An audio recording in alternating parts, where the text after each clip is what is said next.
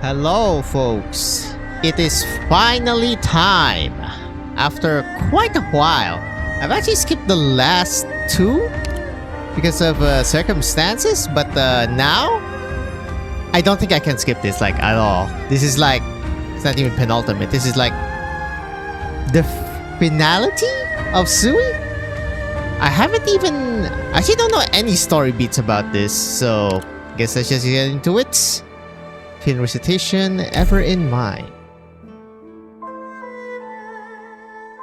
Oh boy. Can't wait to see what happens. Other than, fighting Sui, of course. Question. Fang Shi from afar said there's a green mountain in the northern border called Jing, and Tom sees a mystical stone called Hua. 1,000 meters wide and tall, shaped like a jewel, the color of crystal. Shines with a brilliant blaze and luster that never wanes. Cool. Has both metal and stone, brings water to all things with methods unknowable. Your principles unfathomable. Need these miraculous objects, and perhaps it will help Yan face the coming calamity.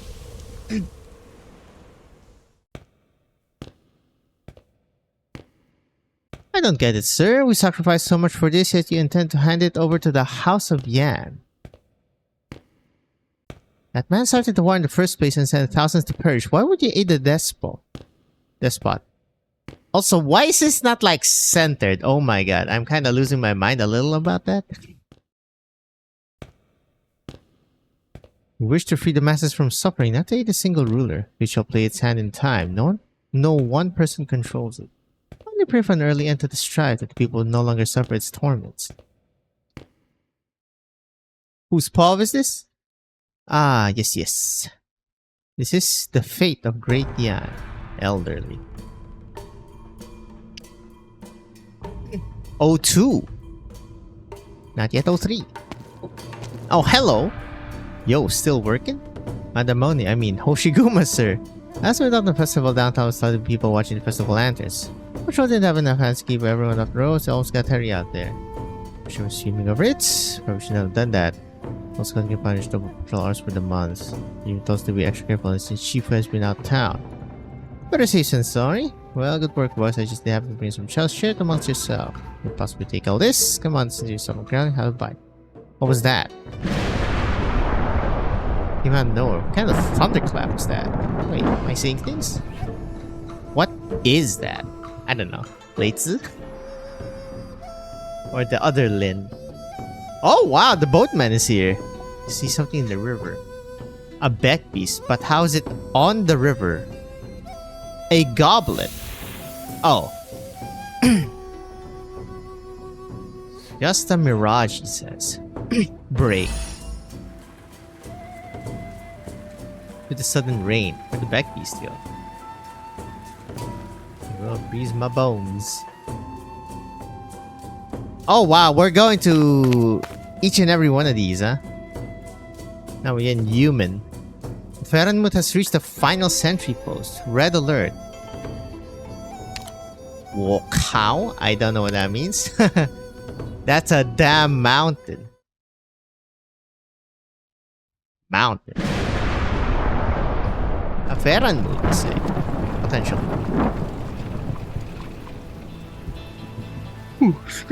Excuse me, sir. Trying to manage to bed, not see anyone, so please. Man in, bring me to him. Shadowy figure. Whomst? I mean, if it's human, is it Ya? Because I've seen the late. I thought you were the late emperor here to take me away. Now you often think of the late emperor, but the crying anxiety has saddled your brain if you're thinking about your end only. Okay, that's not Imperial Majesty. How have you determined so great thing diffused since our last meeting? Are you taking your medicine? I beg your majesty, your majesty. Some current dealers who were struck with the cold. Goodness, wizened shell may not make it. Wizen the shell, he says. The same one who once got countless foreign foes halted our grades during the mere cold. Well, the announcer was in truth ill-suited to the task.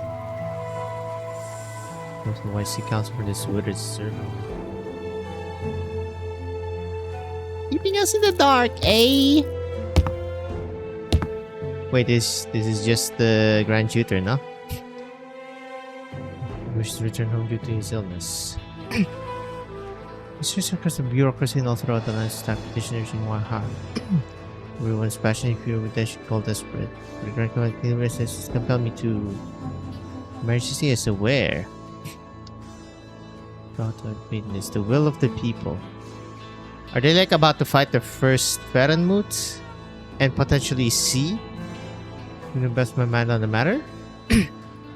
Surely you must know. First the main times the blood ought to be shed, one was never avoidable. Not that swiftly when necessary, and decides that for more perfection will only lead to more bloodshed. I thought your Martian understood this long ago. It has been more than... Okay, no. This is 1102. It has been more than 2 weeks since the Great Defender entered the tomb of Sui, but his fate remains unknown. All Great Yan is in an uproar, not only due to the 5 Ferenmuts. Okay, they're Ferenmut fragments, right? Unless it's the actual Ferenmuts. But the presence of foreign foes as well. It's foreign. Leave him in the tomb for even one more day and the danger to Great Yan will increase tenfold. It's not my opinion alone. If I could temporarily suppress public sentiments for your majesty's sake, it would be no true solidation. So how do you want to go about it? Ask your majesty to rescind an imperial edict. I can only make an earnest request to set the day, a final deadline until which Great Yan must hold. Whether or not blood should have been ever shed will determine thousands of years from now by historians and common folk alike. For now I am afraid to grant command, nor I will get to make that determination. This is Great Yan cannot hold, or the collective lust for glory. Which request is not without merit. I recall it was the day after the full moon when he went in. The next day of the full moon it is. If the man fails to achieve anything in the tomb of Sui, then we'll proceed as the Grand Commander proposes. It's wise and just. Let it be so. Cold is no grave illness, Grand Commander, but convalescence is still important. I heard Danya's no pears are great expectorant. What is that word? Interesting. I have never heard of expectorant. It is a word.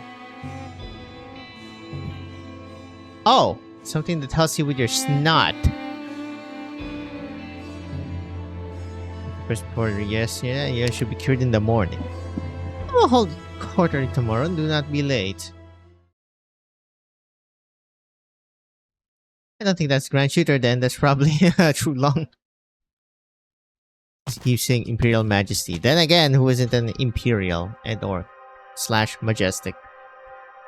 Are we outside? Those Ferenmut proxies have quite a mystical prowess. Is the placation finally complete? That's funny. That's the IS-6. Literally placation. Perhaps. No, just how many times have we tried? Is that complete? How long have we spent guarding grotesques? Based on the dates on the Tianchi Bureau's terminal, it's been more than 2 weeks since we entered the guard. I still need to do Risk 18 and then ending 5. Chongye ending. Know nothing about it yet. Based on the dates on Tianchi Bureau's terminal, it's been more than 2 weeks since we entered the garden. More than half a month. Why do I feel as if we spent even longer than that? Not if anything's happened in the tomb of Sui since we've been here. That's funny. So you've asked how many times? You're pretty much lampshading the fact that, you know, potentially people played it a lot. This is the first time standing on this spot. Including the placation, taking Jade Road, leaving the garden and going back to town. As we've done all multiple times. Also, sometimes Mr. Yi who greets us, while other times the Weiqi player blocks our path. Sometimes the Bestial Hu turns into a butterfly and gravely injures the Bestial Sui. Other times we fall into a guy's trap and get chased out of the garden for no apparent reason. And this hunch isn't a recent realization.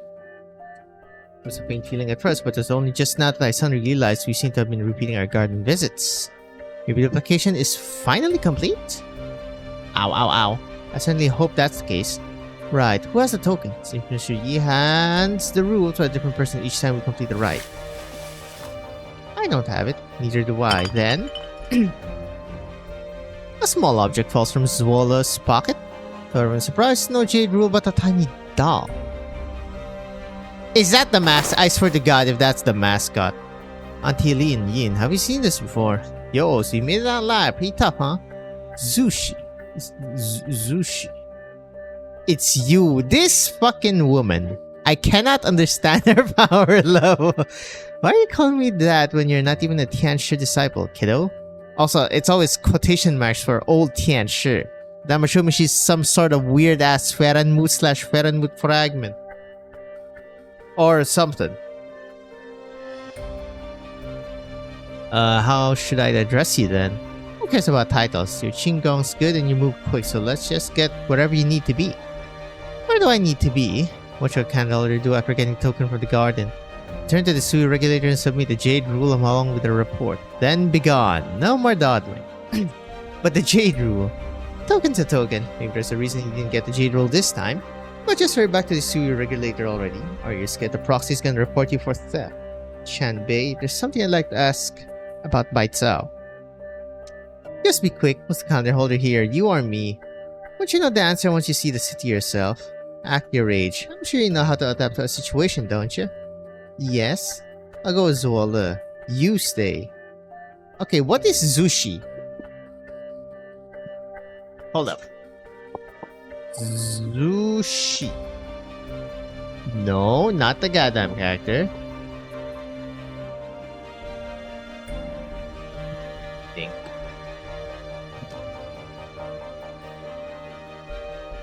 Chinese. Goddamn it. Ancestral master, founder, or patriarch of a school. Okay.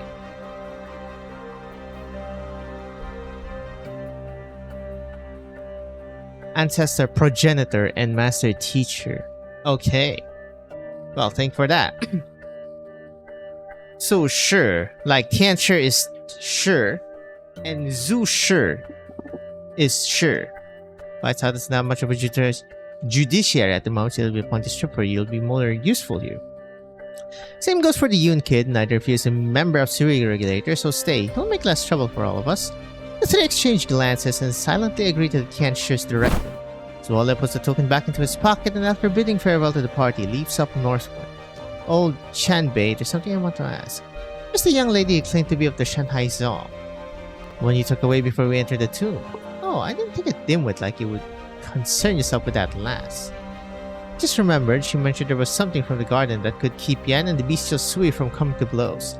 You granted us permission to enter the garden, but you didn't examine the token Zuola had at all. Does that mean you believe she spoke the truth?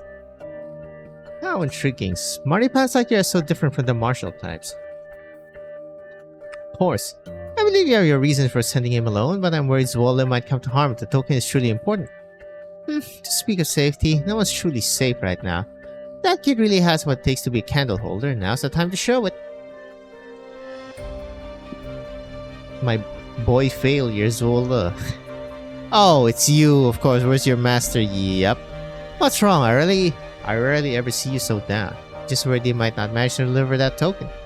Those who know what the token truly is can only stand and watch, while those helping us don't even know where it should go.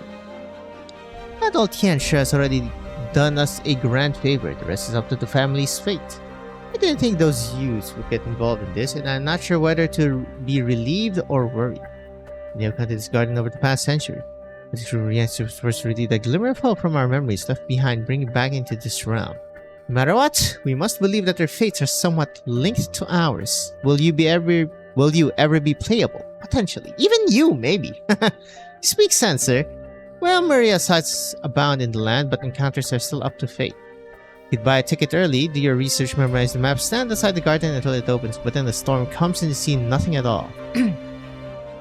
Or you could enter through a random side gate and roam around aimlessly, but as long as you have a goal in mind, you might be pleasantly surprised by what you find. Visitors come with interest, but it always wanes with time. It's not proper to force this enthusiasm to endure. So let's just relax and wait here and protect this garden. This beautiful place is honestly quite difficult to abandon. It's your goddamn garden of grotesqueries. Oh, hello. Another one of the question. I think a source was repeating the same argument over and over. Back to square one, no? Thousands of years of debate, and it seems nothing's getting through that thick head of yours. You're the stubborn world. Whatever scholarly talents you have are negated by your expertise in nonsensical argue. Is this Grand Tutor and Wang? The truth is simple. There is no order without rules. Leaving this realm, one must be able to tell right from wrong. It really is as you say, for everyone to blur boundaries and confuse right and wrong, what sort of chaos will befall this realm? Preposterous. Your insistence on adherence to rules is nothing more than locking yourself in a prison of your own making. Let me ask you then, to build a room, a house, a city, a moat, there are rules to follow, yes. But when we measure merit and errors made in history or the hearts of the masses, what rules or metrics are we to abide by? Of course, rules are made to fit the situation and for mortal benefit. Mortal, well, when have I ever said rules should be set for the sake of having them? Where are we? And who are you? The hell, Chen?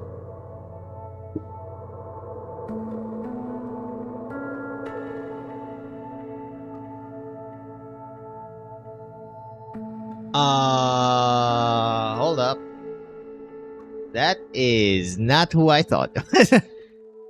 Okay, it's plain dress elder. Then let me ask you this. You see, we must have rules, but then who should set them in the first place? The virtuous, of course. Only they can convince the masses, and rules can only stand when accepted by all. Peculiar-looking artisan. Don't you see the problem with that? You have to first find virtuous people to set rules, but what deems one virtuous? Doesn't it mean we have to lay down some rules to find these people? G? I mean, if ye is ye, then G? 10,000 years of your life have been a waste. If you can't even decide if the foul beast or egg came first. Oh god. Huh, you're just unreasonably putting the cart before the burning beast to suit your fallacy. You already have rules called righteousness. You think they just appear from thin air? What? What are you talking about? Oh look, this one's about to wake up too. Awake or dreaming? You even have to ask. Just look at her, all lost. Obviously, she's dreaming. Awake in a dream, yet not truly woken. The girl is suffering from a headache over the dilemma she faces. If you're stubborn and refuse to see sense, you'll surely run up against barriers, both physical and mental. You're right about that. Her knowing and doing don't match. She's contradicting herself. Wants non-action, yet also wants to act. Now she seeks a tangible form of justice and even wants to pocket it and take it away. I think she's far more obsessed than that good-for-nothing disciple of mine. Disciple? Also, the eye can open and close. Yes, how could she enjoy such a delusional dream if she weren't the most obsessed person walking this realm? To be so harsh, G. Many people out there climb trees to catch fins or strike ice to make fire. What can we even do? But you're right about one thing. Is this girl an obsessed one or what? What the hell are you talking? Who? Also, who's that other guy? 10,000 years, by the way, so I'm assuming he's some sort of Ferranmut. What's the matter with you? Hello. Okay, so you still don't have that weird, what would I call that? The scroll dagger thingy. Nothing, do you not hear any of that? You're so weird, you've been staring to blank space for a while now. Did those guys give you a concussion? Don't suppose there's anything I can do about that. Wait, what the fuck? This looks like the thing from Endfield that's like hauling in packages, no? Thanks, I'm not quite... I just feel like I've been here before. But it's not, it's just hanging. Never mind, false alarm. Unless there's a hole underneath, then yes, maybe. Huh, Chen wakes up from a dream. Interesting. Since it doesn't really do these often, if ever. Surge against rocks. The river tells you to go around the great rock in the water, but you would not listen. Before after. Now the real reading starts. Or at least fast reading. Chen Hui Che. Remember this family name, that has nothing to do with you. Tal is my sister. You and I hate how much you love, but right now I hate every last one of you. Hui grow up soon. When you grow up, you'll change everything. You're playing this music already? Goddamn, it's the first goddamn note, guys. Okay, they kinda stopped. 3 days before the day of the full moon. Oh! Thunder. And nothing. Oh, wow! It's late autumn. If you wait till winter, the roads will be hard to traverse. Hui, you should go back. Go back? To where? Longman? I told you what you want to know, so you should understand all that lies in front of you is none of your business. I think you gotten old, Uncle. You were 5 years younger, we'd have crossed swords already. Your temperament has changed too. There are many issues here over the past few days at this post house. Because I still don't trust you. What you said about the Grand Preceptor, about your brother, that other uncle I've never met, and the old True Long. It's not my place to comment, but if I have to say something, I'm just glad you're not the one running Yan. I cannot argue with that. I really do want to know what was going on in your head when you left Baitsao. My mother followed you to Longmen and why she stayed. But at this point, I'm not expecting to hear a fair answer or an objective account of the past from you. So I'll find the answers myself and I'm not leaving until I do. You have a knack for messing things up when it matters most, especially when it's about you. To stop you from doing anything stupid again or even just to keep you safe, I'm not leaving until I'm done. So let's both save our breath. Richard, this past few years you... Same as always, nothing worth sharing. Perhaps it's better to wait until you're willing. Chen Huiche looks out the window. The lights of the far-off nomadic city have been dim for days, leaving by its south skyline vague at night like the spine of a Ferrenmut in height. I also imagine the colossal creatures from ancient fables only recently confirmed as real to her. Fine autumn rain drizzles against the window like pins and needles on glass. Still no news. That's the best news we could ask for. There's no hoping for a positive turn of events at this point. So if anything strange happens in Baitsao, human won't hesitate to go to war. This bestial sui you talk of, the unrest it might cause, and any battle it might provoke, no one's sure how any of it could turn out. Correct. So this is the secret Great Yan has hidden for over 1,000 years. You two are so alike. There's a strange detail though. Time is running out, but in the past 10 days, there have been no more than 3 messenger parties traveling between Yumen and Baitsao. When Yumen is facing war, we would expect far more traffic. Oh, hello, Lord Wei, a visitor. At a time like this, send him in. Who this? I trust you've been well, Lord Wei. Umizuki? Nope. Grand Shooter. Oh, hello. So you're the Grand Shooter of Yan. I did not know Lady Chen would be here as well. How do you... Chen is certain she has never met this old man before. She cannot tell if it is an austere or kind look in his eyes, but he recognizes her instantly. Swiftly, he turns that same gaze to Wei Yanwu. That's another matter and a long story. I see. So you did heed my advice to stay at this post house. I have no grounds to distrust the Grand Shooter. There's been messengers, but today the Grand Shooter graces us with a personal visit. There's something I must make clear to you, Lord Wei. Lord Wei, he says, we shall leave us. No need. Best she stay and hear what I am about to say. Fine. With a little, worried, the situation in Baitsao. After mid-autumn, His Imperial Majesty granted him leave to enter the tomb of Sui to try and quell the threat posed by the Bestial one. But the day of the full moon nears and we've heard nothing from the tomb. And yet at this very moment, 5 Ferrenmuts have lurked around Great Yan with intentions unknown. 5! Jesus! The Tianshires of the Chamber of Heaven's designs along with Yan's finest warriors have stationed themselves near the Ferrenmuts. Great Yan does not fear the coming battle. But the worst outcome we face is not just fighting 5 Ferrenmuts simultaneously. No way. Intentions unknown. This graybeard sure can talk. With the blood feud of the past few millennia, did you think they'd simply show up on your doorstep bearing gifts? Huh? What did you say? From where is that coming from? Trishao? I'm sure many are advocating for a war at this time. There is no opinion from any party left to consider. I fear Great Yan is left with no other choice. Court must have drafted plenty of plans for this contingency. Countless plans and none end with a Pyrrhic victory. But there is still a method yet to be considered. Tell me, Grand Shooter, tell me my brother has never conceived of activating Bu Fan himself. He is the True Long of Yan. The nation is driven to a corner, he is the only one who can do it. It's absurd. Lord Wei, as it stands, there is no longer a need to digress. Not a single man knew of the secret letter sent to Longmen until the Imperial Guard set off, and I come today without any attempt to conceal my identity. I'm sure you understand, Lord Wei. The past stories from 40 years ago, thousands of years ago, should not end like this.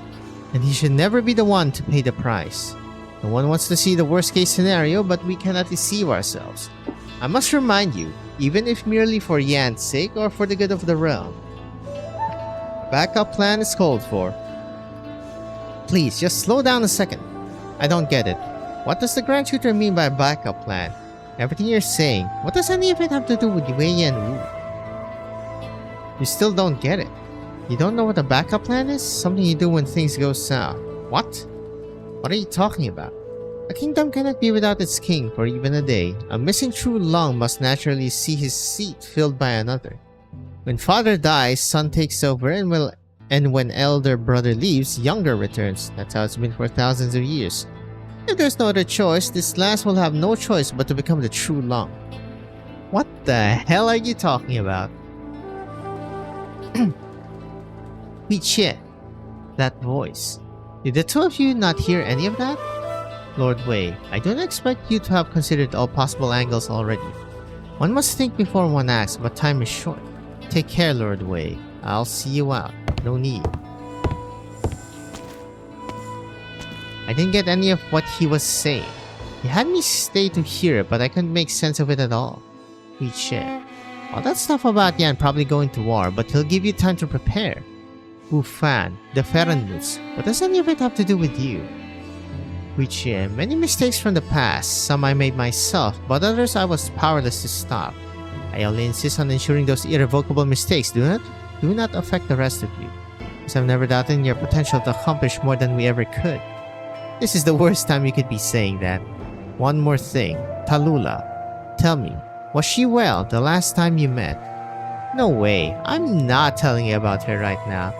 If you really care, then now is not the time. Aunt Fumizuki doesn't want you to stay a stubborn old man forever, and she's worried about your safety, and I don't want to... If you truly care for anyone but yourself, then don't leave them behind. Tell me, Uncle. What exactly are you going to do? Sounds like she's doing fine. Well, not bad at least. That's not your call to make. You don't know how much she's sacrificed, and you've no clue what she's... Enough. Do you want to enjoy your pity party here? Then have fun. I'm going out for some fresh air. What the hell is that indistinct voice? Gonna try again here? Fine autumn rain continues unabated, like intermittent thoughts left tangled with no end. Yep. Got a little flashback here. Yep, this is the respite that Tallulah, that reunion made for now. Yep, going back north. What about this farm? What about the people left here? We'll take care of each other. You'd follow us instead. I'd like your help if it's on the table. Believe in your words and your ideas. A place where the infected rejoice where you can live, truly live. But that place is not here. Not in the past, not in the present. Seek lies only in the future. We must make our way there. Alright, so on we go. And what next? Did my past catch up with me, or did I go looking for it? Guess it's less history and more a reality I haven't faced yet. Tallulah, if you were here, what would you think about all this? These. Overly cautious and indecisive. Your courage is for naught. This last is unlike her ancestors. At first, Lung's descendants must number at least tens of thousands over the millennia. How many of them were heroes and how many were mediocrities? How much can this sliver of that bloodline even accomplish? Is this those two? With the mind as turbid as if trapped in a dream, can really trust her with anything? Yep, it's at least two people. Or two Ferenmuts or whatever they are. Or is it because these old blockheads refuse to bend? No wonder the youths are too inept to handle things on their own. She's been on quite a journey, so she must have other special skills beyond her brute swordplay. Just who the hell are you? Enough hiding. Come out here and show yourselves. The vague, mysterious voice speaks again, but she hears it clearly this time. Only now is Chen Hui-Che sure the whispers that have plagued her all night are no mere hallucination.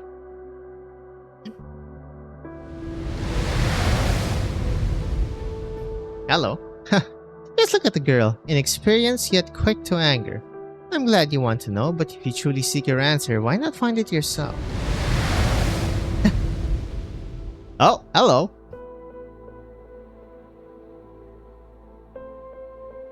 Looks like a portal. Bazap. What the? What was that? From the post house? Going back. Lady Chen, what are y'all standing around for? Did something happen? When was the last time you saw Lord Wei?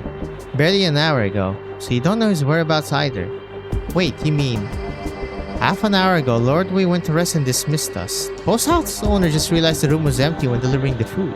We searched the premises and found no trace. Lord Wei is missing. No note left in the room. An empty room as if it never housed a guest.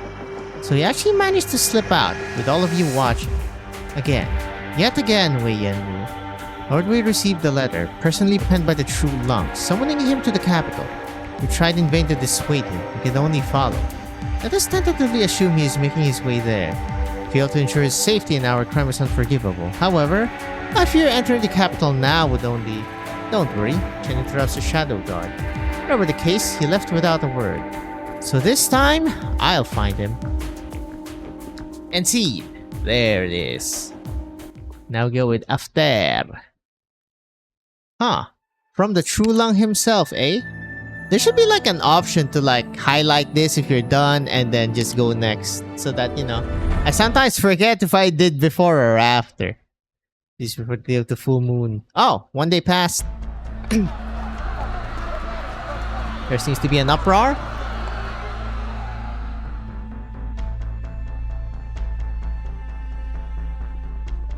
Boarding in from the hour of Yi, restricted to the hour of Yin today. We have moved more than 80% of the residents from the area around the main street to Nomadic Plate C.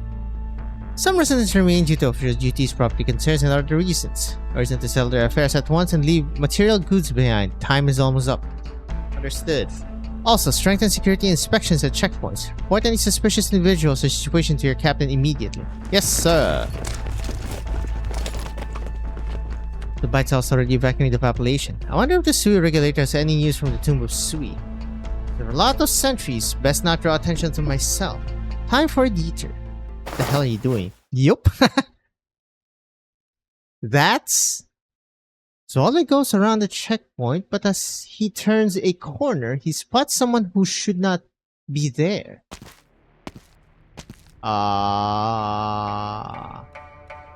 I am not sure who this is, like, at all. It doesn't seem to be the boatman. I'm assuming probably new person in this event.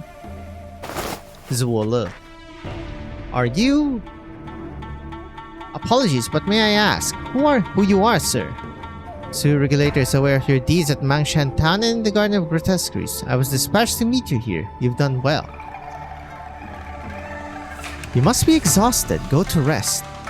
Thank you for your concern. I have to deliver a token to the Sui Regulator and share the details of the application with the supervisor at once, so I dare not retire for now.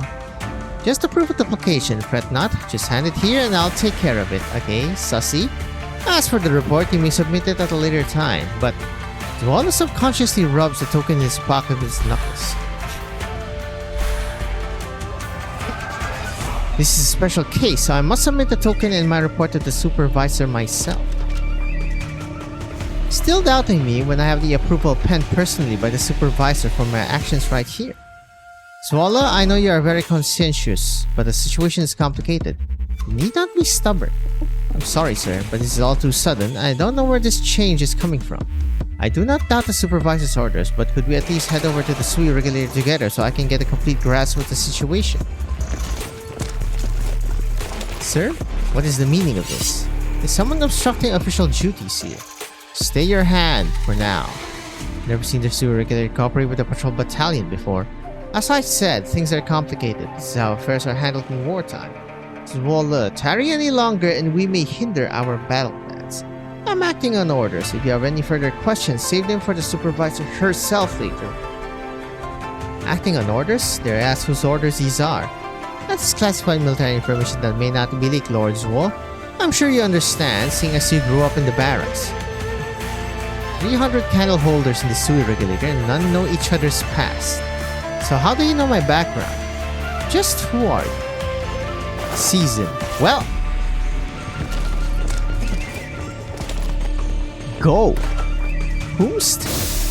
Black sphere suddenly rolls down to the center of their stalemate, spewing out thick black smoke that spreads quickly through the air.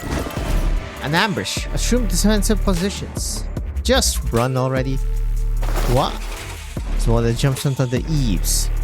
Mid-exclamation. After him, footsteps rumble behind the young man as several soldiers rush in his direction. Who is this would-be savior? Form a line. There's still time. No need to rush. Think carefully. You leave it at your desk. Yeah, probably.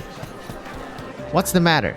Sir, we finished an experiment outside the city and only just the evacuation order.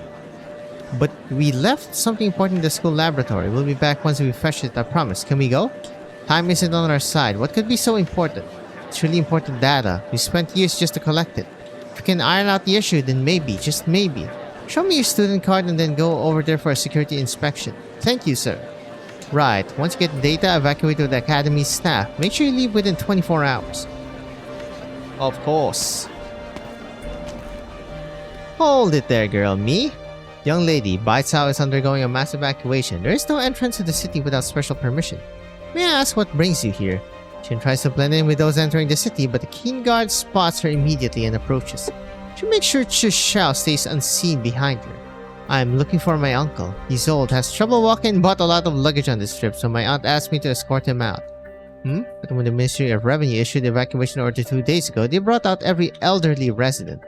My uncle isn't a local. He's a tourist from Lungmen who came here for mid-autumn. He's kind of a loner and rarely talks to people. He spent the last 2 days waiting for me to come pick him up at the inn. Your papers, please. Sure. Longmanite, Chen Hui-che, former senior superintendent of the LGD. And you're uninfected? I retired from the force because of it, but that was so long ago. Thank you for your service. You may go. Of course! Fucking stolen valor. You don't manage to find your uncle, seek the nearest guard for help. But make sure you leave the city within 24 hours. Thanks for the heads up. Right, could I just ask, have you seen a tall lung with red hair and horns pass through here since yesterday? No. But the description is somewhat familiar. Don't worry about it, just a passing thought. Tuo Sha. I'll be going now.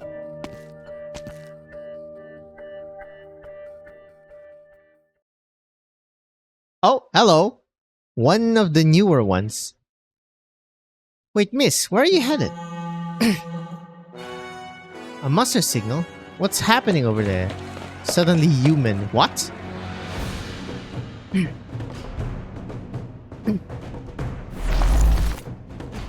Hello? Retreat! Everyone run! Take cover! Attention all units, ensure civilians inside the sentry post are safe. Over there, what's that black mass? In the dark of night, as thick clouds shroud the moonlight's glow, an army descends upon the streets. No commands, no war drums, no rattling of weapons against armor. Even their approach makes no sound. A disciplined, formidable, but still indistinct battalion closes in on the checkpoint with a deathly silence. Hey, did you hear about the ghost in Baitsao before the city moved onto a nomadic plane? A ghost army. You believed in folktales too? Probably mirage caused by strange weather lately. It's way too realistic to be a mirage. No, look at their armor. It's totally different from ours. That's no mirage. The army closes in. The guard finally gets a clear look at the moving mass. Silent soldiers bear blurry yet terrifying faces with old blood-stained armor, like evil spirits from thousands of years ago. Soldier's spear point nears the guard's neck before he can even react. Fall back! Oh, hello! A shadow. The Imperial Guard apprentice slashes forward, merely changes the spear's trajectory. While the immense strength hidden in the soldier's attack startles her, the spear point sweeps above her head. The weapon unnaturally whips backwards, heading for her vitals. There's nothing inside. The soldier is destroyed by her slash. Strangely, the other soldiers do not treat her as a foe, and simply advance along the empty road silently with no discernible destination. Captain, send word to the other barracks. These soldiers are anomalous enemies. Exercise extreme caution against them. They don't seem to be actively hostile, so don't initiate conflict. Evacuate anyone along the way and be on guard for developments. Captain, where did they come from? What even are they? Geists. Dispatch someone to update this SUI regulator at once. They're merely marching forward for now, but we can't allow them to endanger the civilians or trespass into restricted areas. At once. I fear this unrest indicates whatever's happening inside the tomb of Sui must be quelled immediately. Could His Majesty's decree actually be? Are they already fighting? A crimson sword flash. Hello, Chen or Chi Shao?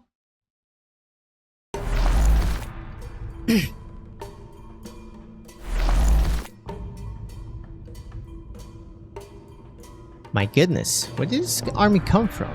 They're headed our way. Help! Hello. Dignified woman. Scriptgeists.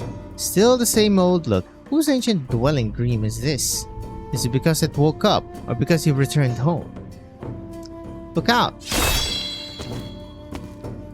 Are you alright, madame? Thank you. How can I ever repay you? What? No, there's no need for that. I don't know where these creatures crawled out of, but they're dangerous. Just be careful.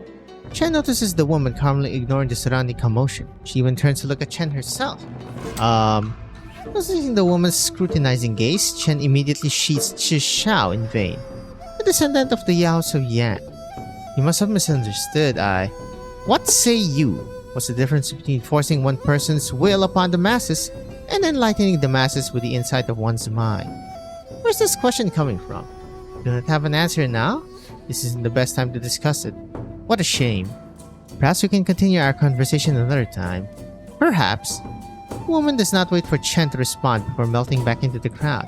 Strange lady. Actually, are these monsters that pop out of nowhere related to the Bestial Sui? They seem to be coming from the same direction.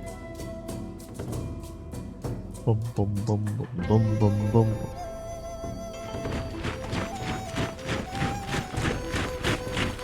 Patrol battalion flashes across his view as Wola hides behind the wall. That's so funny that they the marching music stops after a certain time. What's going on inside the city? Whose orders are they following? Why are they so fixated on this token from the garden? That purple letter was indeed written in the supervisor's own hand, but why would she be working with them? More troops? No, that's...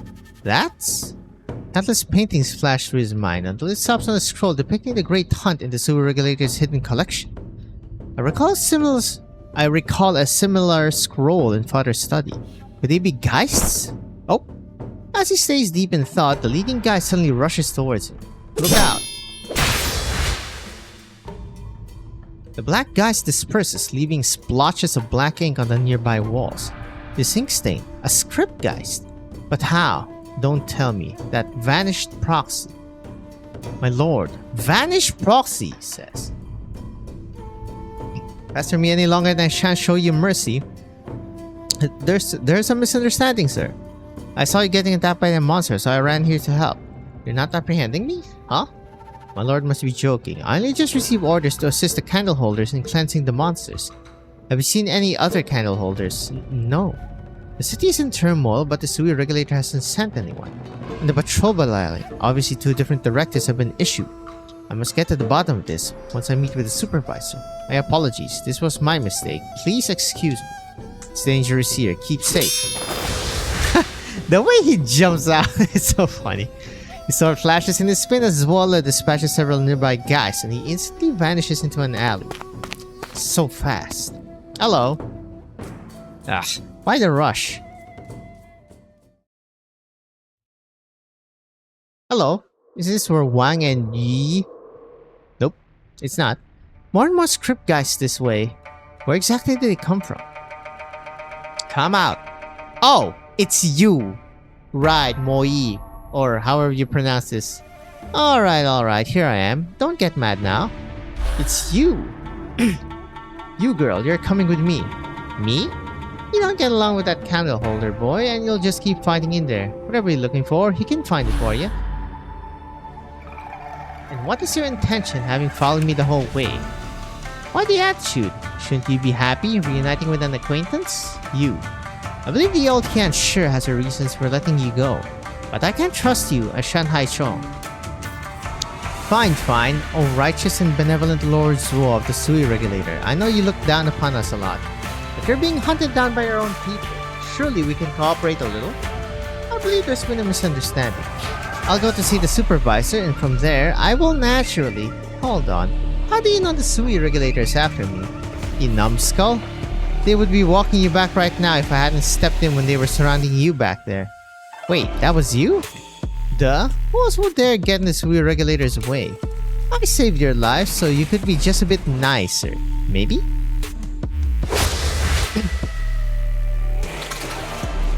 There are guys in the vicinity, miss. So you should be careful. Damn it. These blasted things are crawling everywhere. Situation's even worse than I thought. Enough nonsense. Where's the thing you got from the garden? What? You want it too? I'm not telling you. Hey! Huh. She turns around, pointing towards a growing mass of script guys accumulating from all directions. Ignore me, you'd better have a way to deal with all of that, huh? You know how to use that token? I do not. Then just zip it and hand it over. After a momentary reluctance, Wally finally takes out the doll he took so much care to keep on himself. This color. It really is her. Where did you get it? In a study. Or was it the memorial hall? I can't recall. I don't know why, but our memories of the garden are a mess. I have a question though. Is this object, as you say, able to stop Yan and the Bestial Sui from going to war? I'll tell you later. For now, we're going to use it to take care of these ugly things. Moi unceremoniously snatches the token from him. Hey! All to break the stalemate, the only way out. Yuril leaps forward, putting distance between her and Zwala. Forbidden arts from that day. Wait, you can't do that inside the city? With ink flowing as years roll on, annals are wrought. Through spring and autumn's turns, the tale of countless lives is told. In the name of the Shanghai Zong, I beseech thee, 5th of the 12, bearing the name Jie, manifest. I know Jie should be the dead proxy's name, no? She holds the token with a stern expression and recites her chant. But it seems as if nothing is happening. Huh? So that's not how you use it. My guess was off? What? Oh well. Works for me. Borrow this for a bit. I'll give it back once I'm done studying it. Yoink! Wait, you're not going anywhere. Yep. Saw that coming. Okay, what is this? 2 days.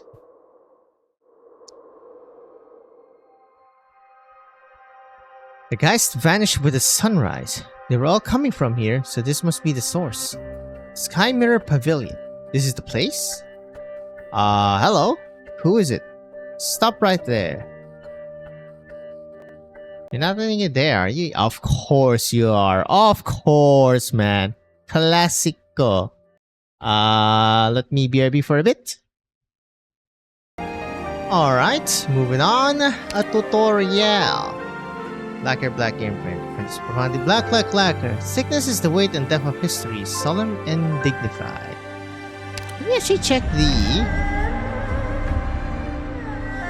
group guys. So not all of them are bad. Original name was Money, that's crazy. They're well to put the stranger in first to the mighty heaven. Story for this posterity and they're archived in the Sky Mirror Pavilion. Yep. Influence of a Sui proxy. His original name was Soldier. He's cornered and killed was a battlefield where the pyramid was hunted and where countless soldiers were buried. Yep, this is NA4. Look the space and the broken armor sinks into the sands. The bleached bones hopes in return of spring. Draw bow, bow. Where does the bowstring return across the sound of the miles of the past? Every goodbye and after song returns. The wind stirs the sand, a long bow, a full moon is in the string ring, and hope for its bearer's return. Ha! Huh. Are those two Ferranmuts gonna appear here then? Yeah? The Great Ghost. Sui is a ghost. The moons are phantoms. Is the passage of time not a ghost as well? Sure. Neato. Okay, what is this place? Here you are. You have lost countless times. You're trying to fight the whole with its parts. All well-laid plans, no more than child's play in my eyes. This is ground shooter, no? And yourself and children's toys, a bad old habit of yours. This challenge is simply a repetition of the thousand repeats of the past. Ha! You try to mask your fear with arrogance. Why bother? And if your hope, I see clearly in you the things you try to see in me. It's either ground shooter or Sui action. Join the game if you're not afraid. This time, you will lose. Donk.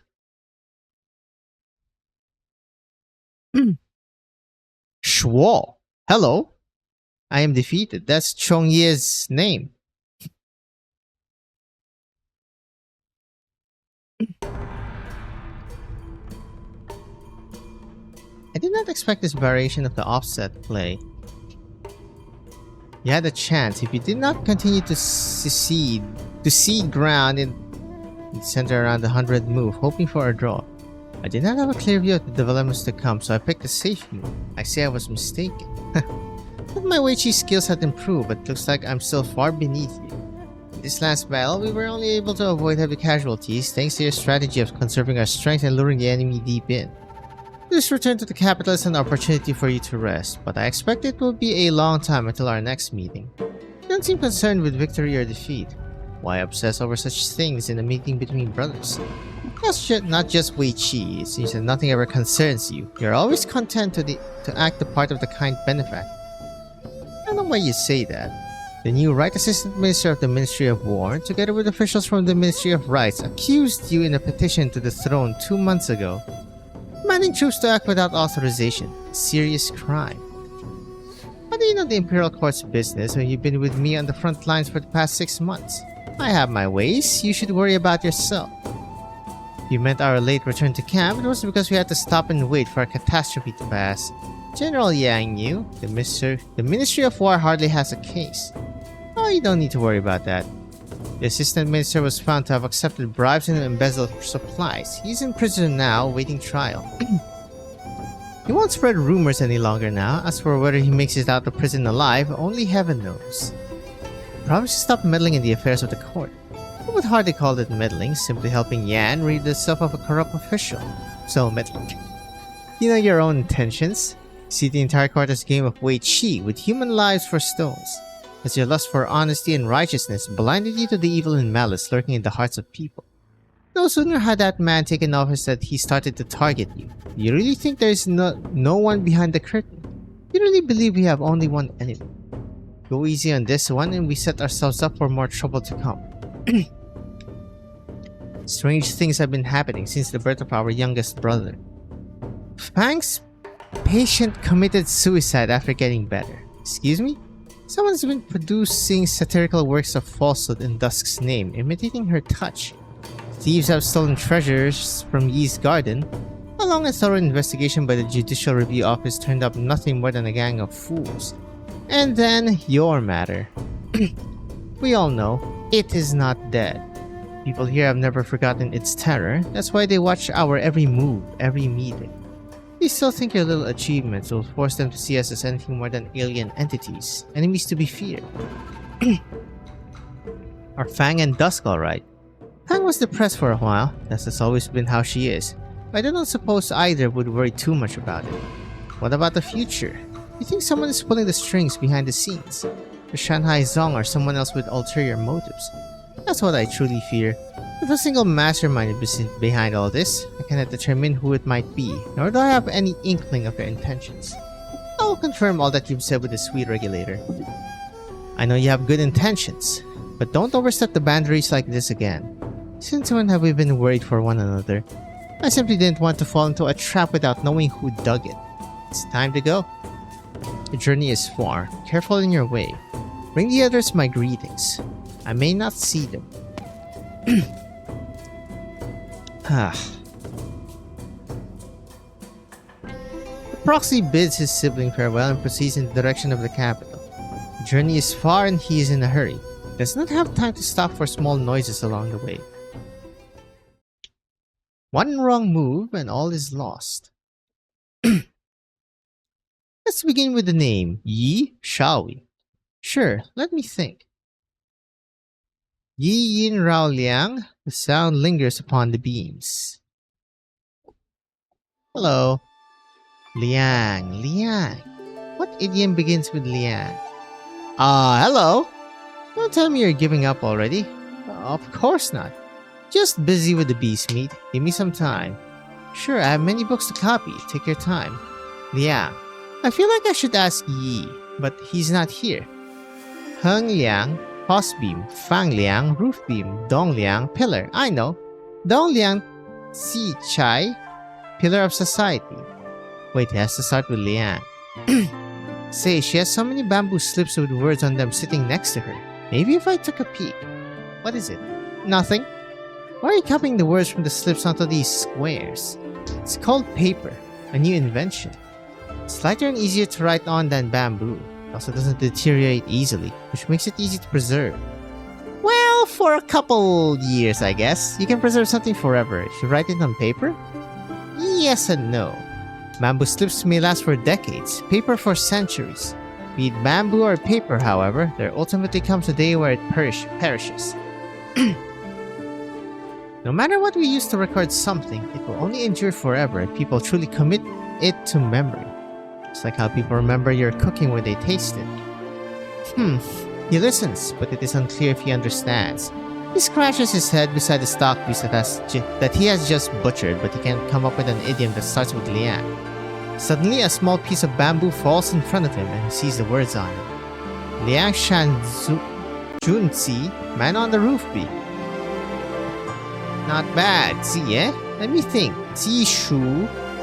Let's stop here. This word chain game is so hard. Why don't you play it with Ling and Dust the next time they're here, and I'll watch from the sidelines. Are you hungry? You want me to cook the meat? Sure. Can I have the bamboo slips? You don't need them anymore. For the fire? I suppose.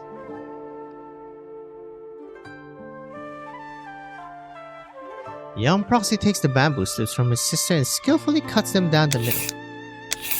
Into the long, sharp sticks. What are you making? Meat skewers. This stock beast tenderloin is just right mix of lean and fat, and the fat on its belly is nice and firm. It will taste great roasted. The fuel has to be charcoal. These bamboo slips don't burn for long. I already have the charcoal. We can start roasting when I'm done cutting the slips and skewering the meat. Huh. It's grilling meat on bamboo slips to make this a scholar's meat. Let's call it Scholar's Barbecue. Well, I trust your cooking. I'm excited to try it. Well, I'm done with the slips. You can take them. You're both here. Oh, hello. Oh, back already. Huh? Wow. I got your letter. I thought you wouldn't be here for a few days at least. Smooth trip? Yes. Don't worry, you two. There's the idiom. Burning a good chin to cook a foul beast, which means sacrilegious, wasteful behavior. What are you doing with these bamboo slips? I'm not... She gave them to me.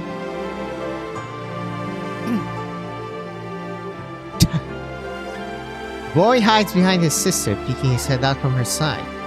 Just giving some broken bamboo slips to Yi to make the most of them. Why so harsh? You should be more grateful to Yi for making dinner. It's not like I actually said anything. Don't fight, don't fight. I'll go make dinner. It's not every day my second oldest brother comes back. Finally get to eat together. You, just sit down and chat. He's always been a little afraid of you. Can't you be more gentle? Are things not going well? No. I see. But you don't get together very often and Yi misses you. Anything you want to say can wait until after dinner. Buddy just says no. So, unsettling things have been happening without my knowledge. Don't look worried at all. I'm worried, and I'm just surprised that you show so much concern for your siblings, brother. Siblings in the sense that we were born from the same fragmented consciousness, not true blood relations. We each have our own interests and ambitions. Our fates are none of each other's concern. We walk different paths. Do you truly think so? My views are different. See, it's been centuries since we came to the mortal world. Even if we are not truly part of it, most of the scenes and people that we see are lovely. But the people we meet seem to become smoke in the wind in the blink of an eye. In the end, it is only us who remain, and it is only in each other that we can truly speak our hearts. We have differences and we may have conflicts, but we could never cut each other off completely. Isn't that very much like human siblings? I have no intention of arguing if this is how you think. I don't know why you always seem so aloof. We don't see each other very often. Are you not happy at all? I wonder if you'd regret it if one of us suddenly disappeared forever. Wee woo. Speaking of which, I encountered something strange recently. One night I was about to go to bed when I heard a sound from the study. From the garden, I saw through the window the silhouette of someone bending over the desk writing something. I heard into the set to find not one, only the Jijuitsang that I have been transcribing the past few days lying on the desk with scribblings all over it. He takes a scroll from the desk. One word is written over every neatly written character on the page. Sweet. Oh, what do you think could have done it? There is only one possibility. It is awakening, and it is attempting to interfere with us in some way. We thought its consciousness had completely faded after Yi's birth. But it is alive, still sleeping, but the stuff of our nightmares. If it does wake, we will become its fleeting dream. What do you have in mind? I don't know yet, but I'll think of a way. I have an idea if you care to listen. I only recently thought about it. When I compiled the histories with the people of Yan, there were inevitably some mistakes no matter how careful we were. Unlike ordinary writing, it takes great effort to correct mistakes written in the histories. Jie picks up a writing knife from the desk, used to scrape bamboo slips, then picks up a scroll, and gently scrapes the paper. The ink that has seeped into the paper, even smearing the next page slightly, disappears without a trace, and when the writing knife touches it, the paper is blank, as though nothing has ever been written on it. This knife. I think my influence has changed it. I have a faint feeling that the words it scrapes away, a history, or at least a name, don't just disappear from the paper, they disappear from people's hearts and minds. Perhaps there will come a day when we use it to scrap the word sui from all the texts of this world. You can do that? Not yet. Right now, it's only a writing knife, a bit an unusual one. But I can feel it. The more words written, the heavier my knife and pen became. Perhaps we're all the same. We discovered the answer to who we are in that primordial void, but we understood the meaning of our existence in the mortal realm. This is what proves we are different from it. Perhaps there will come a day when our strength exceeds its. Then we can truly break free from its influence and live as ourselves. As long as we don't forget who we are, of course. What are you thinking on, brother? Don't worry about it. Sometimes I feel like you and I are the least compatible amongst our siblings. Plots and plans are things to be kept inside one's heart, but words and language are for expressing what lies in one's heart. But sometimes I feel like you hide nothing from me, that I can see all that you think. Interesting, isn't it? We both found what we wanted to devote ourselves to, only to have it reshape our personalities in return. Shu always says I'm obsessed with the past, and I remember the deathly plight that she talked about, which lies at the end of the future. She was right. One cannot pretend to be carefree when there are things that one cannot let go of. I know you're worried about the unknowable future. Victory and defeat are what you're most obsessed about. But it would be such a miserable existence if there was nothing but victory and defeat. Besides that, what is it that you care about the most? I do not obsess about victory and defeat. I simply do not like to accept that a game could not be won. By the way, are you reporting to the sewer regulator tomorrow? Would you take these copied books with you? They'll need to review them before they can be archived in the Sky Mirror Pavilion. Very well. And take another look at the recopied Jui-sang for me. Bring the writing knife too so you can correct any mistakes. Anything written hardly needs me to check it. Consider it an activity to pass the time. You spend so much time devising military strategies, thinking of victory and defeat. A distraction would do you good. And perhaps you might find what you're looking for in the text. So that's the thing you use on the stage, I'm assuming. Removing and rewriting. The writing knife. Oh, this one's taking quite a while.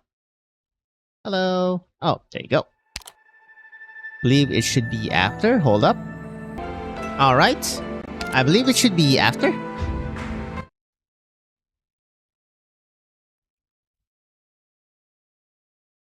Year 593. Yep. Better to sacrifice a few stones than to lose the initiative. One wrong move and all is lost. And all is lost. Lost. So you found me. You've been following me for quite a while. Show yourself. Wang looks back. A mixture of weeping and lament moves away gradually, but it does not stop for even an instant. Let me see what you've got. Wang follows the eerie voice of a decrepit Weiqi stall. A man, presumably the owner of the stall, sits on the ground weeping. There is no one around. One wrong move and all is lost.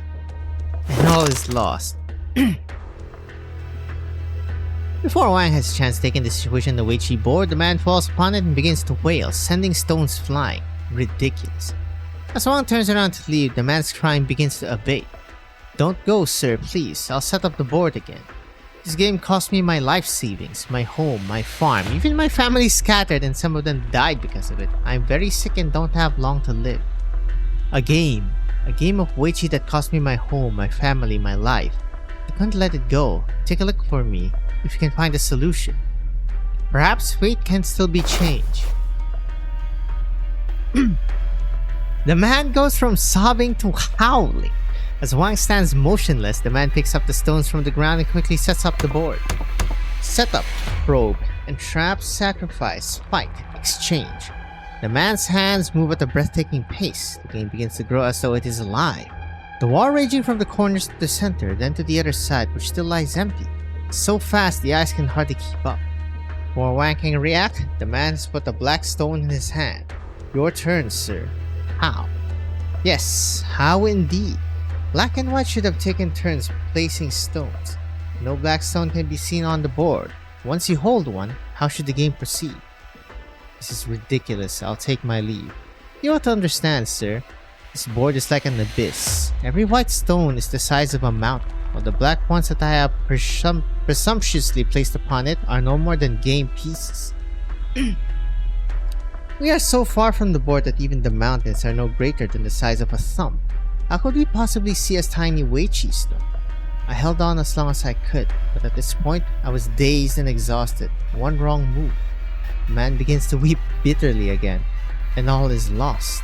Look, I gave each stone a name, but I couldn't save any of them. There is no way out for any of them. This one is Shuo. This one is Wang. This one is Ling. This one is Jun. Wang draws his blade and stabs at one's... Wang draws his blade and stabs at one of the white stones, only for it to make a sharp cracking sound as it bends, as though he were stabbing a boulder. Pointless, like striking a rock with an egg. Why did I play this game? I shouldn't have. Why? Oh, well. The sword turns and pierces the man's throat. He slumps to the ground, but no blood flows from the wound. The weeping grows even louder, though it is no longer intelligible. The man's eyes glows with a strange expression. Is it fear or joy? He stares straight at Wang's face. Wang instinctively reaches for the writing knife on his belt, but stops midway. Finally, he ponders for a moment and puts the black stone in his hand on the board. All is lost? Nonsense. Set it here and the game remains a toss-up. No sooner have the words left Wang's mouth than the body on the ground turns into smoke, and the indivisible black stones on the board reveal themselves. Hello? Mr. Wang, the same candle holder, presumably? You. I watched you stand in front of the door to the sewer regulator before turning around again. Came to find you as I thought you might have met with a strange happening too. Strange happening? You already know? Yes. I suppose I shouldn't be surprised. There was a madman here crying about some omen of misfortune. It didn't make any sense. Where is he? He turned to dust. Vanished. His Weiqi game remains. Understood. I'll have someone copy it down. One more thing. The supervisor says Jie should be about done with the book copying and that you probably brought the copies. Have you here? One moment please while I count them. 3 poetry anthologies for a total of 32 scrolls.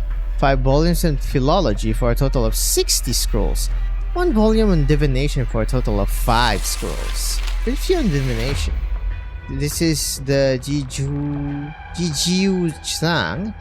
Jesus. Okay, let me see if this actually has if it's actually a thing. Hold up. Don't think so. The only thing I have is like quantum computer or something. Jiu-Zhang. Looks like got mixed in with the divination books. She's such a genius. She wrote this in a single night, all 1,400 words of it, without a single character repeated. Her calligraphy is still so beautiful, there is truly no equal. Candle holder heaps praise upon the scroll. Wang follows his gaze and sees an empty piece of paper. Hello. I remember this 500 years ago in the capital. The first time she proposed an actionable hypothesis for destroying Sui. She gave me the writing knife, but I don't remember what the article was about, what she wanted to tell me. By repeat, did you mean making me repeat the events of the past in dream? Only to make you see for yourself how many fantasies have appeared in your dreams over the past 1,000 years. Dreams about destroying me, dreams that were doomed to fail. I should turn these memories into a cage and drown you in the shame of countless failures. See now, all the memories that you have forgot.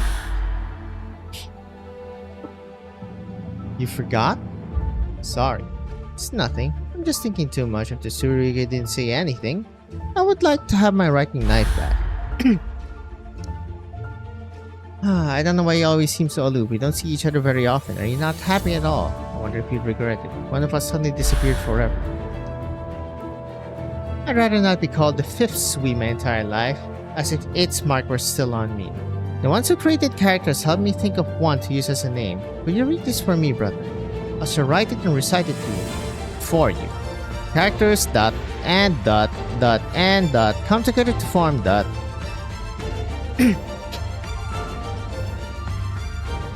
Why censor those though? Mr. Wang? Something the matter. I remembered something. My sister said she did the Jiju-sang in a hurry and asked me to check it for errors. I forgot. Give me some time. Not a problem. I'll leave this one for now then. It's getting late. You can bring it back tomorrow. A page of memories. Ridiculous. You won't get your wish. With a cat. The weird ass cat.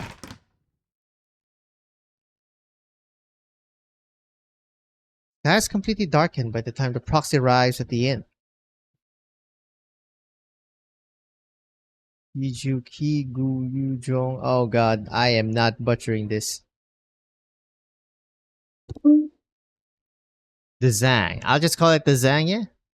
The Zhang is distinctive, unlike other books. It lists the name of many things and persons. Was this a phone book?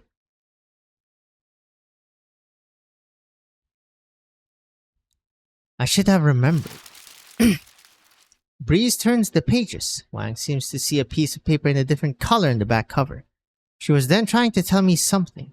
Wang picks up the thin booklet from the table and opens it. The Zhang is the things persons. Oh god. These are classified into different sections by kind so that nothing is confused or mixed together. With but little time expended, it suffices for daily use, truly to one's satisfaction. One studies it with diligence, one is sure to taste the delight of success. Should have been the words written on the first page. These were the words, where Wang scanned the page for the first time. Now the paper is covered in strange ink markings. My ears! Wang instinctively raises the writing knife and aims it at the first fierce-looking Sui on the page. One wrong move. Whoa! Who's there? And all is lost. The wind howls outside the window, but there's no one there. Still trying to be our nightmare. Same old tricks from centuries ago. Have you not grown tired of it yet? Why not the disadvantage? Seek a draw. There is no such thing as a draw between us. When in danger, make sacrifices. In your dreams, Sui. The writing knife strikes the first Sui. Wang has used his sister's writing knife before. A slight cut, and the incorrect word is completely erased, leaving the page intact. But he feels a great resistance, as though he's trying to scrape a boulder, a mountain even. He tightens his not too strong arms and pushes down. A crack of thunder outside the window. The first Sui finally disappears. Paper is blank for a moment, then the word that Jie wrote is revealed.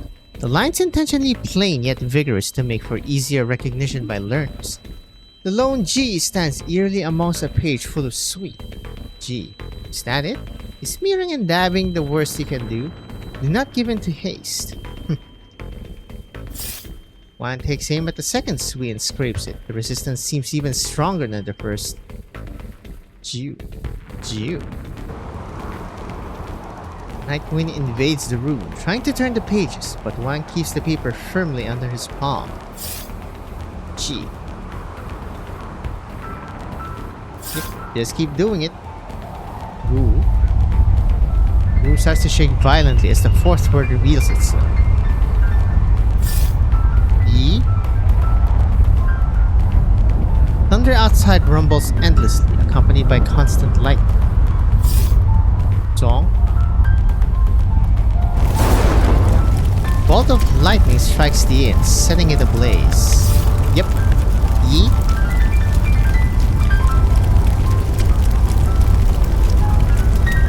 The room burns fiercely, but Wang remains at the desk, utterly focused on cutting the page.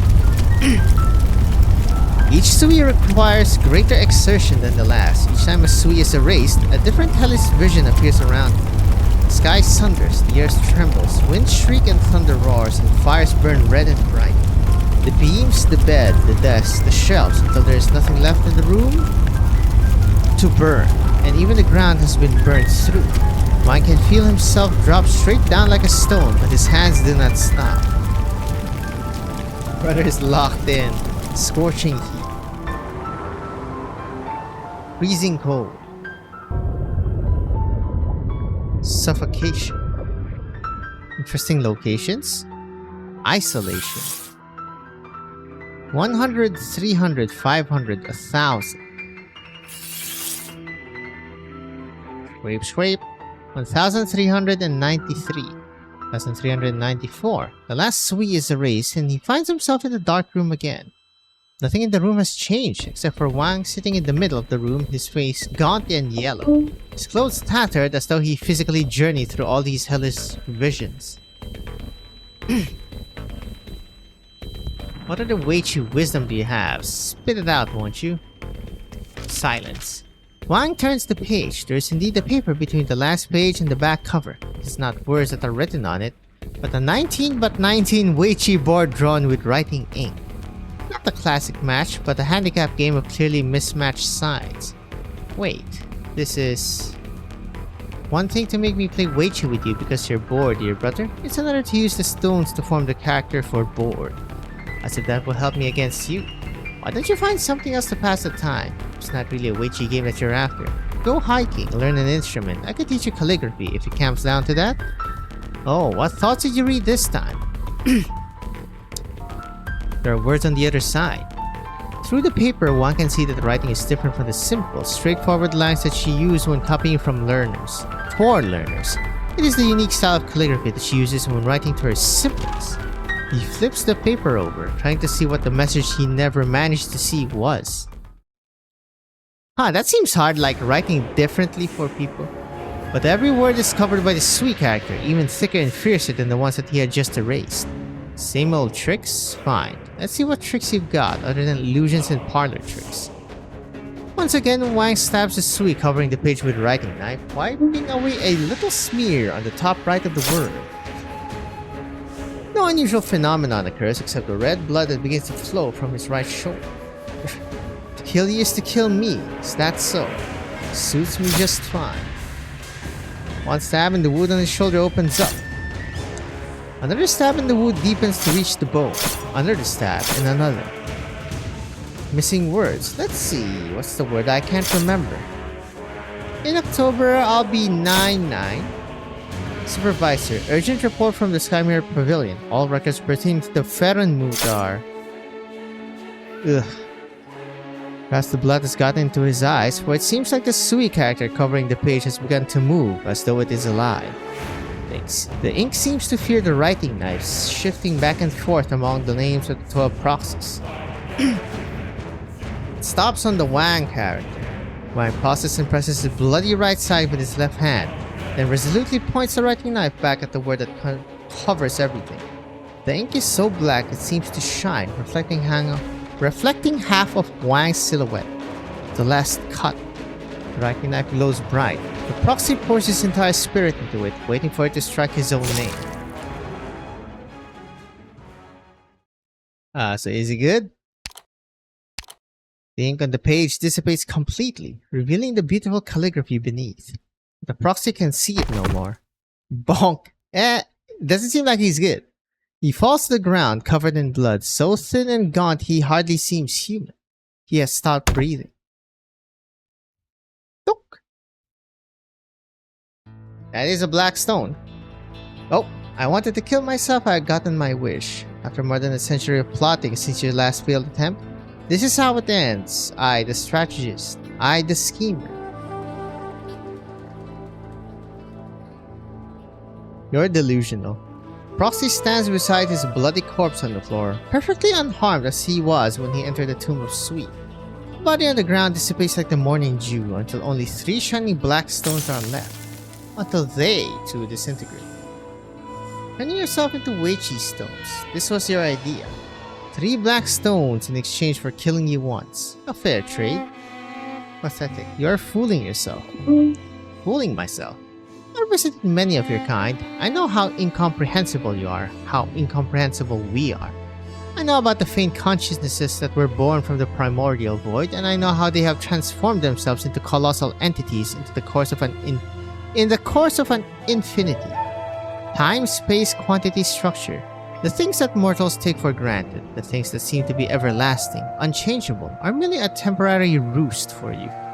I've seen one of your kind continue to disrupt what should have been the calm flow of time, even though it had died long ago and had been turned into a machine at the hands of others. Lock and key? I mean, I'm assuming it's Lifebone Time Stealer, Ursula. You still dream of killing me. Perhaps you have no need to die, but you will fall into eternal slumber, Sui, the dreamer of evolution. Mankind has no use for your arrogant design, and I have no use for your endless dream. Every death in your memory is real, a genuine death of a small part of your enormous consciousness. Don't believe me? Think back to the day I encountered that madman, back when your methods were so primitive they were downright laughable. What did I do? Did I give the book back to the Sui regulator? Did I destroy it? What was written in it? Was it really a book? See? You've forgotten. You dare. Your memory has died. The price you paid in exchange for 3 black stones. To be precise, you died by the writing knife imbued with a proxy's entire life force. You scraped clean every instance of the Sui characters across all Great Yan, and with it any trace that the creature called Sui ever existed. The recklessness, the blasphemy. I would do it again had I the writing knife in my hand right now. I'd be happy to create for you a nightmare for which you would never wake, even at cost of my own life. You cannot. The more parts of me you kill, the more you think you have weakened me, and the sooner I will wake. I know. Death hurts. Each and every one of your memories is real. They are happening somewhere. The pain of your death cuts straight to the heart. What about you? What can you do? I will continue the game, until neither of us can ever rise again.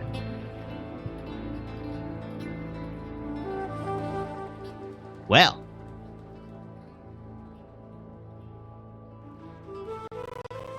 Oh. Hey, the music, damn it. Okay, hold up. Alright, time for TA-3, Dancing Trace. The powerful brushstrokes leave behind an ink trace that penetrates the paper. Before. Before? Damn, it's been a little bit choppy, huh?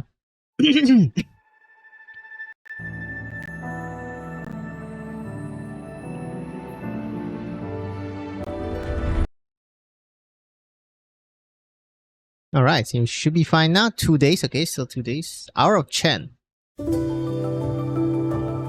While ago was which one? Hour of Yi, I believe. Hey, it's the CIA handler. What are you sighing for? Does your tooth hurt? It's my head that hurts. You have too much time on your hands. Go count the cabbage stuff for winter. Here, are you going or not? Going where? The sun hasn't even climbed upon the rooftops. Don't play the fool with me. The city is almost empty. Why do you stay? Most means it's not totally empty. Travelers, soldiers on duty, they all need to eat. Besides, we have someone right here in the restaurant. She doesn't count. If you don't go now, there's nothing I can do with it when the Sui regulator hears of her visit to this place. I just put the foul beast on the grill and there are another 4 or 5 dishes still to be served. There's no rush. Who is she? Stop worrying so much. First thing in the morning, go open the door if you really have too much time on your hands. It's business as usual for breakfast hours. You're bold as a boulder, you know that? What else can I do? If you're sleepy, go to bed. If you're hungry, eat something. Well, so someone might suddenly miss a certain taste. A customer could show up at any moment. See? A customer just showed up. Take a seat you like. Only the breakfast menu is available right now. Oh, it's you. Hello, yeah. What are you doing here? I'm not sure what you're asking. I run this place. What else would I be doing? You people just keep getting more and more ridiculous. Why the rudeness? Insulting the chef before you take in a single bite? Keep this up and I'll kick you out. Even my patience has its limits. A frosty individual walks into the restaurant and sits down at the table beside Yi. What flavors does savors at Yi savor? All of them, of course, from sweet to sour to salty to spicy. And to get the smell of fire and smoke all over yourself. Do you like this? Of course, can't be a good cook if you don't like to cook. I can't speak to anything else, but I'm pretty confident in my cooking. I can make a couple of dishes for you, on the house. One has to taste different flavors in life. Isn't there ways to be obsessed with a single flavor? But I guess I can't really use these words to persuade you. They say, he who tells others to forgive and forget will be struck by lightning. Besides, I guess the bad blood between you is pretty thick. I understand how you feel, really. You have every reason to hate Yan, hate humanity, hate it. And I suppose it's not out of the question for the hatred to last 1,000 years. But if you keep hating and hating with nothing to do but let the hate destroy you, is it really worth it? Remind me of my brother, come to think of it. You're not afraid of me at all. Why should I be? Beggars, mandarins, even the gods in heaven and the Ferenmuts of legend. They're all customers when they walk into this restaurant. You're different from the others. You're unusual, even among your kind. You don't look concerned at all, even when your life is on the line. I guess I've gotten used to living in fear. It's been this way for a century. Your timing is great, I have to say. You would really have had a treat if you had come when the ingredients were still fresh in the kitchen. Sometimes, all it takes to change your mood is a nice hot meal. Maybe the things that seemed impossible will solve themselves. The bun's are ready, chef, but our breakfast sign is gone. Did Blaze... There's actually a customer? At this hour. A candle holder. All alone. Far too arrogant you are. Evil, ignorant, juvenile. You and these ants. The sword is already raised before she has finished her sentence. Stop. Chef? Oh. Like the falling of the judge's gavel or the crack of thunder in winter. This is supposed to be a dining table. It feels like a court of law. All is silent. Dining table is no place for swords and bloodshed. Pick up your chopsticks if you're here to eat. Don't let good food go to waste. And if you're not here to eat, you ought to get out. It's parts. Protect the humans of the Sui regulator. How ironic. Don't need you to tell us how to live our lives. On the other hand, I would suggest that you eat something. Hunger tends to make one grumpy. Woman quietly pushes a steaming plate of buns in front of Ya. Enjoy while it's hot. What is this? Ya looks coldly at the buns in front of her before turning to leave. You're going? The Shanghai Zong's words were truth mixed with falsehood, but I will get my hands on what she promised to deliver to me. As for you, I've met many of its incarnations, but none who answers my questions straightforwardly. What use is there for you people? I will not say that an eye for an eye is unreasonable, but you should watch your step in case someone has dug a pit for you. Ridiculous. Does she speak of the proxies, the Shanghai Zong herself, or the steaming plate of buns in front of her? Oh, she didn't eat though. Good thing you showed up, June. It doesn't seem like she's here for any particular reason. Looks like she's been tricked by someone. Whether I'm here or not doesn't make much of a difference. It's not us that she's after. What is it? I just feel like she must have led a hard life. A road of hardship that only leads to even greater hardship. Never mind that, as my second oldest sister had business here in Baizhao. I have an appointment to keep. An appointment? How about you sit down and enjoy a meal if you're not in a hurry? I'm afraid it might be a little hard to sit down and enjoy anything, considering the burning smell coming from the kitchen. Oh no, my roast fowl beast.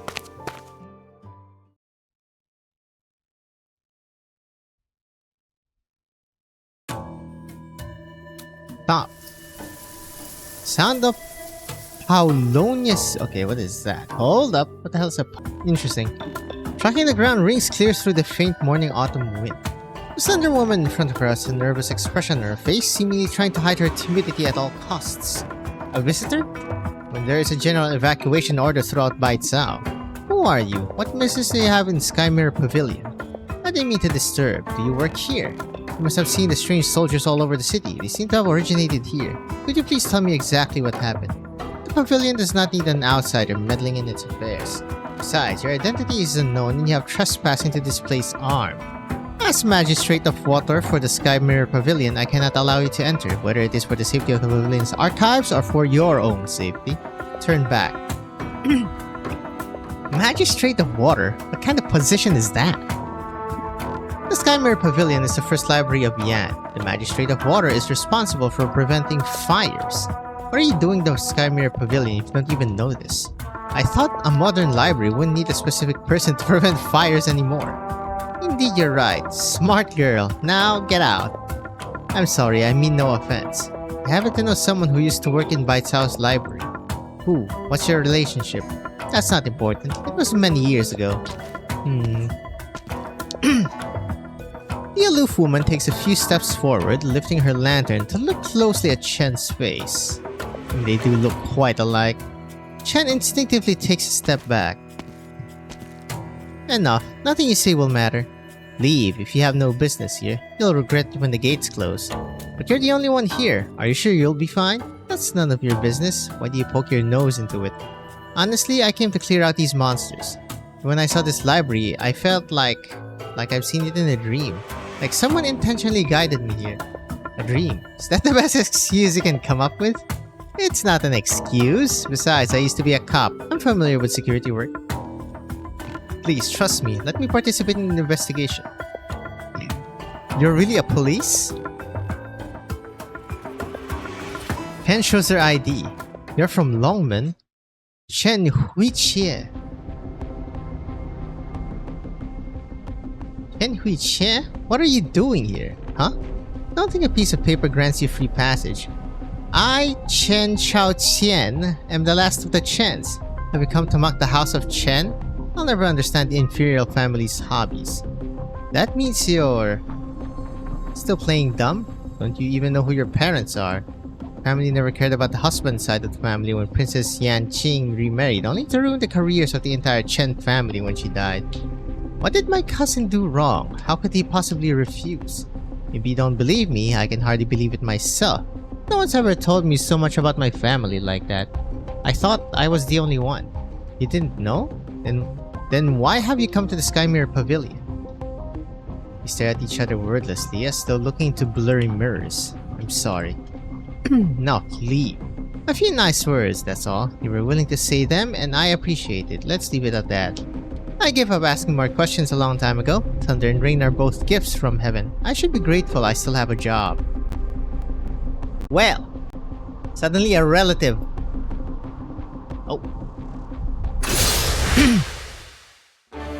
Again. What? Didn't they disappear? Oh no, the books! I'll take you inside. It's faster that way. Excuse me? Stop, Wait! Insolent child. Okay, so this is what it looked like. Neat, a tall dome, densely packed bookshelves extend as far as the eye can see, reflecting the floor like a massive, constantly expanding weiqi board. Yep, this is the location where they were. Well, where Jie was. In color script guys wander amidst them, scattered like weiqi stones. This is not good. The monsters here are much stronger than the ones I encountered at the gate. It's like they came flowing out the shelves. What are they? Not shelves, pages, can't you tell? Pages? Get back. Hey, don't grab me. Fine, I suppose your intentions are righteous.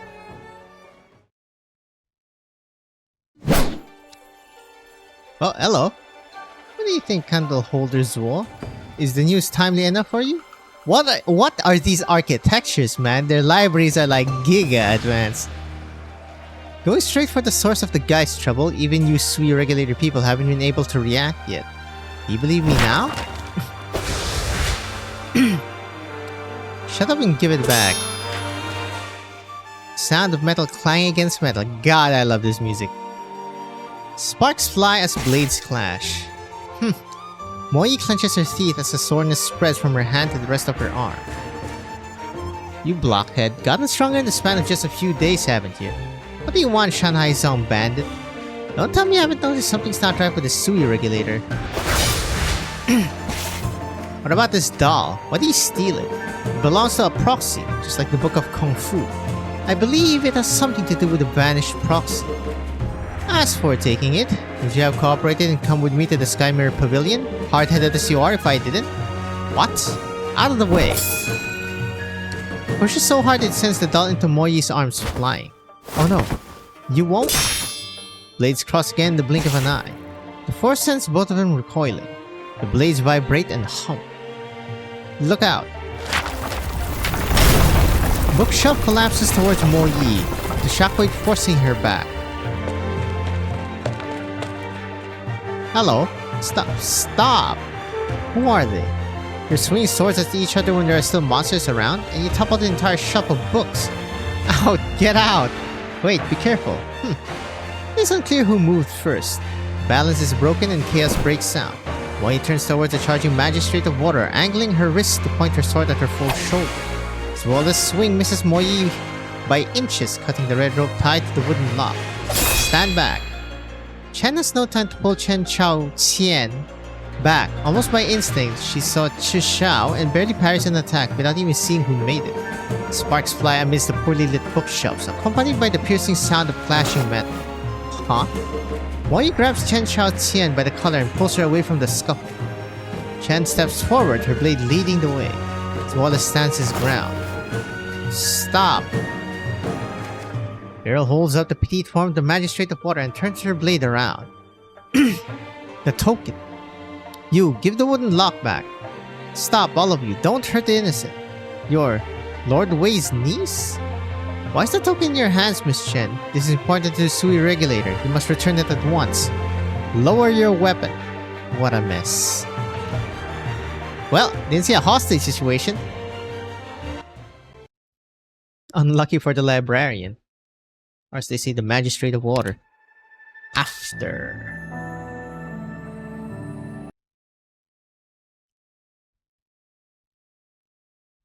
How did you make the shelf fall? It is slanted. Must have taken quite a bit of force.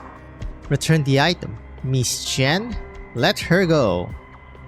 Return the lock. I'm sure we can talk about this calmly like reasonable people. I could hear all the way from upstairs. I thought it was guys at work again. Did not expect to see a 3-person sparring session. Uh-oh, Liang. Mr. Liang, I hope you're faring well, Lord Zhuo. So I've heard the name on Rhodes Island. I must admit, I was at my wit's end about how to resolve the trouble here. My mind can be at ease now that the Sui regulator has sent you to deal with it. Well, do I misunderstand? The supervisor has her plans. There is no need to worry. I will offer what assistance I can. Is it under the supervisor's instructions that you are arresting this young lady? She is Mo Yi, a member of the Shanghai Zong. She has been causing trouble at Mangshan Town a few days ago, and now she has appeared in Bai Cao, coinciding with the guy's troubles. This is highly suspicious and calls for a thorough investigation. How ungrateful of you, candle holders, Zhuo. The Shanghai Zong. She backs up while still holding Chen Chao Qian hostage. The city is under martial law. I should commend Miss Mo for her boldness if you are only here to cause trouble. You seem duller than this candle holder is, but I didn't expect you to be a reasonable one. Care to persuade our Lord Zhuo to listen to me before drawing his sword for once? My station is insignificant and my words carry little weight. I can only ask you to release my colleague. Travel across the land and delve deep into the laws of nature, the original creed of the Shanghai Zong 1,000 years ago. I doubt it is your intention to harm an innocent. Mr. Liang, how do you know that? Moi falls silent for a moment, then sheaths her sword and gives the magistrate of water a gentle push. Are you alright? I'm fine. Tuosha? Tuosie. Okay, let me actually see this. Oh, so it's Tuoshe, like many thanks. I see. So it's not Tosha. It's not Fukian. Whoopsie. I recognize that sword. You must be Miss Chen. It is surprising that you would return to Bai Cao at a time like this. You're Liang Shun, advisor human. I've seen you with Wei Yanwu. You're too humble to say that your station is insignificant. I've lost the position and am merely a humble transcriber now. Perhaps you have not yet heard the news since you have been traveling. Eyes locked upon the wooden lock in Zwola's hand. Yoink! No sudden moves. The token's one thing, but that lock was mine to begin with. And what of it? You dare. Speak your intentions and I'll decide what to do with this lock.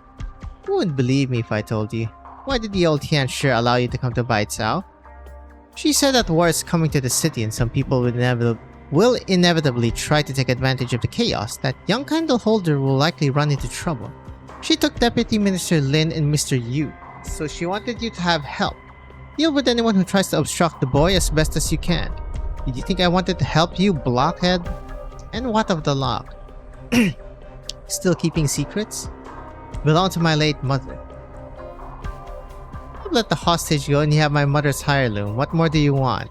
You'll still have to come with me to the Sui regulator to explain the previous incidents. Cause no more trouble and I assure you the lock will be returned to you without a scratch once it's all is settled. You just want to hold me hostage with it, don't you? Like I said, the Sui regulator, good youths. Now that we've resolved our misunderstandings, why don't we call a truce and clear up what's going on here?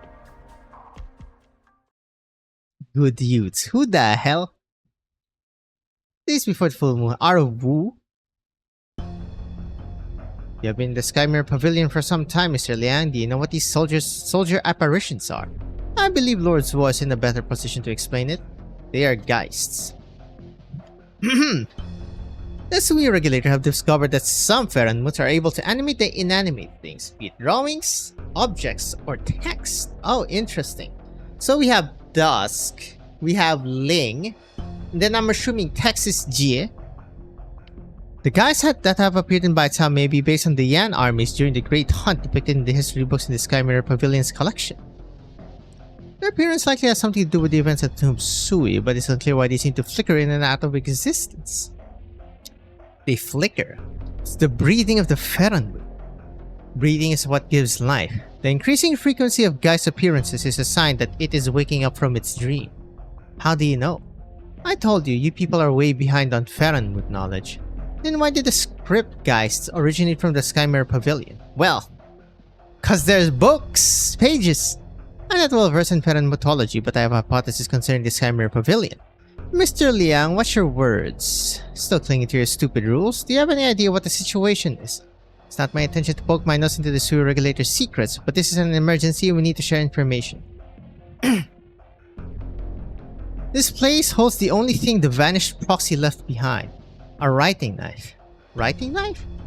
Could it be the top floor of the Skymere Pavilion, which has always been sealed shut? It is very special. After the death of the proxy, everything that she owned, everything that she had poured her heart and soul into, disappeared with her. But this writing knife remains. If the guys in the city come from words, it is very likely that they have something to do with the knife. It all makes sense now. What do you mean? A little while ago, the Ministry of War sent people to search the Skymere Pavilion every few days. But the Skymere Pavilion is under the jurisdiction of the Ministry of Rights. Mr. Liang has submitted several complaints to the Department of Discipline and Supervision. They finally laid off the search these couple of days. The Ministry of War. Patrol Battalion soldiers tried to stop me on the main street just now. Could this be the Grand Commandment? Yeah. Could this be the Grand Commandant's doing? Why didn't you say anything about the Patrol Battalion soldiers following closely behind that candle holder from the Sui regulator? Hey! Come on, it's just a guess. Never said anything about the Sui regulator being in league with the Grand Commandant in some kind of underhanded deal. The Sui regulator does not indulge in faction politics. Everyone indulges in faction politics, brother. Bureaucrats who don't engage in— exactly, that would be a first for the Baicao court. I'll clear it up when I report back to the supervisor. Don't get so worked up over a mere guess. What does the Ministry of War want with the writing knife? What use does it have other than its association with the script geists? The writing knife is a tool used to erase characters scribed on bamboo slips, but I know nothing about what powers the proxy's knife possesses. You do, don't you, Lord Zuo? Go on. Proxy assisted Yan with compiling the nation's history. Her powers are unusual. Scroll of the Sui regulator with her pen. She fathoms the laws of heaven and human affairs. With her knife, she has the power to erase and rewrite history. Apparently, the writing knife can erase things that cannot and must not be hastily touched. The name of a person or their very existence. Even the existence of an entire segment of history. You've got to be kidding me. How can history be altered so easily? What does altering history involve? Does it change people's memories? Or does a single word erase someone's existence? The powers of the Ferenmus are far beyond our comprehension. Cannot interpret this through the lens of normal logic. According to SWE regulator research, however, the writing knife has been used for such purposes in the past. So it seems you don't have full knowledge either. However, the one who seeks the writing knife, the one with ulterior motives, must know how to use it. What? Drat. What do we do then? Drat. Do we stop people with ulterior motives from getting their hands on the knife, or do we use it to stop the guys in the city? As far as I know, the writing knife was sealed away in the top of the Skymere Pavilion many years ago, and the SWE regulator placed strong wards on it. 2 keys are needed to unseal it. The supervisor and the 4th proxy each hold 1. Oh boy. It's like one of those, the nuclear keys, where they have to both turn it at the same time. The seal can only be broken if both are present. Or maybe we can use the thing you took from the Garden of Grotesqueries. Give it a try? Absolutely not. We know little of the true powers of the writing knife and even less of this object from the Garden of Grotesqueries. Can't act rashly. Not this, not that. Guess we'll wait for Sue to wake up and go down with the rest of Bai Cao. Miss Chen has been quiet. What is on your mind? What is on your mind, Chen Huichie? Mr. Liang, what do you mean when you said the one with ulterior motives? Forgive me if I'm wrong, but you're here for private matters at Lord Wei's behest, are you not, Miss Chen? Where is Lord Wei? He's missing. Missing? But there are few who could possibly overcome Lord Wei in combat. In that case, have you entered the city because you suspect that Lord Wei is already here? Impossible. You would be accused of attempting a coup. Wonderful. More sordid affairs of the big shots. These are extraordinary circumstances, Mr. Liang. There's no need to mince words.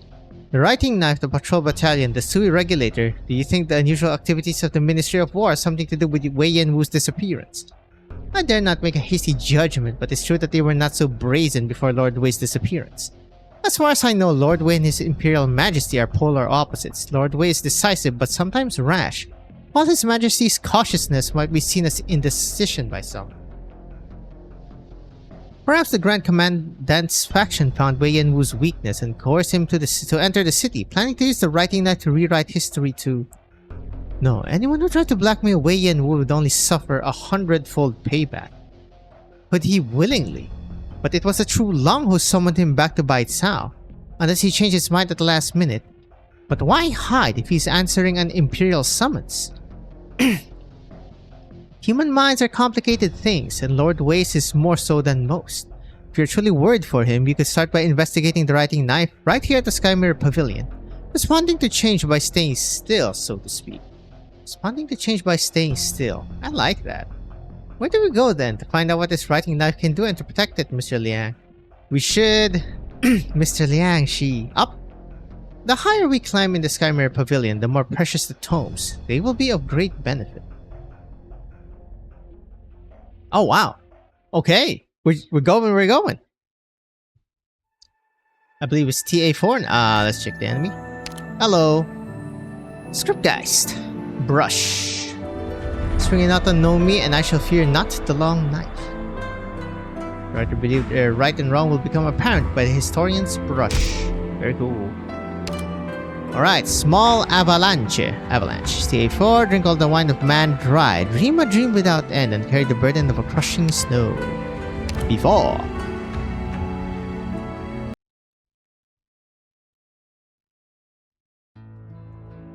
Wait, hold up. Okay. Pointless obsession, pointless struggle, pointless sacrifice. You have been fearful for centuries. You divide my awakening into hundreds of cycles, each of which is subdivided by 12, then subdivided by 30, and then you live in constant fear every minute, every second, fearing the time limit, though you do not know when it will come. Have I become so foolish and short-sighted in the span of just a few dreams? Without a will, without a self, Without someone to measure and define it, time is no more than a cycle without meaning. As the time you spent in the tomb was, how do you find this time if you neither think nor feel? How does a dream then? A dream is hysterical for its inevitable end.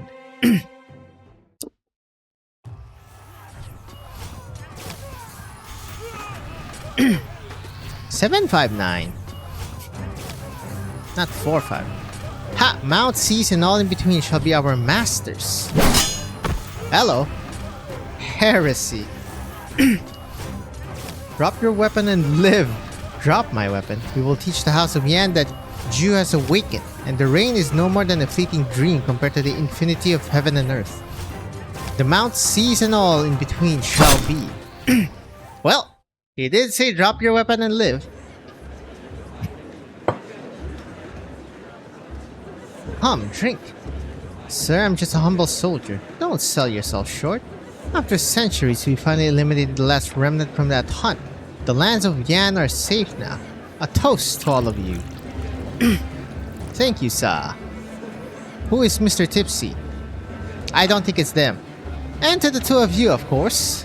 Mr. Shuo inspired the troops by always being the first to charge into the fray, while Mr. Wang's tactics were utterly flawless. The bulk of the credit for taking down Ju must go to the two of you. A toast to you. This is IS-6 ending 4. 多谢. This is a rare opportunity, Mr. Wang, and there's something I must say to you. I know of the slanders against your name in the Imperial Court, casting suspicions upon you because you are not one of our kind.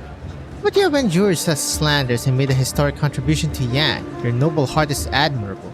To interfere even in family reunions, the Sui regulator's restrictions on you are unreasonable. I will petition to His Majesty to permit you your family gathering.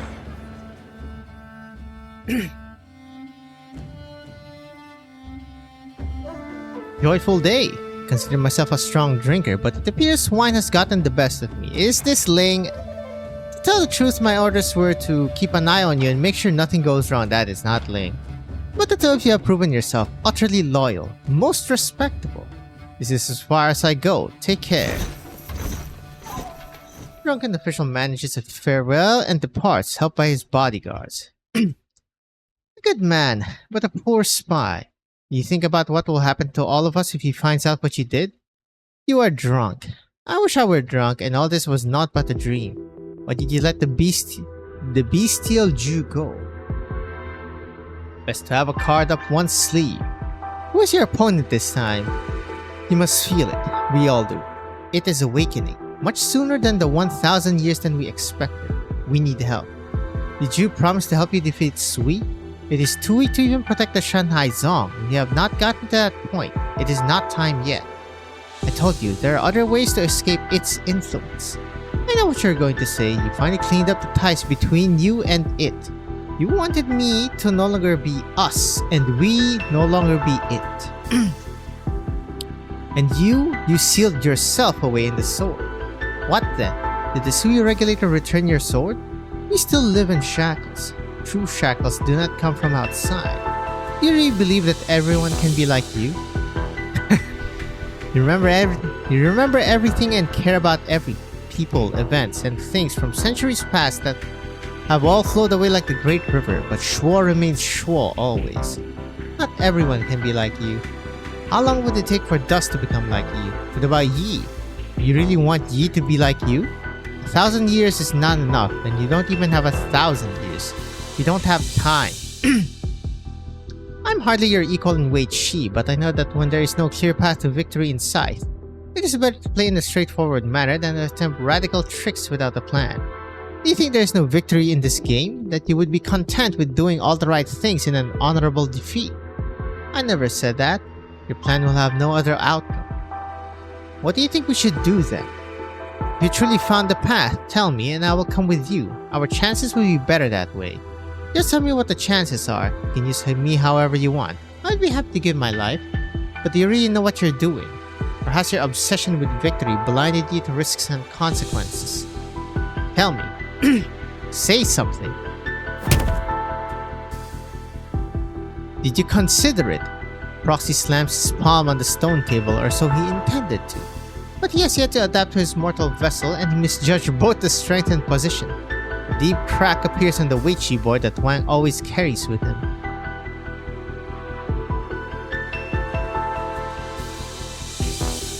Wang Ai, impressive brother. This human body you created for yourself can still split boulders. Listen to me. No thank you. None of us could reach your heights, brother. You need not trouble yourself with our fates. Wang!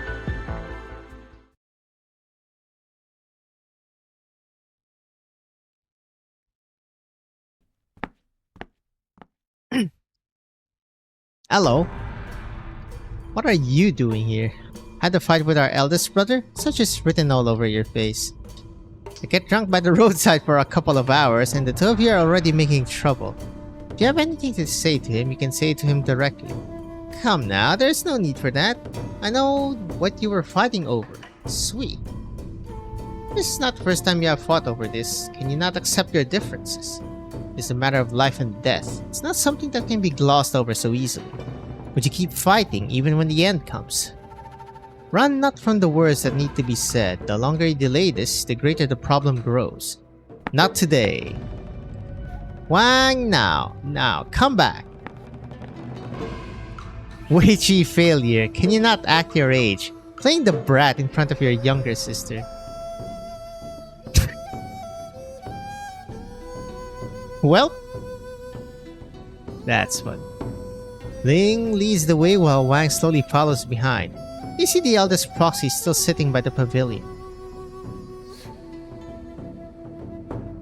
Taka, oh, big brother Taka. Our biggest brother. Little Ling. I've told you, calling me Little Ling makes me feel like a child. Sorry, old habits die hard. So it would seem. Smashing things in your rage. Are you the child here? I'll fetch some good wood and make a new one for you. Or would you prefer to keep this one? I can ask Nian or Yi to fix it when they're here. No need. Oh, I recall the days when I had freshly awoken, watching you two fight amongst yourselves time after time.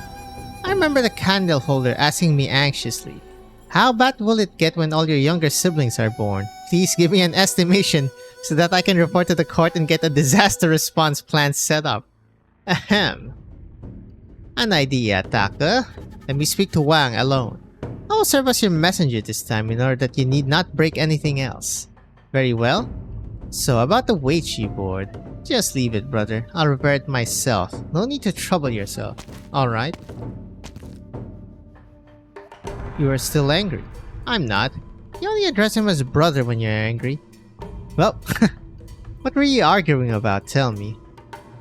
There is no way she's the drunk is the mediator. It is just as I thought. His way is the proper way, but it is slow. If it were to suddenly awaken one day, it would all be too late. As for you, ha, the sigh. If you want to argue with him, should you not at least come up with a plan of your own? You gave up his sword to prove our innocence, the sword that means so very much to him. You feel no gratitude. Are you perhaps seriously furious that he smashed your board? No. I'm just frustrated by his lack of urgency. We all seek a way. Dusk has even fewer ideas. Does she anger you too? No. Its awakening is accelerating. We are all anxious. And it is understandable that we might provoke the occasional quarrel with inadvertent words. But it will take centuries for it to awaken. Maintaining a cordial relationship with Yan is the most pressing matter. Or are you saying that I too lack urgency? No, that's not what I mean. You said we're all looking for a way. What are you looking for? Your ears have merit. It and I, we are all nothing but a dream. This is just the seed of an idea, and I know not how far I can go. But I hope to leave behind a dream that it cannot disturb, even if it has fully awakened.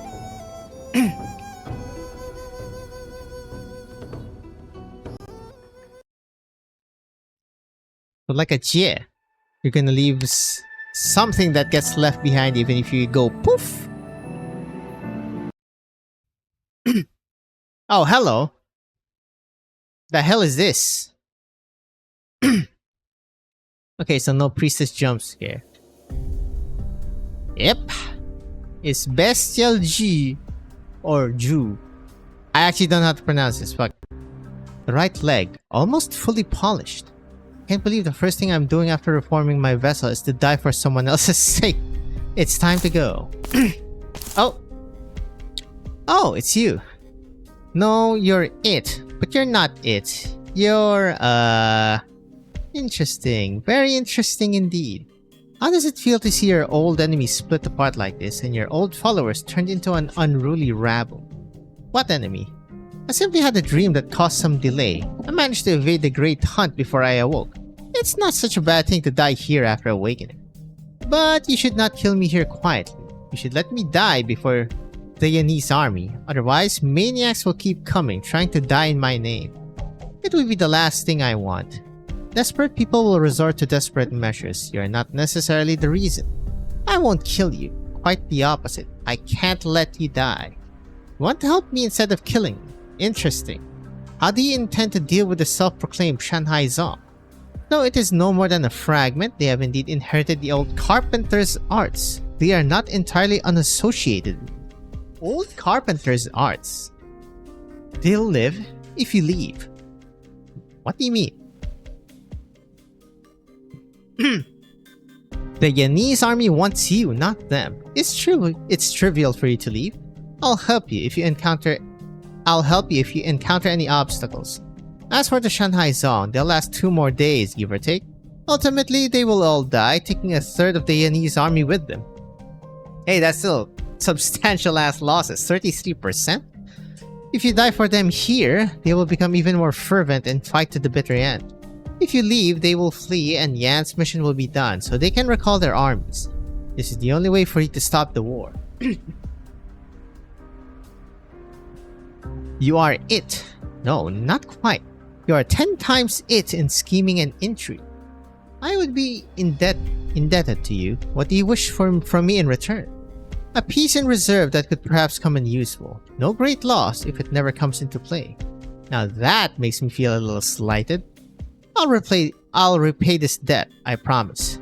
How do you intend to help me when you don't know what I'm trying to do? You would treat a Ferenmut as a piece in reserve. Your plotting must not involve mortal man. This is about yourself. Split apart, you said. How many pieces are there?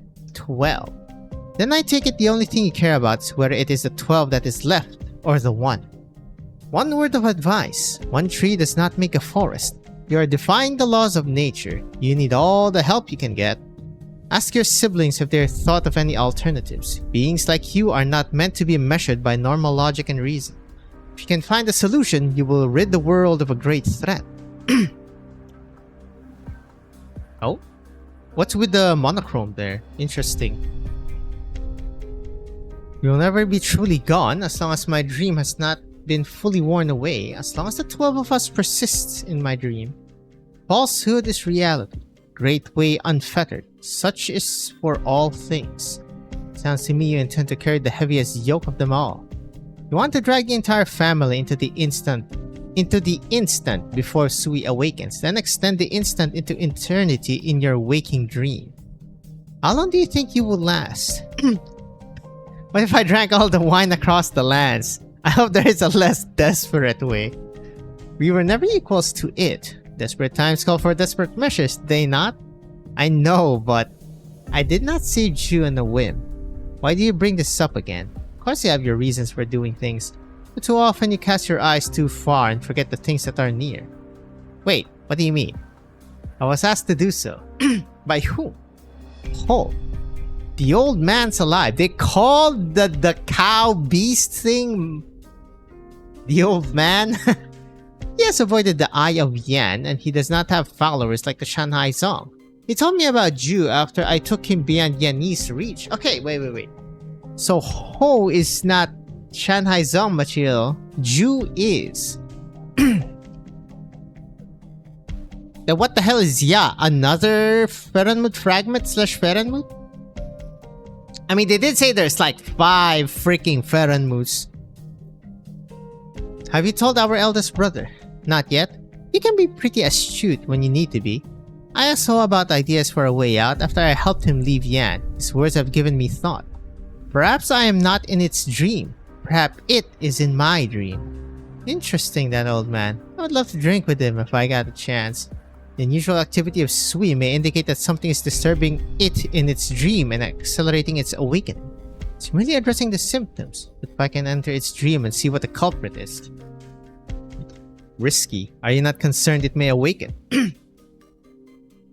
Does it really make a difference whether it awakens in 70 years or 7 days? What if I offer not my help? I'll find a way. Might this way have something to do with me, such as stealing something from me? I will take that as a yeah. Give me your word you will not do anything too foolish in this dream. If I violate my oath, stop. There's no need for oaths between family. But please do not break my heart. Yes. Now then, drink up. You may take the goblet with you. Just drink? What more do you need to dream? No ritual necessary. The elder proxy takes the cup and downs its contents.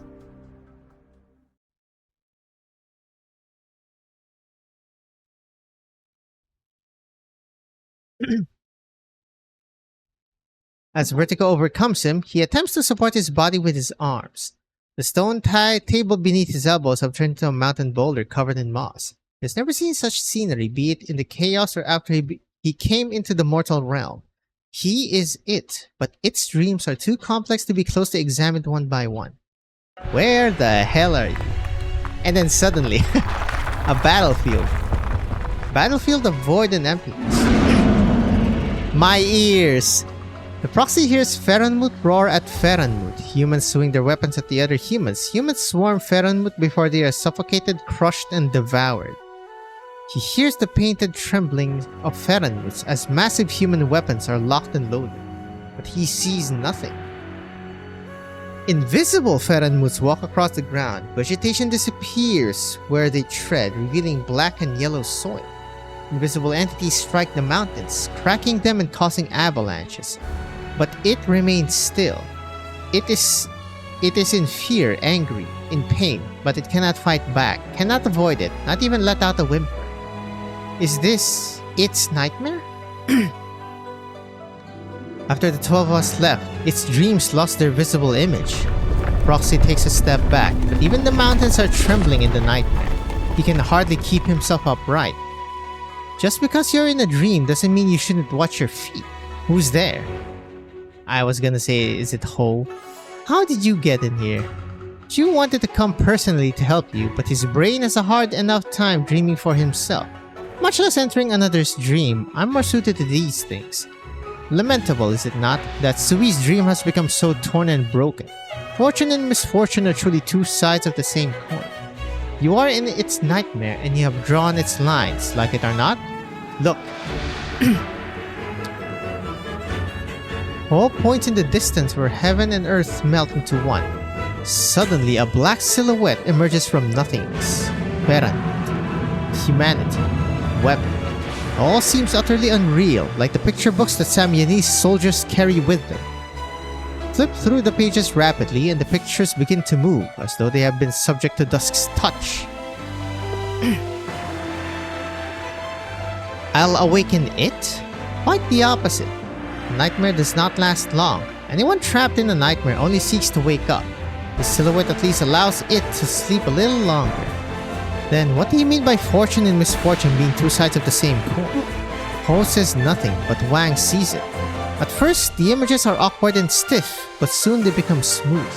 Not much has changed except for a white shadow appearing within the black silhouette. What is that? All 12 of you took something from its dream. When it let Yi go, its old dream gradually blurred and the new dream became empty. But what was left behind was not a void, it was a mirror, waiting to reflect the first thing that enters this dream. That thing, that man is you. Ah, hence the white Wang. What is this? You are seeing its nightmare and now a reflection of you. The you who filled the void in its dream. You told me about the strange things that happened to your family a century ago. Now they have all come together, but in your image. This is its creation, its puppet, and the reflection of a reflection, which it is loath to face. It's time to go. Go. What else? Do you intend to kill it? If this is the shape of the void, then killing it might destroy whatever consciousness it still retains in the dream. Your mind is sharp, but your words are terrifying. You cannot kill Sui outside the dream. What makes you think you can kill it in the dream? I suppose you could try it if you are confident that you will be able to escape unscathed. I'm confident that I can take it down with me. Don't listen to what people say, do you? I suppose I'll have to fetch someone whom you care about. Wang? He wants to sacrifice his own life to kill Sui in this dream. Have you abandoned your words so soon, my second oldest brother? Such opportunity will not come again. That's quite enough. It's time to bring your brother out of the dream, girl, or we'll all be in danger.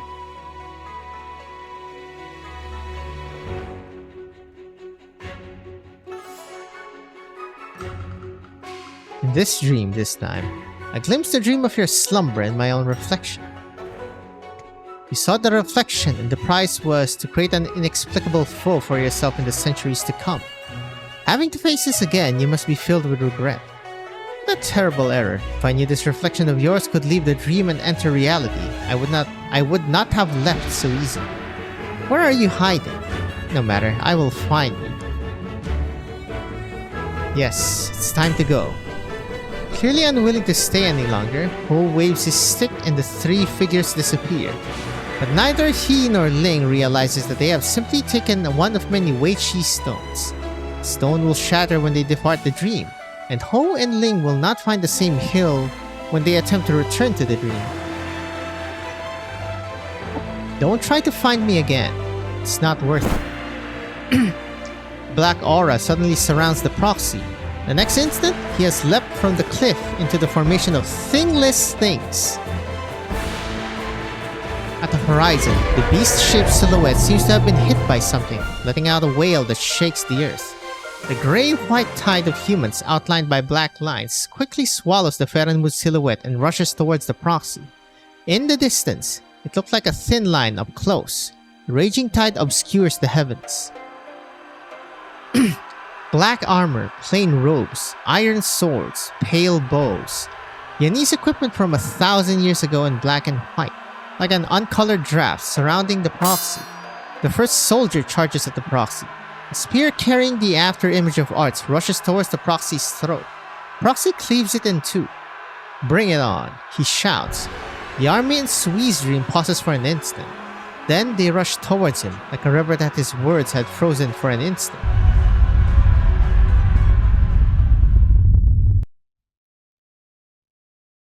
Oh, hello. What's going on? Mr. Shuo, your Ling's candle holder. Where is she? As he speaks, a claw the size of a mountain is brought down upon Shuo. Shuo swings his fist. Heaven and earth tremble. Its attack foiled. The Sui beast turns its attention to the other side of the enormous weapon that has just been assembled, not even taking the time to lick its bleeding wounds. We can't stop it. Half the Imperial Guard have fallen, along with the human troops that have been deployed to the tomb of Sui. They have mobilized every soldier in the 4 cities around Baizhao. We can only hope before it destroys the next city. Where is Wang? Where is he? What use is there in looking for him? Ling took the others into a dream to protect them when Sui awoke. You led the army to fight Sui. Who else could have awakened it other than the great offender? The offender. Taka? Ling? You should not be here, or has a dream already. Who could see a gulper of cups become now? Ling's eyes are closed. The dream has yet to end. Even in the dream, however, she and the other siblings in it can feel its presence, so very near now. It has come to this. A fight to the death it is. Shuo is awake. He draws his sword, which has not yet tasted blood. In the dream, Ling points her lantern at the body of the Bestial Sui. The Bestial Sui turns around towards the beings born of itself. Yet just before everyone on the battlefield, every human and every beast could plunge into the coming slaughter. A bloody black figure appears behind the Bestial Sui. Caught you. Through dreams and dreams infinite, all of me and all of us are here. There is nowhere for you to go. You wouldn't dare. Kill me and you will be destroyed, as will all your family. Wang does not answer. He lunges forward with his sword and impales the throat of his own reflection, which he had pursued through dreams far too numerous to count. Rainy scenes from countless dreams gush from the wound. Mountains, Ferenmuth's armies, white dreams boil and roil between heaven and earth, and the white mist, fever hot like fresh blood, wraps around the army and proxy outside the dreams, even the Ferenmuth. Only when the white figure falls to the ground do the others see that two bodies lie upon the ground, all life gone from them. One was Wang, the other was exactly like Wang, but not even death could wipe the malice from his face. No one knew who he was. Ling? As the two bodies fall, Ling and her siblings in the dream vanish into nothingness. Ling! The Bestial Sui wails with the last proxy. That fucking Weiqi board. Tok! Another black stone, buddy. You're still trying to daunt me with illusions. It will not succeed. Who could see a gulper of cups become now a sorrowful drunk? Ling would never say that, not even with the end upon us. How many of your stones sacrificed this time? Go on, count. You may think that I don't have many stones left, but how much is left of your memories? Not much, but perhaps you have forgotten something. Did you really think a few fragments split from a mere 1/12 could possibly stand against me? The whole that was born alongside this entire land, remember? Your last failure was the same as this.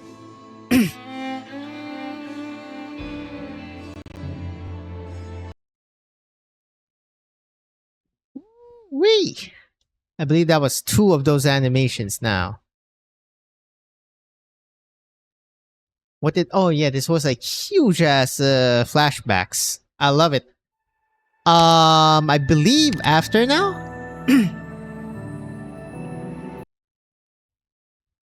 No. This is after.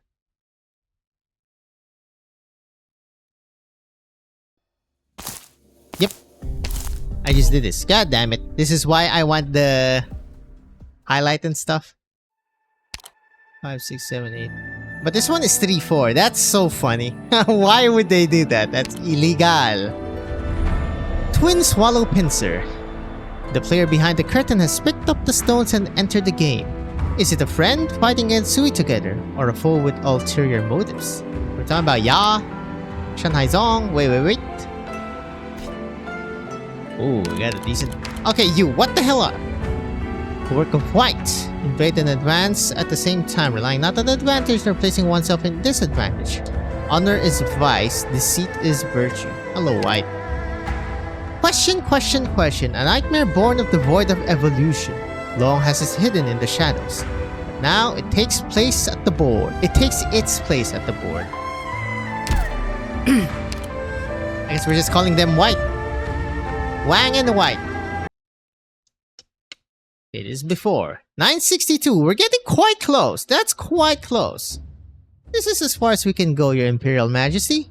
You're the only one in all of Yan who may enter the room beyond this door. It is but a door. There's no need to be so fearful. It conceals Yan's greatest secret and its greatest asset, Your Imperial Majesty. Is that so? Is that you? The 70-year-old True Long walks down the last few steps. He looks back at the 3 Grand Ministers behind him, who are still bowing deeply. He frowns and pushes the door open. He has heard about what lies behind the door, legends and stories of this ancient nation that have been passed down through the centuries. The earth's blessings have granted this stone to its people. The heavens' blessings shall bring an end to Sui. Some say that the prosperity of Yan comes from it. Others say the True Long's authority is merely borrowed from it. But no one has seen it with her own eyes in nearly a century. The ascending True Long is filled with excitement, his fingertips trembling. Everything in the land of Yan shall obey him for the prosperity of Yan. So will one small crystal. Pushes the door open.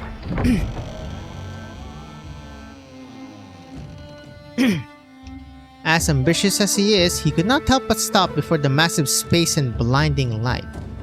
It is not the first originum itself, but man-made additions upon it. The limiters and guidance that generations after generations of Tianshis have placed upon it over the centuries.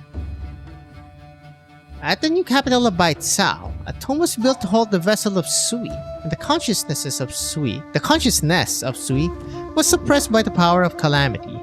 Yet the emperor was not at ease, and so he sought counsel from the Tianshi bureaus in hopes of keeping the peace for eternity hence. Then the emperor discovered the means to harness the power of calamity, but it would take the lives of 100 Tianshis and 10,000 soldiers to form the blade and slay the beast.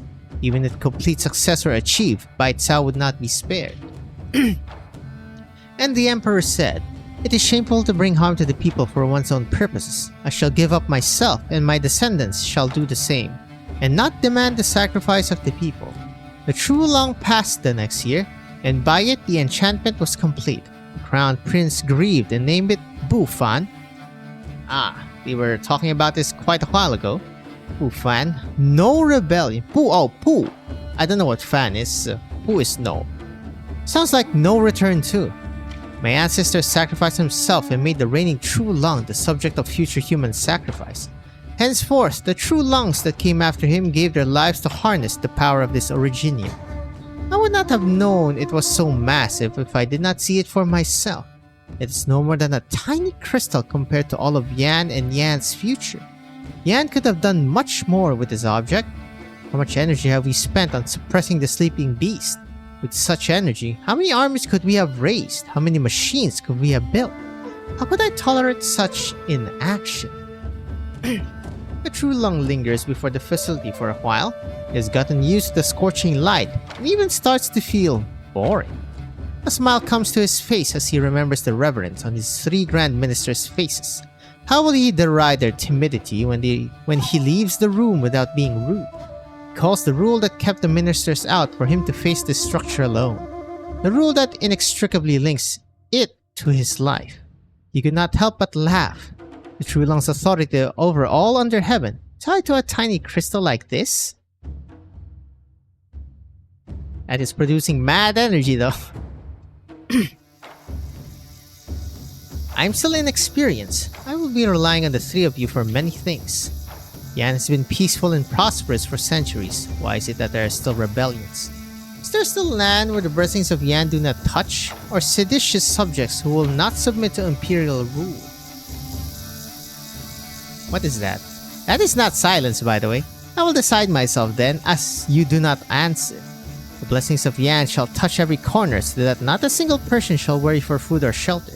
The teachings of Yan shall reach every heart, so that not a single rebellious thought will enter the mind of a single man. We shall vanquish the northern traitors and build the nomadic city of Baicao. Both are the foremost priority, and neither shall be delayed. We shall summon the 6 ministries, discuss the specifics, and deliver a proposal by the end of the month. Dismissed. The trio on the other side of the curtain bow in assent and leave. A little later. You have arrived. It is an honor, Your Imperial Majesty. I've long heard of the 12 extraordinary talents of Yan, credited with no small number of achievements for the Empire. I've been curious for some time. I therefore perused the Sui Regulator's archives and found something rather interesting. Be it reports of triumph or suspicious activities, no name has been mentioned more often than yours. But I see your visage is not as terrifying as the rumors claim. Why has Your Imperial Majesty summoned me? They call you the most cunning strategist in all Yan. How do you propose to resolve the 2 great obstacles we face? The Northern Rebellion is hardly a major threat. The rebels may be influential in their local area, but they are powerless to expand. Nevertheless, it will be inadvisable to allow them to consolidate their position. 50,000 soldiers and 6 months' worth of rations will be sufficient to defeat them. Your estimate is much more optimistic than the Ministry of War, but I have more reason to trust your judgment on this. What about the other matter? As for the modification of Baicao into a nomadic city, I understand the Ministry of Works have validated the engineering principles. The only issue are funding, supplies, and the tomb of Sui beneath Baizao. Yes, you understand the problem. It is for this that I have summoned you. How do you intend to eliminate Sui? If you are familiar with the scrolls of the Sui regulator, you understand that we were the same and one as Sui, and our fates intermingle. Do you mean to ask how to kill us? It is only Sui that Yan is concerned about and no other being. You understand, of course, the price that Yan paid for the hunt that occurred centuries ago. The price that must be paid, if Yan is to force the issue, is 7/10 of its armies, 1/10 of its population, and 50 years of unceasing unrest. If that is the case, Yan will be in no position to ensure the safety of the 12 of you. The proxy looks up and meets the gaze of the man behind the curtain. I am determined to cleanse Yan of this 1,000-year bane. I am not afraid to pay the price. Any price. The Sui will be destroyed. The tremendous energy that was used to suppress that beast shall be reutilized to build 100 cities and 10,000 battleships, and usher in another 1,000 years of prosperity for Yan. I had hoped that there would be a place for the 12 of you in Yan's future prosperity. On account of your past deeds, it is regrettable. If your decision to eliminate Sui comes from practical judgment rather than reckless pursuit of glory, I may have a way. Oh, the 12 of us were once and same as Sui. We were destined to fade, whether it awakes or is destroyed. But is it possible that I could replace it? How sure are you? I will need time. The young man behind the curtain points at the courtyard outside. That ginkgo sapling was planted in the spring of this year. The Ministry of Works swore an oath in this hall several days ago that the rebuilding of Baizao into a nomadic city will be completed before the tree bears fruit. 20 years. That is the time you have. That is too little time. I am not here to bargain. Immortality has made you arrogant. Perhaps you have forgotten that mortals do not have many 20 years. Yan cannot wait and neither can I.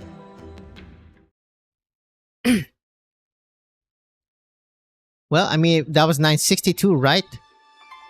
You're the new candle holder? So much time has passed in the blink of an eye. How's the previous candle holder? She retired last month and asked me to tell you not to worry. I will take over your communications with the Sui regulator from now on. Well, you'll have your hands full.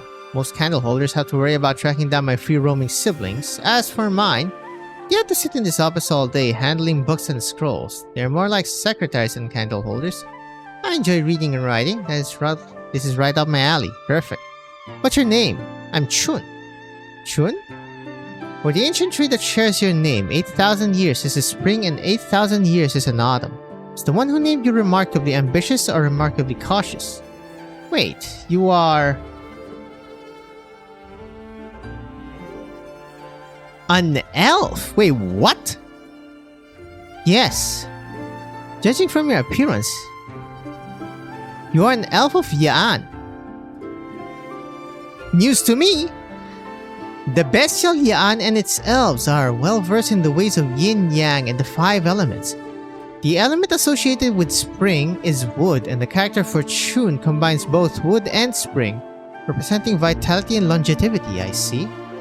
My mother told me about it when I was young. I didn't expect anyone else to know.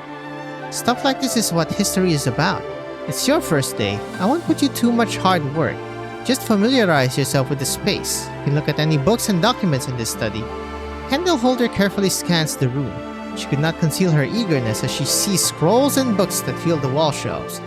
Did you write all these? No? I simply collect the materials. The historians of the Imperial Historical Cabinet are the ones who actually writes the books. After all, is writing history a difficult task? It's a heavy responsibility. History books form people's perception of the past, but a few words are hardly enough to give them a complete view. Choices must be made as to which parts to record for posterity, what sorts of lessons those who come after should learn. It's easy to say, write with an impartial pen, but it is a most profound and complex discipline. What if there is a mistake in the history books? Then it should be corrected. History is inevitably warped by the position of the narrator, no matter how impartial the writer attempts to be. I see a few more problems because I've lived longer than most and remember more than most. It's true that your kind, the proxies, are different from other long-lived.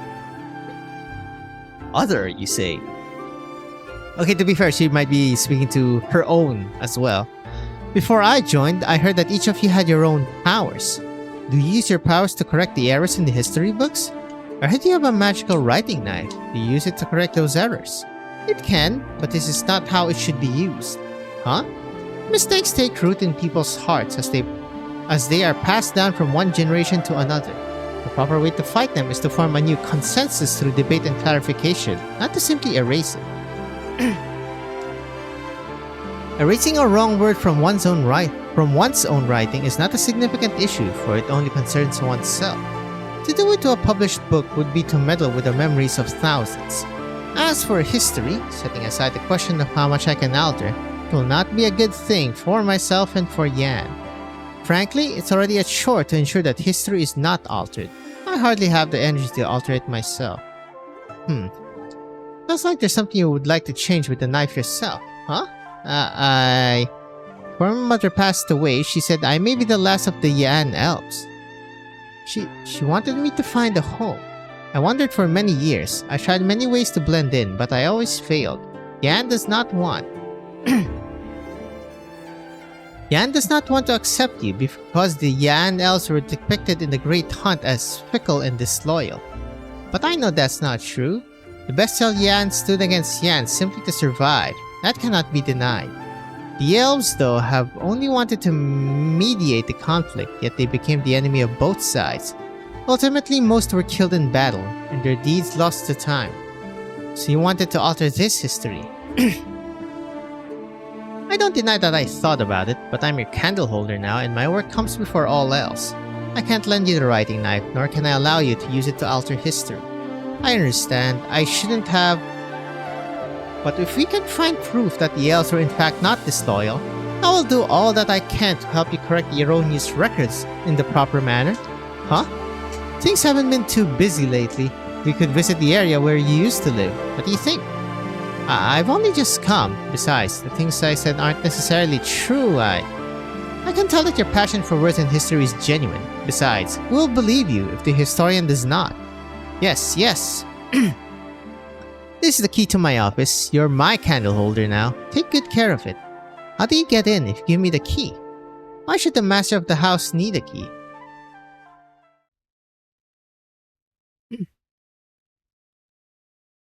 6-5. This is the... God. The court building has only just been completed. Why? Don't worry, it will not be torn down. Our Tumutian Shurs will transplant the Judicial Review Office to the pneumatic plate undamaged. But wouldn't it have been so much cheaper to build it directly on the pneumatic plate? I hear the Imperial Court is putting everything behind this nomadic city. I'm sure our cooperation will be very important. What was that greedy shopkeeper says? Get to the point. What do you want?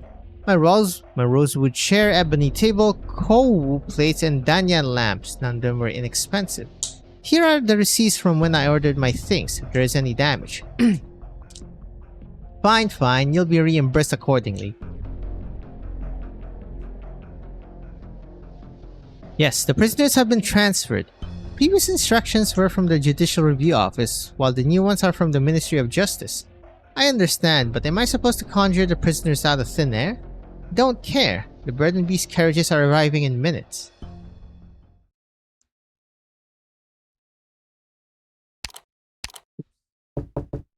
Wait, if I click this... No, it says before. Okay, so I can check.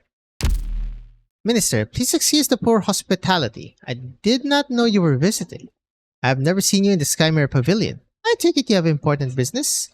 There isn't much time, Miss Jie. I'll get straight to the point. There is an error in this year's archives that I would like to ask you to correct. A mistake in the documents that I audited. Pray tell. Documents submitted by the Ministry of Works stated that there were around 100 deaths associated with the Chida project at Danyan this year. Why did the number become 3,000? The figure of 3,000 deaths was not cited from a single document, but calculated based on documents from the Ministry of Works, the Ministry of Revenue, and local government departments. The records are carefully sourced. I have kept a copy should you wish to review them. While it is not my place to question the work of the Ministry of Works, I have no idea why the 3,000 deaths in Danyan's local records became just 100 when it reached Bestial. You must submit sufficient evidence, however, should you wish to question the documents audited by the Skymere Pavilion. Ahem, well, Danyan is not so well staffed as Bestial, and there are only limited resources available for record keeping. Besides, the cold climate there causes disease and frostbite in winter. Perhaps not all of the 3,000 died in the course of construction. Not all of the 3,000 died in the course of constructing the Qidao. I see. You wish for me to alter the documents to make the Ministry of Works look better before the cabinet. This is not about the cabinet. This is about Yan. You know about all the projects being carried out across Yan? They push the nation's resources to the limit, but there is no doubt that these projects will benefit the nation and its people. I'm not the one who feels that such depressing figures will weaken the people's morale. I don't deny the benefits of these measures. Precisely because of that, the 3,000 people who died to build Qidao gave their lives for their country. It would be an insult to their memory to reduce it to 100. Unless you can prove that there has been an error, any text that I have reviewed must not be altered. Anyone else who has a complaint can bring it to me directly. The nation must be united in the monumental task of building the nomadic city. Everyone at the court is doing their best, and each faces their own challenges. The writings of the Imperial Historical Cabinet in the Skymere Pavilion have been most aggressive and depreciate. It is as though you wish for work on the nomadic city to stop immediately. Is it the writer who has something to hide or the reader? How dare you? The Imperial Court has compensated the next of kin in full. Not a single coin has been withheld. I've noted this in the documents that I approve. The care that the Imperial Court has shown towards those injured and killed, as well as their families, illustrates Yan's love towards its people. And why do you cling to a single number like this? I understand your concern for Yan, Minister. They're worried that people will only see the glory of the accomplishments and not the people whose sacrifices made it possible. All I can do is to ensure that the history I see is recorded exactly as it is. And you think you alone can decide the history of Yan? History has never been decided by one person. It is the combined soundless voices of millions. You are a learned man in the position to improve the lives of thousands upon thousands, Minister. I simply leave behind some words for the people whose voices will never be heard. Now ask your conscience and answer again for those people. How many died building Danyan's Qidao this year? Was it 100 or 3,000? Well, you got a little ass lecture there. And to be fair, that's his own fucking fault. The Minister of Works just stormed off in a huff. Is it because of Danyan? Is this why you have come, sister? I can't imagine how they managed to convince you to lobby on their behalf. Am I actually dreaming while the one in the tomb of Sui has awakened? Are you so sarcastic to everyone these days? I came to tell you that the Sui regulator and the Ministry of Justice have approved your request to clear the Yan's elf's name. I'm sorry, I was in a bad mood. Excuse me. Thank you, apologies accepted. That's the first good news I've heard in days. It will make Chun less gloomy, I hope. It's not good to be fighting with the Sui regulator, but I thought they would be happy to see you get too friendly with your candle holder. I understand, but she's really taken to her work, helping me compile the history. She clearly likes it. I have a feeling she didn't become a candle holder because she wanted to, but because she was alone and didn't have a choice but to take the hand that was offered. Well, a wrong has been righted. That's always a good thing. Of course, I think part of the intention is to get you to compromise on changing the documents. Simply came to discuss matters because this matter has gotten to the 3 Grand Ministers and the True Long. I'm not lobbying on anyone's behalf. Just read this, the guy in the tomb of Sui throwing a tantrum. You're the only one in the family who jokes about this. Ling has honeyed words and you speak with heaven's authority. I'll settle for their frivolous tongue then. It's true that the officials of the court are facing a dilemma in this matter. The figure of 3,000 will cast a shadow upon the nomadic city project and the implications it may have for Yan are unknown. Did you tolerate the falsification of records while you were still administering justice? Falsifying records is a crime, of course. However, if the perpetrator did not do it out of selfish interest, I will consider extenuating circumstances when determining the punishment. I'm surprised to hear that. We each have our own specializations. I don't work in history, and you don't work in law. Perhaps that is how matters of law work, but not in history. I wanted to study history and language because I want to learn what the human mind is truly like. The answer to my questions may lie in the intention behind words and the truth behind history. Not for Yan, not for the land, not even for our family, only for my own questions. Jie. Shun, what are you doing here? I wasn't ready to tell you. Tell me what? Never mind, what's the hurry? I wanted to study to get the drafts as you asked, but I discovered signs of an intrusion. The writing knife on the desk is gone. Uh-oh. There is no fucking way the Minister of Works took that. Right? Trolley.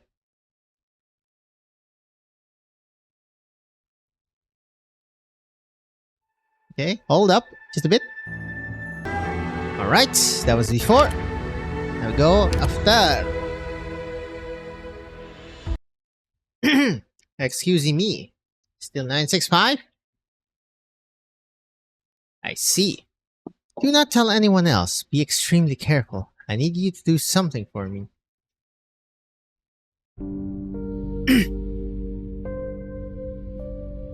The Judicial Review Office has begun to investigate everyone who was near the Skymere Pavilion around the time that the writing knife was stolen.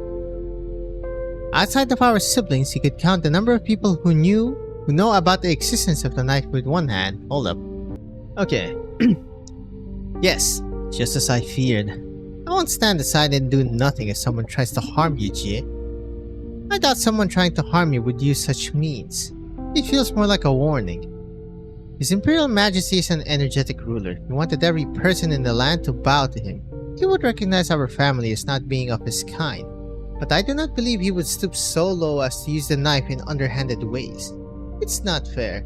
If there's anyone who should be above suspicion, it would be you. You know how hard the words fair and just are to write? It's as our oldest brother says. There's no point in arguing when it's 1,000 mouths against one. I thought he would just let this slide if he was here. I would like to see him when he's angry. What is your plan? You won't tell Wang about it? It's times like these that he's most useful. Yes, shakes her head. That was what I was about to ask you. Please, keep this a secret from Wang. People have feared and avoided him for many years. His position has grown even more precarious under the new Emperor. It is not the time to drag him into this. Besides, I fear he will do something irrational if he finds out. Alright, I'll listen to you. But I hope you can be honest with me, Jie. Are you absolutely sure that you and Wang are not plotting something? Come on, don't interrogate me like this, sister. I guess no one can lie to you successfully. I knew it. You understand that it's a dangerous power you wield. I know the risks, but I'm not the only one who has to shoulder them. Shuo, Wang, Ling, and you've done so much for us, the younger ones. I have to do my part. Besides, I don't want these names that I put so much thought into to fade away in history. Jin continues to frown. Jie takes her sister's hand in hers. They are rough from all the years of playing instruments, but it is a comfortable feeling. I'm here. I'm alright. Don't worry. You know, I had a dream about our future. It's a different future from the fields of white that Shu spoke of. I saw all of you truly live as yourselves. The vision was so real, it didn't seem like a dream. I even have a feeling that it's more than just a dream.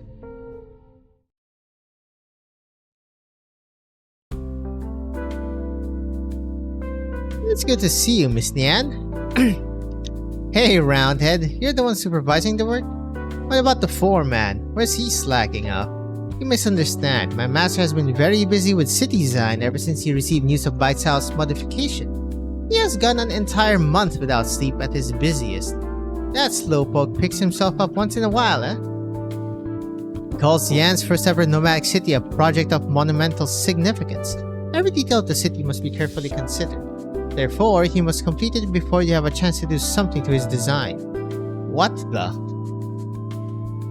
How dare he talk behind my back like this when I always share the good stuff with him? Where is he? I'll bite his head off for this. Sleeping. He has left for 10 days now, but he is supposed to deliver the draft of the gates to the Ministry of Works today. Oh, Mr. Works again. He told me that I am to stop the Ministry's people from getting in, no matter what. Huh, now that's the Yi I know. Is there something else? You said Yi's sleeping. I remember that he picked up a meteorite a few decades ago. It's still in his garden, isn't it? Where? Miss Nian, I have my master's instructions. I am not to allow anyone in the Garden of Grotesqueries, whether it is you or anyone from the Ministry of Works. Why are you so loyal to him? Say, wasn't I who gave him the materials to build your body? You should obey my orders. Now shut up and get out of the way. Please, Miss Nian, you make my position most difficult. Mr. Liang, Miss Nian, the Assistant Minister requests your urgent presence at the Forbidden City. Urgent? How much? Bestial project has encountered a snag. A shipment of materials, Orion, Iridium, and the like, which Bestial urgently needs, has been delayed. Has brought construction to a grinding halt. What the? What are the geezers the Ministry of Works doing? A delayed shipment? What is going on? I demand an explanation. Construction by itself is the most important thing in the land. How could this be allowed to happen? The cheetah around the capital is well maintained. How could it collapse when no catastrophe has occurred? And how could there be bandits so close to the capital? I have to say that these incidents are highly suspicious, sir. The sudden collapse and the supplies that disappeared without reason, then showed up just as suddenly where they should not. There is indeed someone behind all this, and their objective must be to sow confusion. Rumors have been spreading in the city. Many workers believe that Bai Cao picked a time of ill fortune to begin construction. Someone is sowing confusion. Who? Sir, the Minister of Rights requests a meeting. What is Rights doing here at a time like this? Did they come to laugh at us? Reporting, sir. The Minister of Rights said that although the Ministry of Works has been quite busy of late, this trouble involves more than just the Ministry of Works. Hello. There you are, Chun. You know why I have summoned you. I suppose it's because of the writing knife. Yes. How do you propose to solve this dilemma? Perhaps if you could, put in a few good words for her and return it to its owner. Ha! Go on. If the numbers are the problem, it's as simple a matter as going over her head to alter them. This should not be necessary. How interesting. Her previous candle holder retired after being accused of growing too close to her proxy. She has a knack for winning people over, doesn't she? All the proxies have their own eccentricities, but they have never plotted against Yan. Indeed, we can tolerate the eccentricities of others as long as they do not seek to harm Yan. But she... You must understand what you are dealing with and what her powers mean to Yan. The supervisor tosses the unsubmitted document towards Chun and hands her a writing brush dipped in ink. Try. Try if you think you can go over the head of the proxy. Change the numbers to what you want them to be. Ruh-roh. Your Imperial Majesty, the Minister of Rights and Works have completed the investigation into the lost supplies for the Bai Cao project. The investigators unanimously agree that it was most likely an intentional act and that there was someone behind it. The supplies have arrived at Bai Cao. The Ministry of Works will do its best to make up for lost progress. What are you hiding? You suspect that there is someone behind it. You must have a suspect. The nervous official dares not look straight at the figure behind the curtain. Out of the corner of the eye, he glimpses his majestic lord standing before his desk, writing something. A well-timed declaration of war. Two, in fact. One, telling me that she is the sole mouth of Yan, while the other demonstrating that he can easily disrupt Yan's greatest project, that the continuation of the project depends on his approval. Will there come a day where they could make Yan's armies turn on themselves if they wanted? This is a most serious matter, Your Majesty. The proxies are indeed stirring trouble. The Sui regulator should act immediately and punish them severely. There is no need to be hasty. The figure behind the curtain thinks for a moment and puts down his writing brush. I know the craft of calligraphy must be honed over a long period, but I have not seen the efforts bear fruit. Still, I understand now why the Grand Preceptor wanted me to spend so much time on it. One must be in control of oneself. The young True Long gazes upon the ink on the paper, but he seems dissatisfied and frowns. Xinye Mingye. The moon's wan gloom drew every eye. Picks up the writing knife and uses it to scrape away the conspicuous character of Wang. In an instant, that patch of paper is white as new again. He's clever, unlike his pedantic sister. He knew to let the supplies arrive at Bai Cao eventually, make a show of good faith. He wished to protest on behalf of his sister. All humor is brotherly love, they can record the figures as they like. As for this writing knife, I had considered doing something with it, but never mind, return it. Bruh. Are we for reals?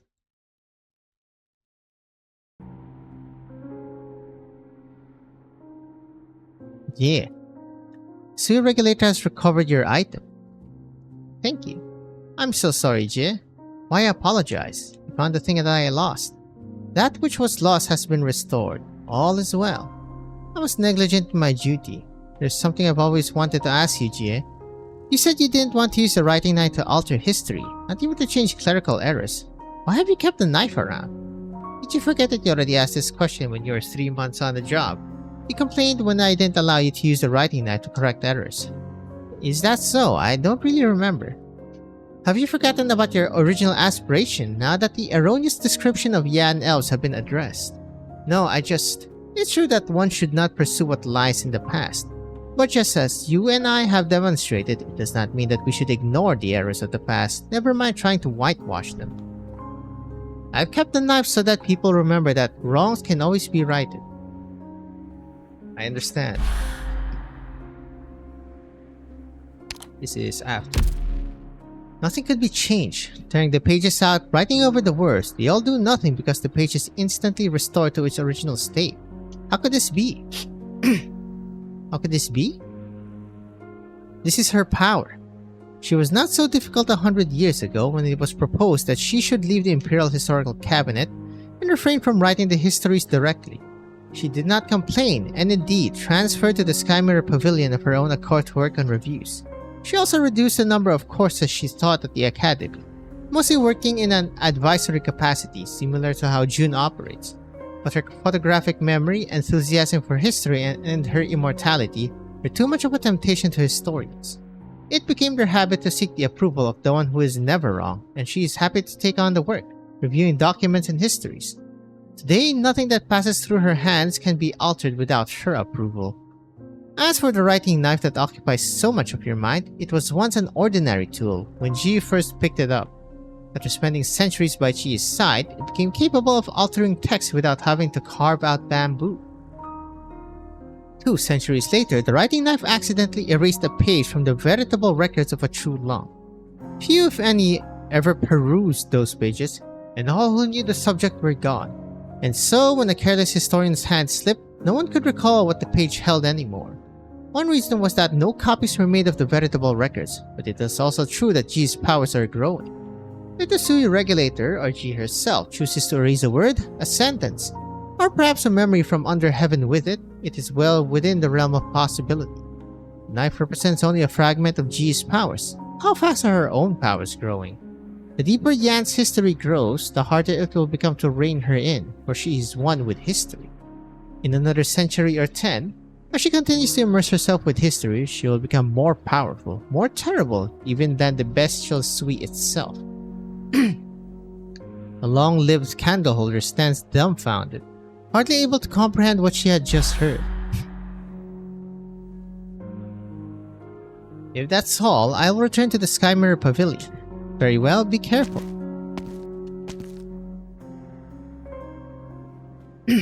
Wang? Are you alright? I'm fine. Wang, did you... Silence. They have grown used to this tacit understanding between them in the long centuries that they have spent together. Ji clearly sees the emotion in his eyes. Flames of fury, well hidden, but burning nonetheless.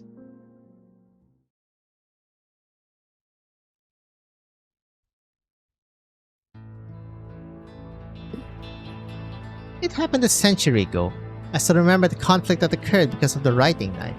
What is it that you want me to see this time? I thought you would charge recklessly into the dream and tear it apart.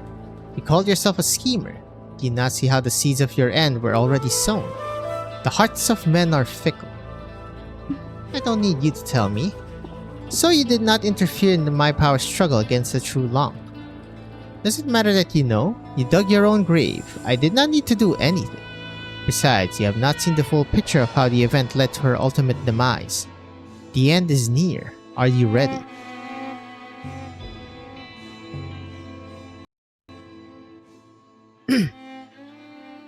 That should be after, yeah? Let me just check real quick.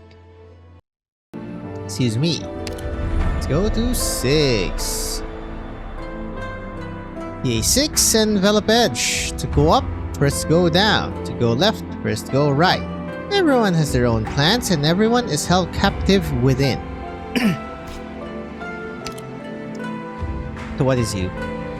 Strength. Cold wind howls, for the brave never return. Their names forgotten in history where they didn't return. So long as their strength holds, the way home shall be found. These bastards. Oh, you're a script, guys. I thought you were gonna be Shanghai Zhong. Thief. The thief stole the ink and sundered spring and autumn. The writer understands well it's not easy to write without understanding, but his rule never forgotten, so long as those who write continue to do so. Who? Before.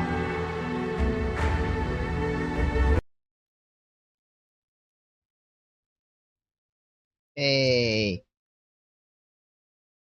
We're in the pavilion. The man walks past rows of fallen bookshelves, trying to return the scattered books to where they should be. The earth's blessings have granted this stone to its people. The heaven's blessings shall bring an end to sweet. But in this 1,000-year river of history, is it fate ordained by heaven and earth, or nothing more than a coincidence? Lords Wu and Miss Chen. It was they who brought the token to the Sky Mirror Pavilion today. Was it a coincidence, or... This mayhem, what happened? Someone joins him, stepping lightly and bends down to pick up a book from the ground. Oh, hello! Mr. Liang? Miss Ning, why are you still here? Did you forget that I am official of the Ministry of Rights? Neither of us should leave until all the civilians have been evacuated. You're quite right. Is the evacuation of the civilians complete? Essentially, Baicao will soon separate. 'Tis unsettling, is it not? Perhaps you wanted to ask how I knew you were here, when you did not tell me about your demotion. It rained through the night yesterday. I only fear that you may be cold. The man clears a little spot for the two of them to sit down. It has been a long time since I last visited the Sky Mirror Pavilion. I suppose you used to frequent here, as did all the students of the academy. I had a headache whenever I looked up at the books stacked all the way to the ceiling. But now I find here a place of rare peace, away from the troubles beyond. I heard about Mr. Ning. You have my deepest sympathies. My grandfather did what he felt was right. He would not have kept a secret for so long out of selfish interest. He did it to protect the younger generations too.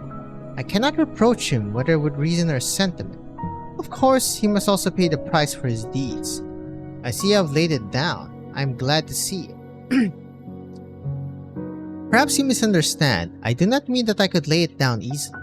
I cannot deny that my career benefited greatly from my grandfather's influence. Those on the outside would undoubtedly say that the House of Ning has fallen in hard times. I would not say this to anyone but you, Mr. Liang. You should not say that. I do not feel that any of your honors are undeserved. I trust you. What if you are the only one? My grandfather said that once one has passed the walls of the palace, one must not trust in others easily, and certainly not expected to be trusted easily. I listened, but it seems that I forgot about it when I met you in Shangshu. I simply believed that I found a kindred spirit. You flatter me. You've always been like this. I admire your honesty and your sense of responsibility, but I hate how you make decisions by yourself and keep other people at a distance. But then I realized you would not be Liang Shun if anything you did was to my liking. I could no more reproach you than I could reproach my grandfather.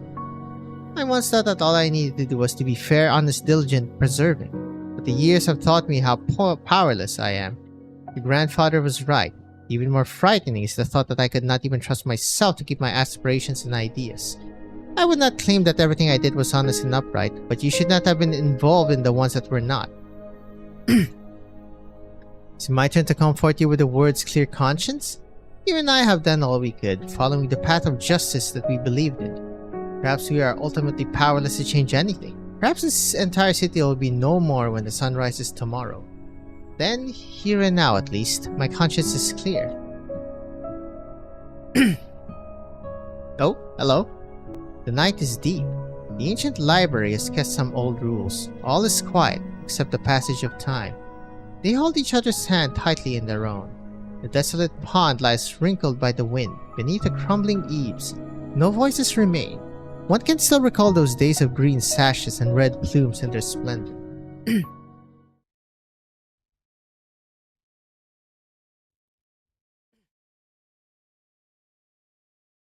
One day. The script guys seem to be appearing less frequently. Could it be that you were right and these guys are the breeding of the Bestial suite? I told you so, you just won't believe me. Whatever the reason, this is our opportunity to head for the top. So this is the Sky Mirror Pavilion's restricted area. What are you planning? These guys turn back into words when they're defeated. Say if they were transformed from the secret tombs of the Sky Mirror Pavilion, would defeating them reveal the secrets of Yan that are usually kept hidden? You dare. No sudden moves. Let me see what secrets the words form. Shang? Show? What is this? It makes no sense. The top 3 floors of the Sky Mirror Pavilion are off limits. We only enter because we have an important mission. Refrain from doing anything unnecessary. You still won't admit that you're already in on this. Your deceptive words mean nothing. I know what I'm doing. There's a lot that you don't know. This building began as a public library, one of the first buildings to be completed after Bai Cao became a nomadic city. But there was no such thing as a restricted area at the time. Then, 120 years ago, the death of the proxy affected tons of history books, causing their text to become unreadable. The Sui regulator wanted to dig deep, but the number of books was enormous, so the Sky Mirror Pavilion set aside space up top for the Sui regulator's research. Decades passed. When the discussion of the turmoil had almost settled, the place became a warehouse for dusty old books. Some restricted zone. Why would it be sealed off from public view if it held any actual knowledge? You do know a lot. Just a little bit more than you. Things you speak of should not be secrets to the Sui regulator, but I have not heard them before. My studies have been inadequate. You. This is what I hate about you. Always stiff. Always by the book. Was that white-haired Pero we met in Mangshan town a friend of yours? You mean Yun Qingping? Yeah, that's the name, I think. Record keeper, I believe. He couldn't fight his way out of a wet paper bag and looked like a stiff wind could blow him over. But he was a quick thinker. Talking to him was kind of interesting. Why don't you learn a thing or two from him? I know Yun's smart. I don't need you to lecture me. I start to drop the official tone and sound like a human being. Why did you join the Shanghai Zone, Moyi? What answer do you want to hear? Want me to tell you that I had a difficult childhood, drifted into Shanghai Zone, and I'm looking for a chance to repent and mend my ways? Does that sound a little too cliche? I wasn't... Say whatever you want. Of course, the Shanghai Zone who murder and pillage are villains. They deserve to die. But I hate hypocrites even more. Those people who look like they'll die if they stop flaunting their high and mighty morals for a single moment. They think they're better than everyone else the moment they come out of their mama's tummy. Frauds! What I really want to know is, why are you so sure that this thing from the Garden of Grotesqueries will stop a war between Yan and Sui? You've been with the Sui regulator for a while. Have you never wondered about their most closely guarded secret? Why did the proxy die? Looks like it's not that you're not curious. It's that curiosity has yielded no answers. That's the problem, isn't it? Why would this have been a secret if the Sui regulator is really so just and upright?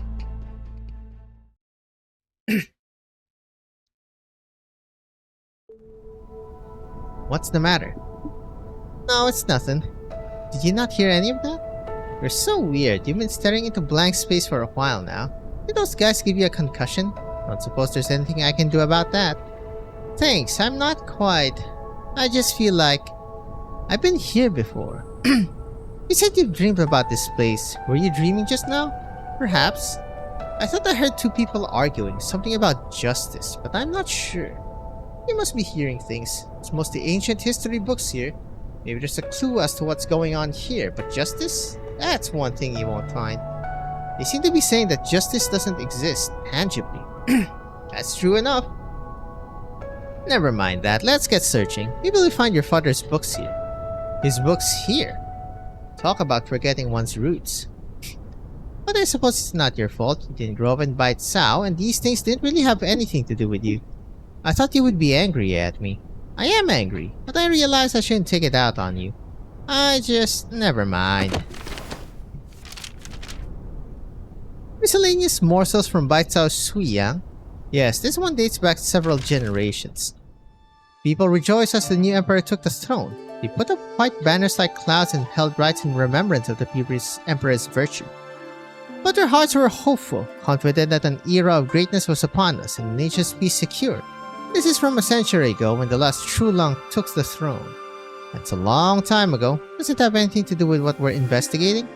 Last True Long's accomplishments were innumerable. The transformation of Bait Sao into a nomadic city, as well as the Sky Mirror Pavilion, were completed under his decree. Not that either of us were around back then, although I suppose he would be your grandfather. Look at this forward, talking about sucking up to the powerful.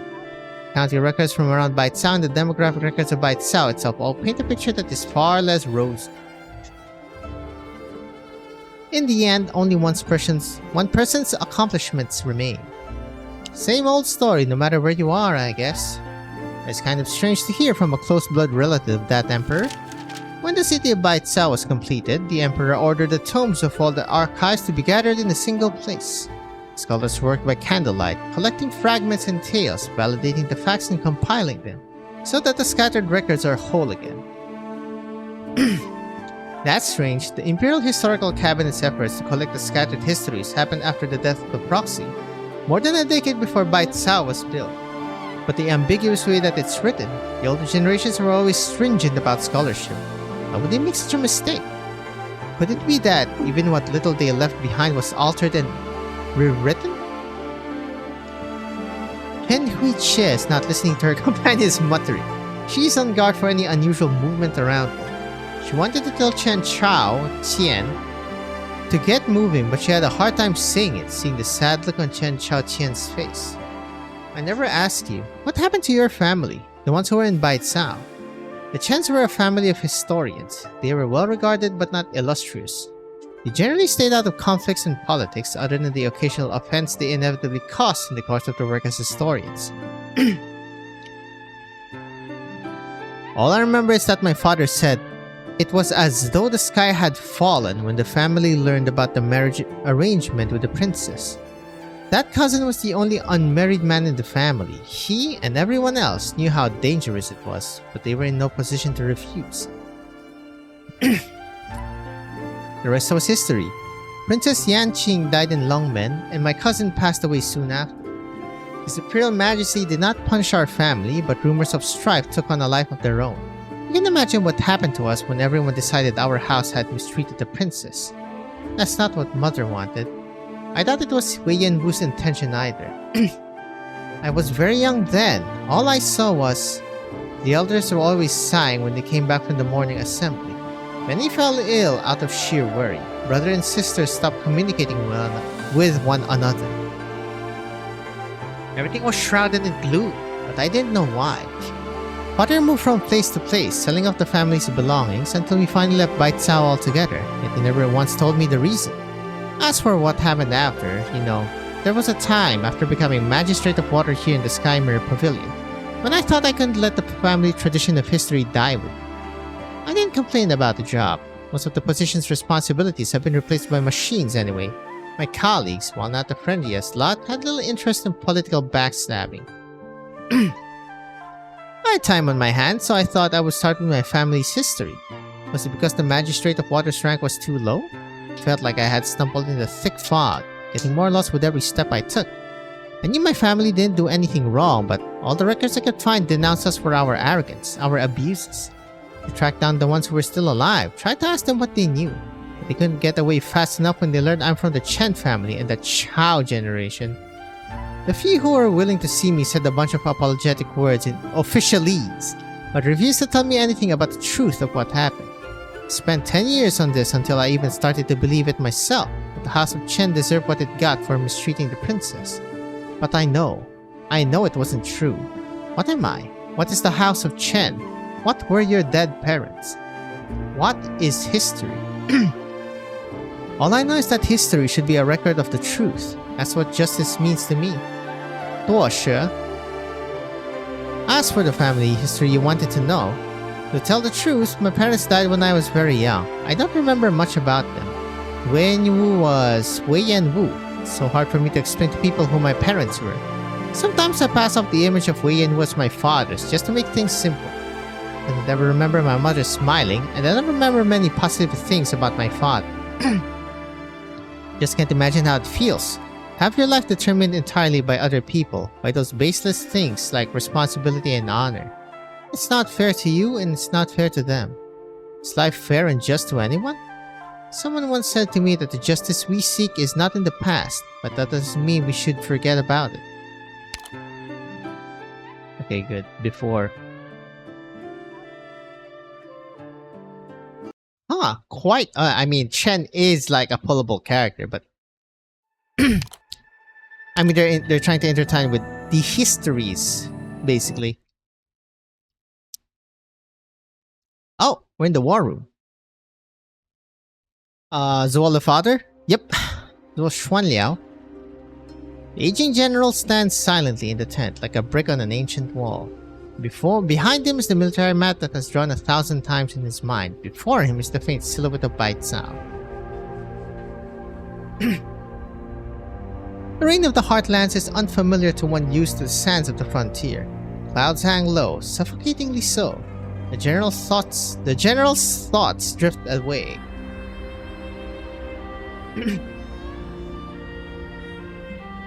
You are the new commander of Human, I take it? You can call me Shuo. My responsibility is to assist you in military matters, as well as kung fu instructions for the soldiers. I can take you around the base if you'd like. Don't remember me? I saw your name in the Imperial Court's announcement. What do you mean by remembering? Never mind. I don't need a guide. I've served in Human before. I see. Forgive my impudence. It seems you are old comrades. The memories tend to fade after all these years on the border. Forgive me if I've caused any offense. Memories faded, I see. Interesting. Get yourself warmed up. I want to spar. You've had a long journey. You should rest. I'd be happy to spar with you another day. I don't need to rest. I want to get some exercise before dinner. How the hell did that go? You'd go no further, General. The supply lines and the troops' morale have been stretched to the limit. You cannot afford to be reckless when fighting demons. Push forward would be very risky. We're so close. It's already a remarkable victory, General. The demons of the north feed on the fear in men's hearts. This is the first time I've seen a general press on without fear, even with the entire army's fate upon your shoulders. There is nothing to fear. These things have harmed our people, ruined cities and farms. I only wish we could have wiped them out in this battle. Give me 20 years, I swear I will see all the demons wiped out. I have no doubt you will, sir. I doubt anything under heaven can daunt you. What about you? You seem indomitable, invincible. Have you ever been afraid? Transfer? My appointment to Human was for 100 years. It's time to leave. And the Sui regulator didn't tell me anything about the personnel change. They're getting more and more out of line. But why are you leaving now? Trouble is stirring in the northwest. We need you more than ever. Perhaps our time together has made you forget. I've never held any official position in Human. Where are you going? Danyan? Michu? I think I'll be stepping away fully from my responsibilities. Why? Communications from the candle holders watching the tomb of Sui have become increasingly frequent. Its awakening approaches. It would not be appropriate for me to shoulder important responsibilities at this time.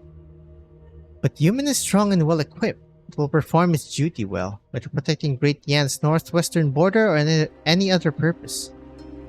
Where are you going after you leave? The Jianghu world is big. There are plenty of places to go. Report. Have the scouts returned? Not yet, sir. We have received no instructions from Bestial in the past 3 days. The Sui regulator should be communicating with human regardless of what is happening in the Tomb of Sui. Send out messengers. Sir, they're forcing their way in. What is the meaning of this? Whomst? Oh, hello. Military supervisor sensor. Oh, it's a sensor. So it's a regulator. General Zuo. It is most irregular to invade my tent like this, even for the military supervisory sensor. On whose orders are you operating? The Grand Commandant has sent me to question you on the unnecessary delay. Ridiculous. Human has been on full alert since it received the order to mobilize. There has been no delay. Have you forgotten that Human received orders to arrive at Bestial by the last day of July at the beginning of the year, but arrived 3 days late? What is this if not a delay? Human was struck by a catastrophe at the beginning of the year, and the repairs took 2 months. The Imperial Court must have known. Silence. I take responsibility for Human's delay. Did you come to strip me of command then? You know the Grand Commandant thinks highly of you, but it seems now that you don't trust the Grand Commandant. Such words are inappropriate for a solemn place like this. Kindly instruct Human to travel 20 li in the direction of the Tomb of Sui. Human is already as close as it is allowed to be understood by. Why should we approach any closer? The situation in the Tomb of Sui is yet unclear. Are you saying that Human should attack? Your duty is to obey. There is no need to question. What is His Imperial Majesty's will? Are you questioning your orders, General Zuo? I cannot abide such questionable orders. If you will not accept your orders, then I must ask you to leave this tent. How dare you? Stop. My presence here represents the will of the Grand Commandant. All you need to do is obey. Even if His Imperial Majesty questions, he can find no fault in your actions. The Bestial Sui is awakening. War is inevitable. Do you still intend to defy orders and paralyze Human with inaction? We are at a crisis. The lives of millions hinge on your decision, including your wife and son, who are still in the Bestial City. How dare you? Not us. You, General. According to the estimates of the Ministry of War, Bestial will be doomed as long as you continue to defy orders and Human remains unmoving. There is no time. We will wait here until you have come to a decision. Oh. The meeting place. Lin? The other Lin? And by that I mean Leizi? Does it look familiar? And her? It has changed, but is still recognizable as the court that judges all matters under heaven. Why have you come back at this time when you have not done so for many years? I have an appointment I cannot miss, but you took the time to come to the Judicial Review Office. You want to see if your successors have disappointed you. My views are insignificant. The Judicial Review Office should only think about not disappointing the people of Yan. One of the deputy ministers resigned recently. It's a shame. You would have liked her. I hope she didn't resign because she was disappointed. Hard to say. Did you still play the Guqin? Never forget the 5 sounds, for that they ensure proper virtue. I've also been trying out new instruments lately. I see. More pleasant than studying the laws of Yan, I expect. It is an interesting discipline. I read the basic principles of the laws of Yan that you left behind many times, but I could never understand the last third. I spent so much time studying it that I almost failed my Ministry of Justice entrance exam. Maybe I would have become a candle holder. It took many years for me to understand that justice that you wrote about lay beyond the mortal realm. Just as one cannot draw what one has never seen, one cannot write about conscience that does not exist in their hearts. If justice is nowhere to be seen in the mortal realm, then one must consider, has someone blinded our eyes? I still bear a grudge for what happened back then. Should I not? What about the people who died in the turmoil? The innocent souls who were dragged into the game? Should they bear a grudge against him? Yes, they should. Then how do you seek a fair judgment for it? You forget. Not one law of Yan was written for the sole purpose of resolving hatred. It is someone else who should be judged. Looks like you're not worried about what will happen to your brother in the Tomb of Sui. You're more worried about the judgment he'll receive. Justice has never been concerned with life and death. He and I seek different things. You're right, but at a time like this, can't help but feel. Law and regulations were written by humans, but the supreme law in your heart that transcends the strife of the mortal realm may never be found there. But just this once, the time comes that we put the sinner on trial, I will put you in the judge's chair. You're correct. It's been a long time since I judged anyone. I take my leave. There's no rush, is there? Join me a cup of mortal tea before you leave. Oh, it takes mortal hands to make and serve the best mortal tea, after all.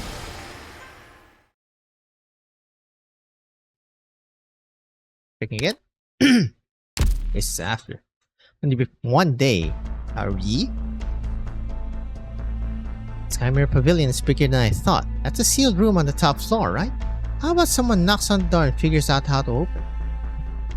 There's no one here. I think we're the first. There's one thing that I don't quite understand, Zoala. If the Grand Commandant is after the Proxy's relic, I take it that he knows how to use it to neutralize the Bestial sweep.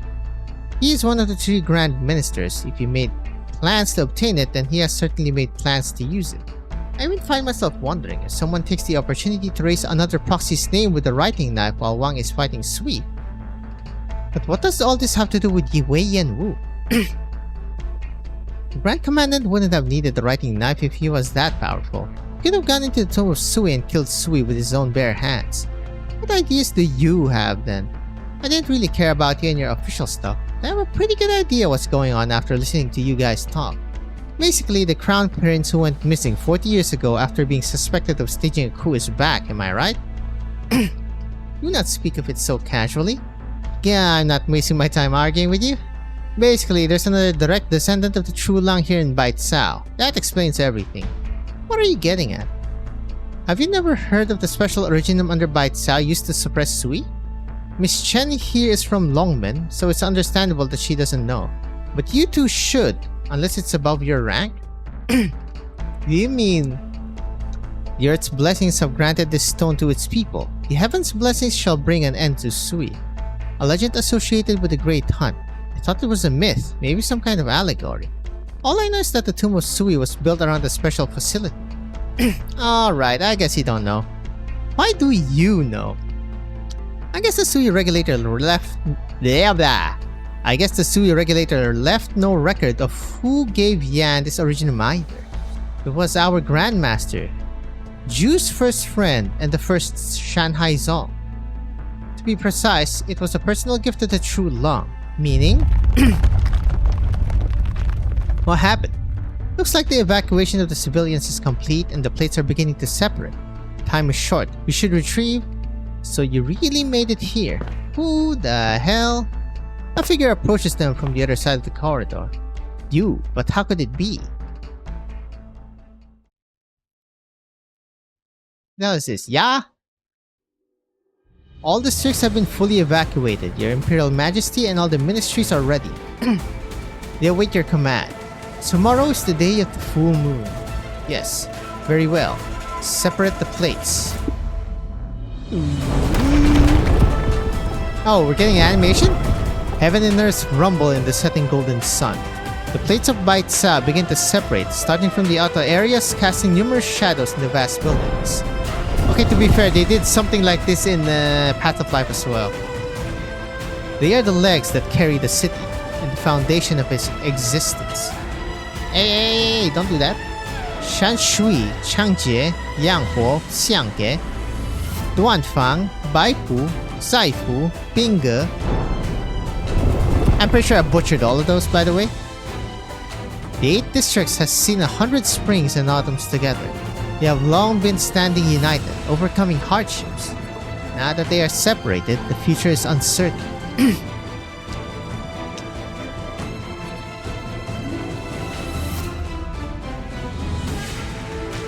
I was wondering when you would come. Hello. Your Imperial Majesty, it is time. Don't lag now. Okay, so that was 6 after. Shoe event boss team. Damn, the loading times in this one are quite long actually. I'm not sure if it's just me or they actually are. Severed yearning. 1,000 ploys exhausted, the body a cage. Parting from the stones, from the self wedged in the gaps, and the one held in mind. Between every gap, a severed slice of memory. Oh, the fish. Is this definitely one of the bad enemies, I guess? Falsehood. See? Fish bad. Fish false. Before. Severed yearning.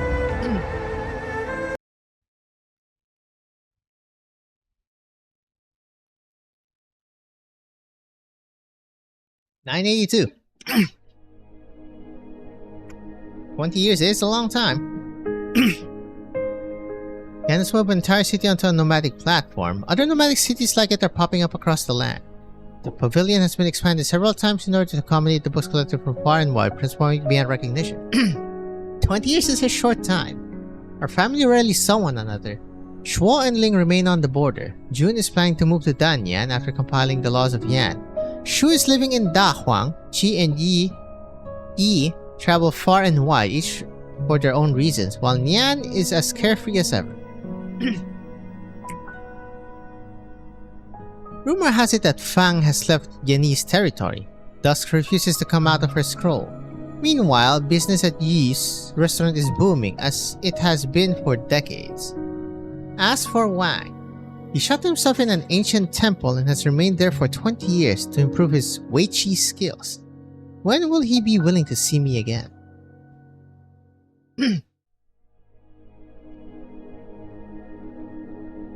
The Imperial Historical Cabinet wants an update on the review of Jiangqi's local chronicles. Oops, you called me slacking off. It's alright, I've already taken a look at it and circled all the issues. You want to take another look? When did it? You really should get some rest. It's getting to you. I've been watching you work longer hours and sleep less year after year. All the local annals, the construction chronicles, veritable records of the previous True Long, ancient history textbooks for the academy. Feel overworked and all I do is organize the books for you. I've heard that the Ministry of Work's requests have been dropping and Shu's workload at Dahong is no longer as heavy. But the burden on your shoulders doesn't ever seem to get lighter. Jie? Huh? Sorry, I got distracted. You're right. I guess I'm tired. I should set this work aside for now. Good. How about we go out for a walk in town? Not today. I don't think I'm in the mood. But if you see anything interesting in town, bring some back for me. Interesting, eh?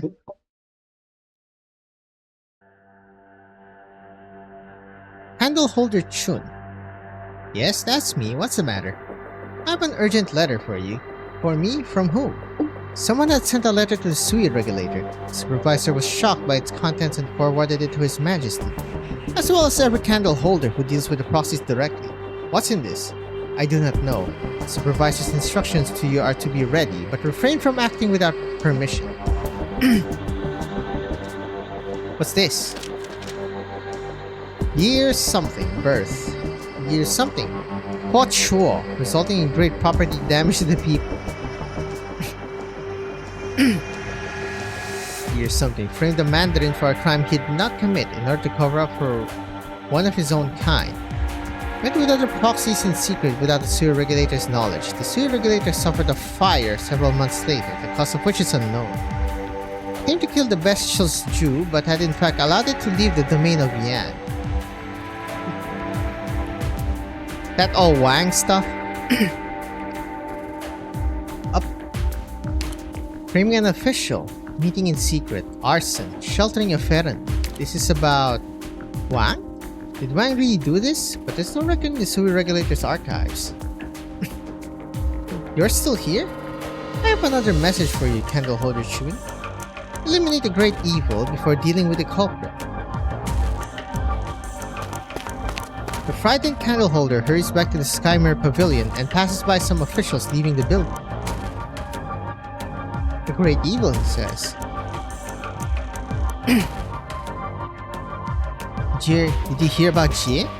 Yeah, she's been throwing her weight around, doing whatever she wants with the history books. There's no one in the Skymere Pavilion or the Imperial Historical Cabinet who can stop her. It's becoming a real problem. The candle holder has been negligent in her duties. She should be held responsible if the history of Yan falls into chaos. Candleholder turns around and sees two figures leaving quickly. Still unsettled, she picks up a scroll left on the shelf by the Sui regulator. Your birth. Candleholder knows that something is not right. She cannot stop her eyes from following the words. Domination of the Skymirror Pavilion and the Imperial Historical Cabinet. Her intentions are pure, but no one is able to check her power. The Trulang attempts to eliminate Sui to neutralize the GS threat. The tomb of Sui was empty when it was opened. Imperial Historical Cabinet abolished. Takes control of the written language of Yan. No one may oppose her. Reviews the livelihood of every household in the land. Anyone who has committed fraudulent acts has their name erased and is exiled to the borders. Thousands die. The hell is all this? Who the hell is even making these scrolls? Several visitors gaze curiously at the woman in candle-holder garb. Shun wipes the cold sweat off her brow and sees an ordinary book of poems in her hand. I must be possessed. Yes, that's it. She's not like that. Are you sure she will never become like that? Of course. The frightened candleholder can no longer tell who is talking to her. She will change as her power continues to grow. She will become it. It. She does not want to become it. She is seeking your help. She does not want to become that. Yan is seeking your help. This ending is unacceptable to Yan. She cannot help but become more powerful, more terrible than the Sui beast itself. You must help her. Only you can help her. I can't. You'll make the choice that is best for everyone.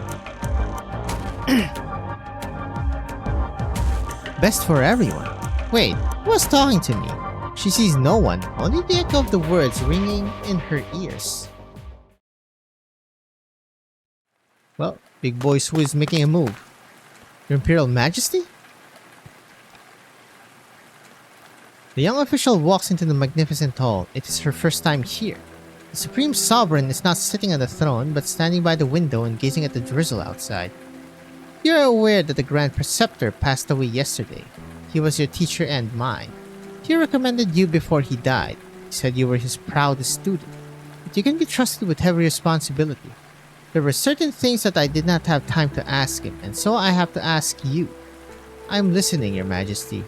20 years ago, the Grand Preceptor opposed my decision to build the nomadic cities. He said it was an oppressive policy and that my first priority should be to conserve and give the people relief. 20 years has passed since. Some say that Yan's borders are secure and its coffers rich, golden age not seen in 1,000 years. Some say that Great Yan is exhausted and its people discontent. You think I was wrong? I am but one person, and it is not my place to judge, Your Imperial Majesty. If I were a wealthy merchant enjoying a luxurious life in a nomadic city and I said that you were a great and wise leader, would you consider such compliment honest counsel? If I were a common peasant whose family died in the construction project and I called you a foolish tyrant with no merit whatsoever, would such criticism be fair and just? I ask Your Majesty in turn, is it the opinion of future generations that you are concerned about, or is it something else? You have a way with words. Very well, I will not ask you to judge. Instead, give me a word of advice in your teacher's place. Who once said something that has stayed with me my entire life. In worldly turmoil we tread, in our own conscience we trust. Even an ordinary peasant has a hard time finding a fair and impartial judgment in the complex affairs of a lifetime. That alone, Your Majesty. There is no measure by which your deeds can be judged. In your heart, however, I am sure that your conscience holds the true measure. In our own conscience we trust. But if my conscience tells me that I have never been wrong, then you would not have summoned me today. I would simply remind you that the people of Yan can see you, even if they do not know you. But it will take more effort if you wish, from within the Forbidden City, to see the people clearly, and thus see the good and ill of your own actions. I will remember that. I'll remember it for the 20 years to come, if I have them. Grand Preceptor's assessment of his own student is well justified. Report to the Ministry of Rights tomorrow. Your Imperial Majesty honors me. The tired Chu Lang walks back to the throne. There is a letter of indictment on his desk. It was sent by the Sui regulator. In worldly turmoil we tread, in our own conscience we trust. Life measured in years, yet the stress feels ancient. Let future generations judge my deeds as they will, but the bane of Yan must not be left to the future. Come. Yes, your majesty. Ready the troops. We shall open the tomb of Sui.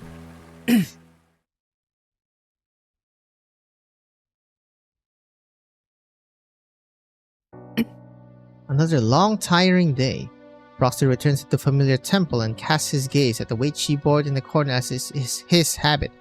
One glance is all it takes to notice that something is not right. Someone has been here.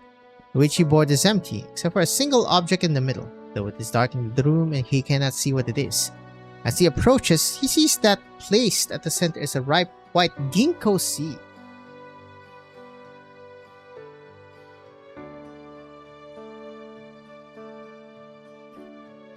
A ginkgo sapling was planted in the spring of this year. The Ministry of Works swore an oath and Bestial will come before the tree bears fruit. 20 years, that is the time you have. Immortality has made you arrogant. Perhaps you have forgotten that mortals do not have many 20 years. Yan cannot wait, and neither can I. You need not press. I have long intended the same. Oh, hello. You truly found the path, tell me, and I will come with you. Our chances will be better that way. Just tell me what the chances are. You can use me however you want. I would be happy to give my life.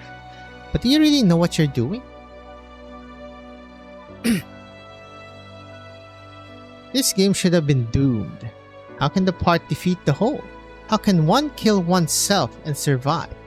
But he saw the only way out for all of them. He will supplant it.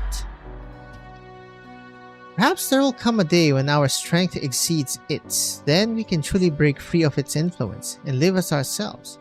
As long as we don't forget who we are, of course. The strategist is ready. He has no equal in the land when it comes to Weiqi and scheming.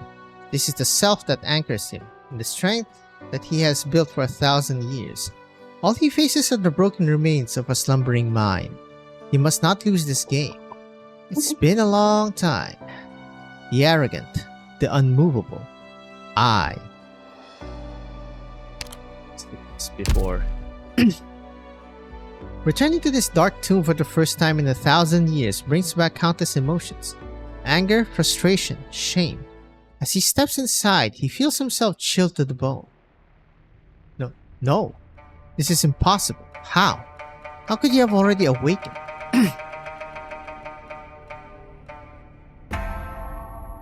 White Wang.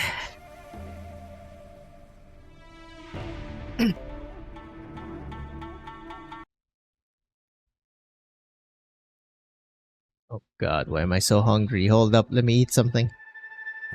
Alright, it's time for after.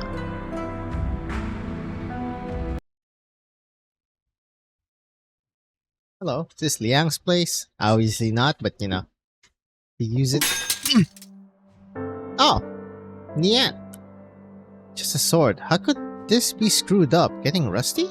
Smith scratches and confusion takes out another steel ingot from storage. Autumn is wet this year, suffocating.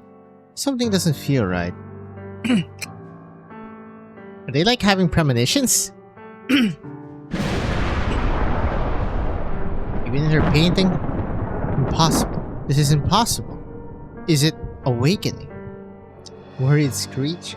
An angry cloud appeared on the calm scroll. Crack of thunder leaves an ink trail on the white scroll, looking decidedly out of place. Countless terrible ink spirits appear out of nowhere, scattering across the scroll, covering everything on it in black ink. I didn't paint this. Go away. Fungus?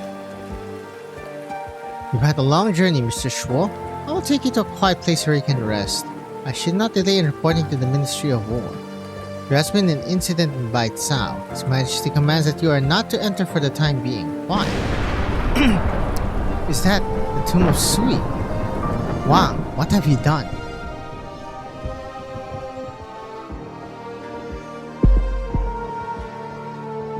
Did the heart skip a beat? Or did it beat twice in an instant? Was it the vibration of the nomadic city from some sudden movement? Or was it Plop. The scroll that was in the proxy's hand is now on the ground. Wang? Jie. What is it? Look at this. A letter of indictment for Wang. Who gave you this? Someone sent it to the Sui regulator. The supervisor had to report to His Majesty. There are rumors that the Imperial Guard is coming to the Sky Mirror Pavilion. Uh-oh. You're getting put on lockdown. Finally. Finally. You're here. Why are you awake? No, your aura is almost identical to its own, but you've appeared in that hollow visage. The hollow visage that is also yours. In any case, you're not awake. You're still in the dream. Of course I'm awake. You had awakened me centuries ago when you intruded upon my dream. You're bluffing. I would not be standing here if you were truly awake. You flexed in your dream and thought you had woken up. You, a mere dream walker not yet awake, dare call yourself awake. Dreamwalker. Very well, we'll call this journey in a dream. A journey in a dream. But you see those games you and your siblings play with those puny humans and your foolish, flawed, presumptuous plan to replace me. You want to become the same as the humans, to become such fickle, puny creatures in order to escape your fate. How pathetic. How laughable. I mean, Chongye kinda already did it for him, that's why Wang was so upset. You forget that these puny creatures defeated you and imprisoned you for 1,000 years. Doesn't matter if you're awake, you're a shadow, a reflection, a phantom questioning its own shade, a reflection in fleeting water. Killing you would not be difficult. Is that so? The proxy turns around to look at the corridor that he just walked through but finds no path. Why are you afraid then? It took so long for you to get a chance to see me like this. If you are not afraid, why have you not torn me to pieces in your hatred? Pathetic. Foolish. Watch your tongue. Did you want to fight me to the death? Then come. Do what you do best. A Weiqi board appears in front of Wang with a familiar crack on it. Without asking, the mysterious foe takes the white stone and goes first according to tradition. The first stone is placed in the Qianhuan position, the center of the board. First move, Tianhuan. Tianyuan, are you mocking me? You'll find out when the game has ended. Your turn. He takes a black beast. The 19 by 19 board is intimately familiar to him. He has not tasted defeat in a long time. Yet it seems as though his opponent sees through his every move, every thought, every emotion. He soon finds himself at a disadvantage, even though his opponent had forfeited the opening move. Impossible. Why would it be? Have you not realized that all the intricate moves that you have pondered, all your puny stratagems are no secrets to me? Because I am you. Giving up already? No, that won't do. You must finish the game. So be it. He clenches his teeth and picks up another stone. Every move causes a splitting headache. Every move drains his spirit. The game is finally concluded after another 100 moves or so. With all endgame plays settled, Black wins by the slimmest of margins, half a point, as the points are tallied. The player is exhausted, at his last gasp. Oh, you lose. Arrogant as ever. Leaving aside whether this child's play even counts, do you think this is the only game between us? The name of this game is Wang. You may have won this round, but have you any idea how insignificant it is in the big picture? Step back. Go there and look back and see if there is any meaning in these moves that took every last drop of your being. Against his will, Wang gets up and takes a few steps back.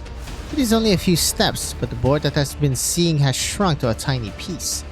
No matter how you flail and struggle, it is no more than 1/12 of the game. All the twists and turns of your black pieces have not determined the outcome of a single corner. Why do you think you can make me concede? Wang forces himself to look. It is no longer a 19 by 19 board, but hundreds of lines vertical and across. The game that he had poured his heart and soul into just to win by a hair looks utterly insignificant on the vast board. Countless white pieces, as many as there are stars in the sky, lie beyond the board, which itself seems endless. There is no room to intervene in their formation, as immutable as Sui's anger and contempt, which have simmered for 1,000 years. You planned this. Of course I planned this. This plan began to take form in my countless dreams, ever since you glimpsed into my mind centuries ago. A white would begin to lay the pieces around you quietly and unbeknownst to you. What you have done, he made a note of. What you did not finish, he finished for you. What you did not do, he did in your image. He made you wary of the humans, and the humans wary of you, forcing you and your kind to return here, this source of your immortality for centuries. Why do you care that we live? As long as I live, you will always have a choice. The last thing that Yan wants to see, to return to my consciousness and destroy everything that was built upon the Great Hunt. As long as you live, I will never regain my full strength, strength that will allow me to break my shackles. Our lives are too intertwined for peace to be a possibility. Yet you would seek peace with the humans. Yan would not abide me, who almost became their god. Why would they abide you when you replace me?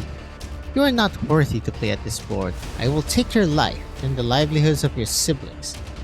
Vanish now as your inevitable fate.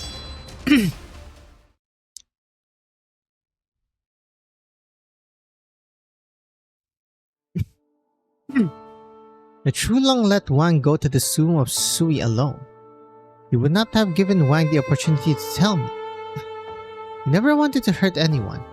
Words were never his strong suit. He was obsessed with victory and defeat, but cared nothing for loss and gain, the shrewdest and the most foolish among us. He saw through every scheme and treachery, but he could not do something as simple as letting those around him truly know him. Besides, am I not the proxy that the Sui regulator and you have always feared the most?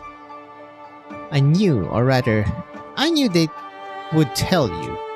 I can feel it, even if you didn't say anything. I thought I could control this power in time. Lately, though, I'm feeling less and less like myself. My memories began to grow indistinct many years ago. In recent years, the same has happened to my emotions. Perhaps. There's something I want to ask you, Chun, impolite as it may be. What did you feel when your mother died? Underneath her thick black hair, the elf's ears twitched. Why do we ask? Because there is still hope for Wang. You're going to save him? As it stands, with my strength and his, I can do no more than die in his place. What is the death of a family member like for beings like you and me? Why do you ask? Why do you have to open my wounds? Suddenly, Chun understands. Jie is asking for herself and for Wang. Losing a loved one is merely a little speck of sorrow in the long life, then she will choose death, and leave the insignificant sorrow to Wang, and become a loss that stings a little from time to time for his siblings. The pain of losing a loved one still threatens to tear one apart, even for those with lifespans far beyond the ordinary mortal. Then she will choose to bear the unbearable pain and the burden of those left behind, seeing the task of eliminating Sui through the end. An immortal being facing the possibility of losing family forever for the first time. Though she has written about meetings and partings innumerable times, finding no other measure to judge by, she can only rely on Chun to make the decision. She only has to tell the truth. But the pain of losing a loved one does not heal so easily, even after decades, after centuries. That death is liberation and life is pain. Which way the scale tips is obvious. That it was best for Wang to let him go, but Ji should remain and feel the pain that lingers. Wang reaps the death that he sowed while Ji remains. It is how things should be. That Ji would cautiously advance the cause of eliminating Sui without crossing the line as Wang did, incurring the wrath of the True Lung when the Sui regulator received an anonymous tip. But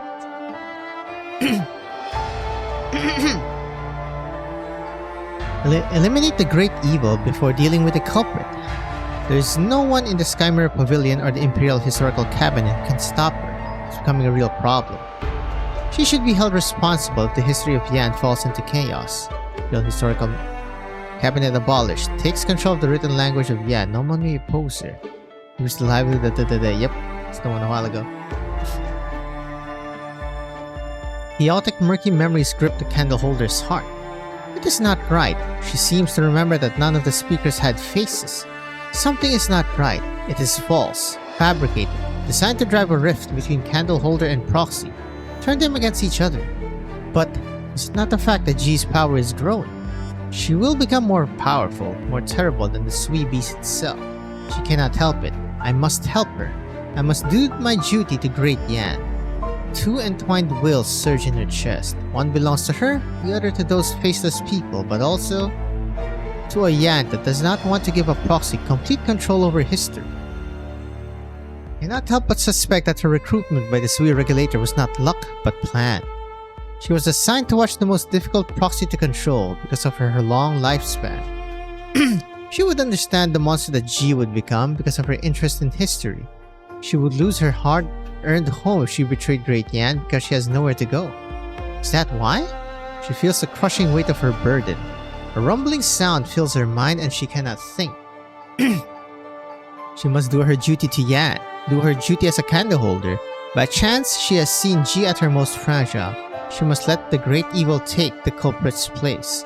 It will be best for the Proxies even. Yan would lose a reason to wage war on them. My mother. When she passed, I felt very little.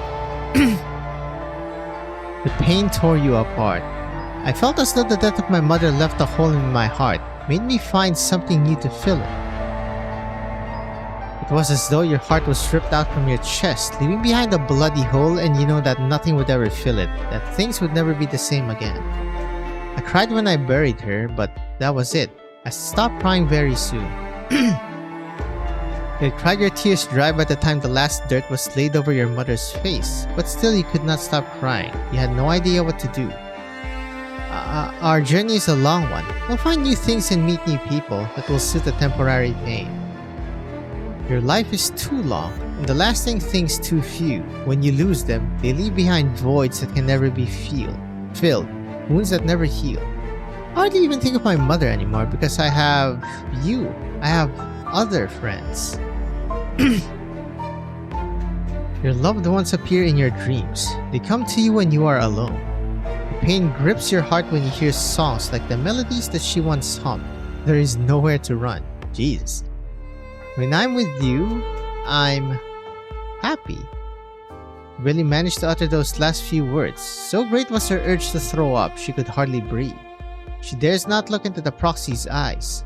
She fears that the one before her would be blinded by her words and truly believe that loss is something that can be soothed by time. She fears that the one before her will see through her lies, see her vile intention and despise her. She fears herself for saying those words. I see. Thank you. You're a good candleholder. The murk in the candleholder's chest suddenly clears. There's only an empty hole there now. Wind blows through the hole and speaks in her voice. Gee, It was a cruel question, but I asked because my heart was in turmoil. On second thought, I would likely have made the same decision whether I asked the question or not. I regretted it as soon as I asked. You're smart. You would have realized that I was forcing my candleholder to choose my death or Wang's. I shouldn't have made you do this. You didn't say anything about yourself. You chose to communicate Great Yan's will to me, that's all. Death is an adventure that is unique for everyone.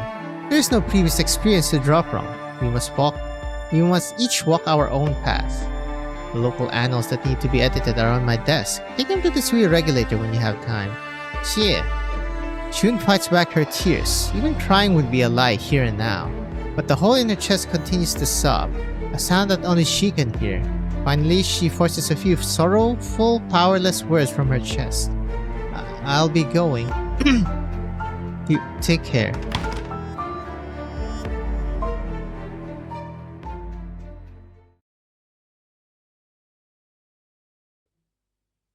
Hello, June. What's going on, Jie? The Imperial Guard is coming to the Sky Mirror Pavilion and I almost got shut inside my own home by my candleholder. Did something happen to Wang? You can hear it, can't you? Its heartbeat. You went into the tomb of Sui? When? 2 hours ago. We can talk about the rule breaking later. Court clearly wants to exclude us and time is short. What's your plan? I'm going to help Wang. I'll go with you. No. Why? He and I will take care of this. Are you sure? I'm sure. He and I have been making plans to eliminate Sui. There is no time to explain the plan right now. Your presence will not help. It will only increase the risk. Besides, there's something that I must ask you to do. This is new music. I've never heard of that.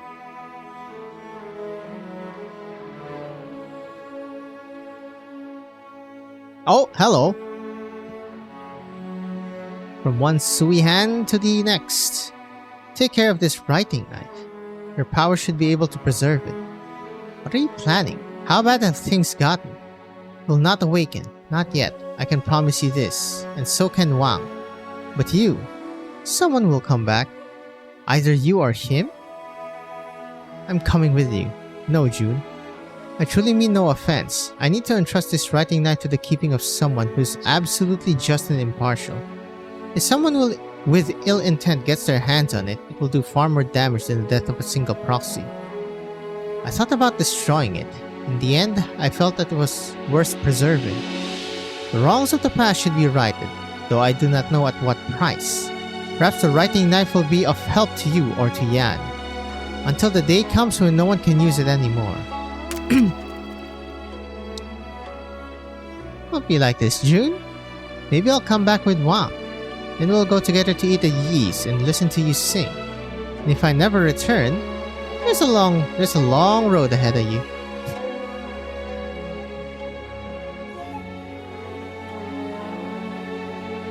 Well, we did a swappo. It's not so easy to not look back. She looks at the innumerable lives and deaths recorded upon the shelves, many of which she had written with her own pen.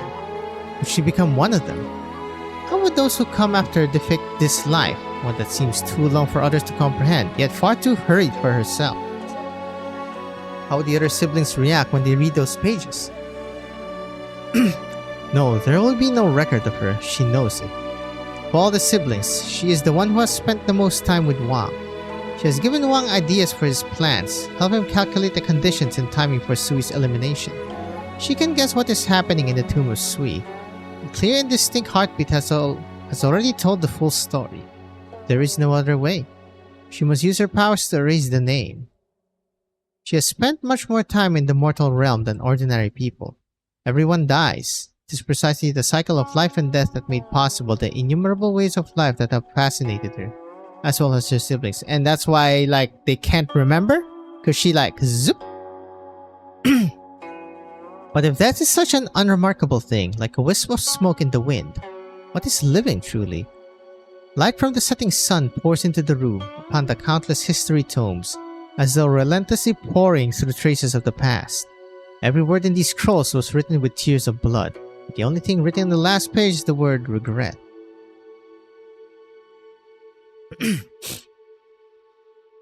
The sun's rays by the window. How warm. But she does not walk towards the sunlight. He leaves the room, into the darkness of the tomb.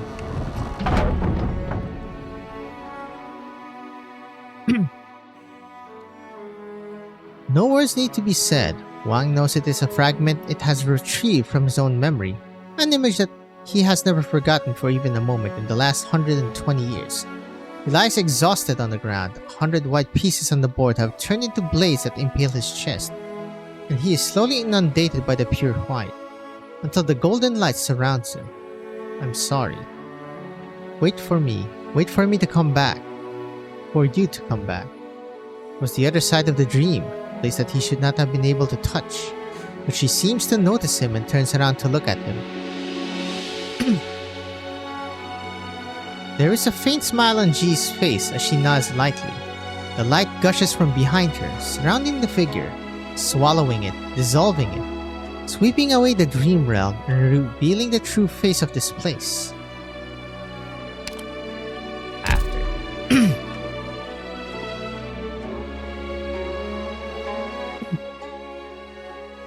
Oh, they ended like that, okay. It is after, thank God I checked.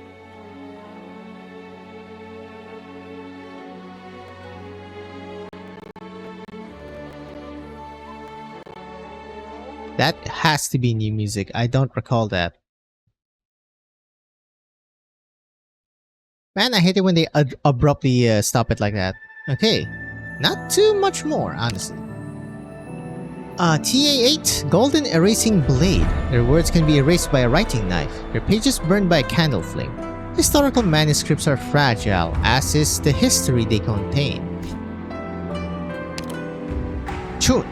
Oh shoot, thank god I didn't read any of this. The elf who wanders 1,000 realms, the fire that illuminates the long night, the visitor lost in the past, the lingerer who reminisces on the departed. Well,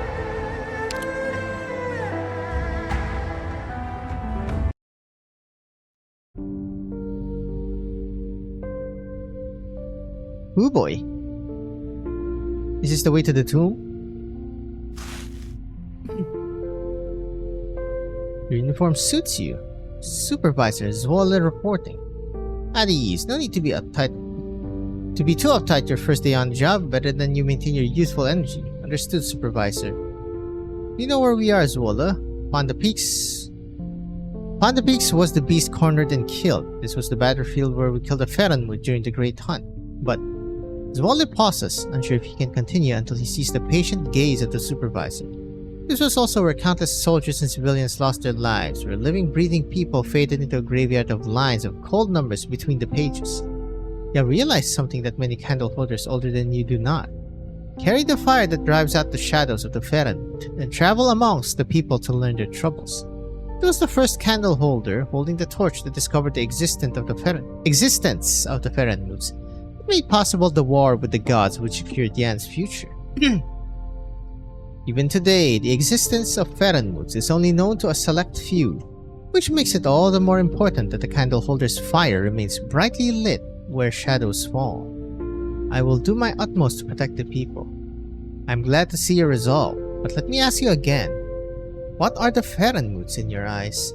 What are the proxies who lives amongst us within the season, on whom we keep a constant watch?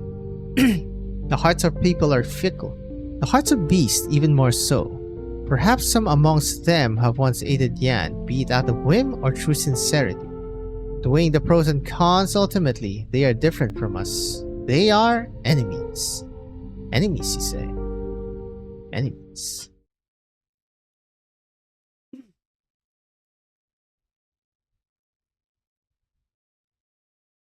Hour of E? Supervisor, what are you doing here? Hello? That question should be mine to ask. Where have you taken the token from the Garden of Grotesqueries after the placation was completed? Something was not right at the Sui regulator, and script guys were running amok in the Skymere Pavilion. I wanted to wait for the situation to settle down before seeking your counsel. Then you can give it to me here. I have heard that it was not the usual Jade rule that was retrieved from the Garden of Grotesqueries this year. I will bring it back to the Sui regulator for further investigation. Oh? He stayed. Acting on a subconscious instinct, Zwolle finds himself taking a step back from his familiar superior. My, I did not think there would come a day when candle holders would defy his orders. What the crap? You're Chun, head of the Sui regulator. A Shanghai Zong member in the Skymere Pavilion. Highly rank 1 too, judging from your attire. Under normal circumstances, the patrol battalion would have faced severe penalties. And this is Lady Chen. You're Zwolle's boss? Though I'm unworthy of this position, it is my duty. What are you doing here? Waiting for us to walk into a trap? Unfortunately, it is not you that I am waiting for. Hand over the token, Zwolle, and you may leave with your friends. We can discuss your association with undesirable elements later. I thought you would tell him to take me in on the spot to make up for his transgressions. We are in the courts of Yan, not some bandit camp. Fine enough for you to say. Oh? Who was it who encouraged Jia to enter the tomb of Sui so that the more dangerous proxy for Yan would die in Wang's place, catapulting her own career in the process? Yan would be ashamed to have a descendant like you.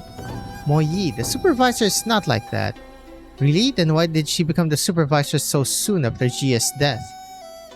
Only a thief sees thieves everywhere. Keep your mouth shut, for you're not worthy to speak her name. The Imperial Court of Yan does not pause or wait for any person or thing. All that it does is measured against the interest of Great Yan. The interest of Great Yan? It seems Lady Chen has something to say. Very well, I will give you 3 minutes in consideration of the risk that Zwolla ran to retrieve this object from the Garden of Grotescus. There's someone I'm waiting for anyway. Ask your questions, then leave the token, then leave this place. Waiting for someone? Yes, waiting for someone.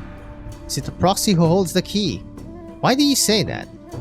Guys run rampant through Bestial, but Zwolla is the only one who is trying to tackle the script guys at the source, and on no orders at that. The LGD was never so negligent, even when Wei Yanwu's oversight was at its laxest. The first thing you asked about when you saw Zwolla was not the script guys, but the token from the Garden of Grotescus. You seem to care nothing for your responsibilities. The Sui Regulator is not the police. Who in Bestial is more qualified than the Sui Regulator to deal with the script geists? Your goals are aligned with the Grand Commandant's. You want the writing knife. And if Moyi is telling the truth, no one in Bestial is closer to the writing knife than June. You do the LGT proud, Superintendent. Why are you assisting the Grand Commandant's plot? Do you plan to do with Wei Yanwu, or have you already joined forces with him? Plot. You may have been an excellent officer of the law, Lady Chen, but it is not your place to intervene in matters of national interest. I've been to places and seen things. Yeah, I've been to places and seen things. There's no need for grandiose words. If your plot is indeed in the interest of the nation, you should feel no shame in saying it out loud. Only those involved in political squabbles would bring up national interest when questioned, beating around the bush and deflecting the question. You should be careful with your words, Lady Chen. The matters of state are complex and interconnected, and it is not unusual for officials to have differing views. Your words insult all who serve the state. For 1,000 years, the Sui Regulator has had one mission and one alone, to do what is best for Yan in matters pertaining to Ferenwoods. Nothing else matters to us. Even if the Grand Commandant's actions are indeed drastic, extraordinary times call for extraordinary measures. Use of the writing knife does not constitute treason. Then what is he planning? At this point, I doubt this damned old elf is gonna talk, so I'll do the talking for her. Just as I suspected, the Grand Commandant wants to rewrite history with the writing knife and completely eliminate the Bestial Sui. The price is a true lung's life. But why? What does the True Lung's life have to do with destroying a Ferenwood? We were just talking about it before we were interrupted. 1,000 years ago, the Grand Master discovered a piece of Originum that he presented to the True Lung as a weapon that can end the Great Hunt. Realizing its importance, the True Lung had his Fang Shi perform a ritual that linked it to True Lung's bloodline. Henceforth, the power of the Originum may only be harnessed by the reigning True Lung. That True Lung had a bit of a conscience at least, and he set a condition in the ritual, probably to prevent his descendants from abusing it. Full power of the Originum can only be unleashed by sacrificing the life of the True Lung. Hence, it was given the name Bufan, no rebellion. But does the True Lung's life to be sacrificed really have to be the Emperor's? Why did the Grand Commandant go to such painstaking lengths to obtain this writing knife if his goal was merely a coup? You mean, the Grand Commandant wants to use the writing knife to change the record of who the current True Lung is? The Grand Preceptor incited the Prince to regicide. What is the truth of what happened that night? Who sent the Yulin Guard away? Who actually entered the Emperor's chambers? These things are not specified in the records. Therefore, the records of what happened that night can still be rewritten using the writing knife. If the history books and Bufan recognize Lord Wei as the reigning True Lung, then the life of the True Lung obviously refers to Lord Wei's life. I thought that you were young and that you may have stayed from the righteous path. You should be given the chance to right your wrongs. Regrettably, it seems I cannot allow you to live. Not putting on a show of honesty and uprightness anymore, are we? Supervisor, hand over the tokens, Zwolla. Whatever happens after that is none of your concern. What Moyi says is true, then I voice my dissent to your methods, Supervisor. I cannot comply. I don't want to damage the Skymirror Pavilion. Don't make me do this.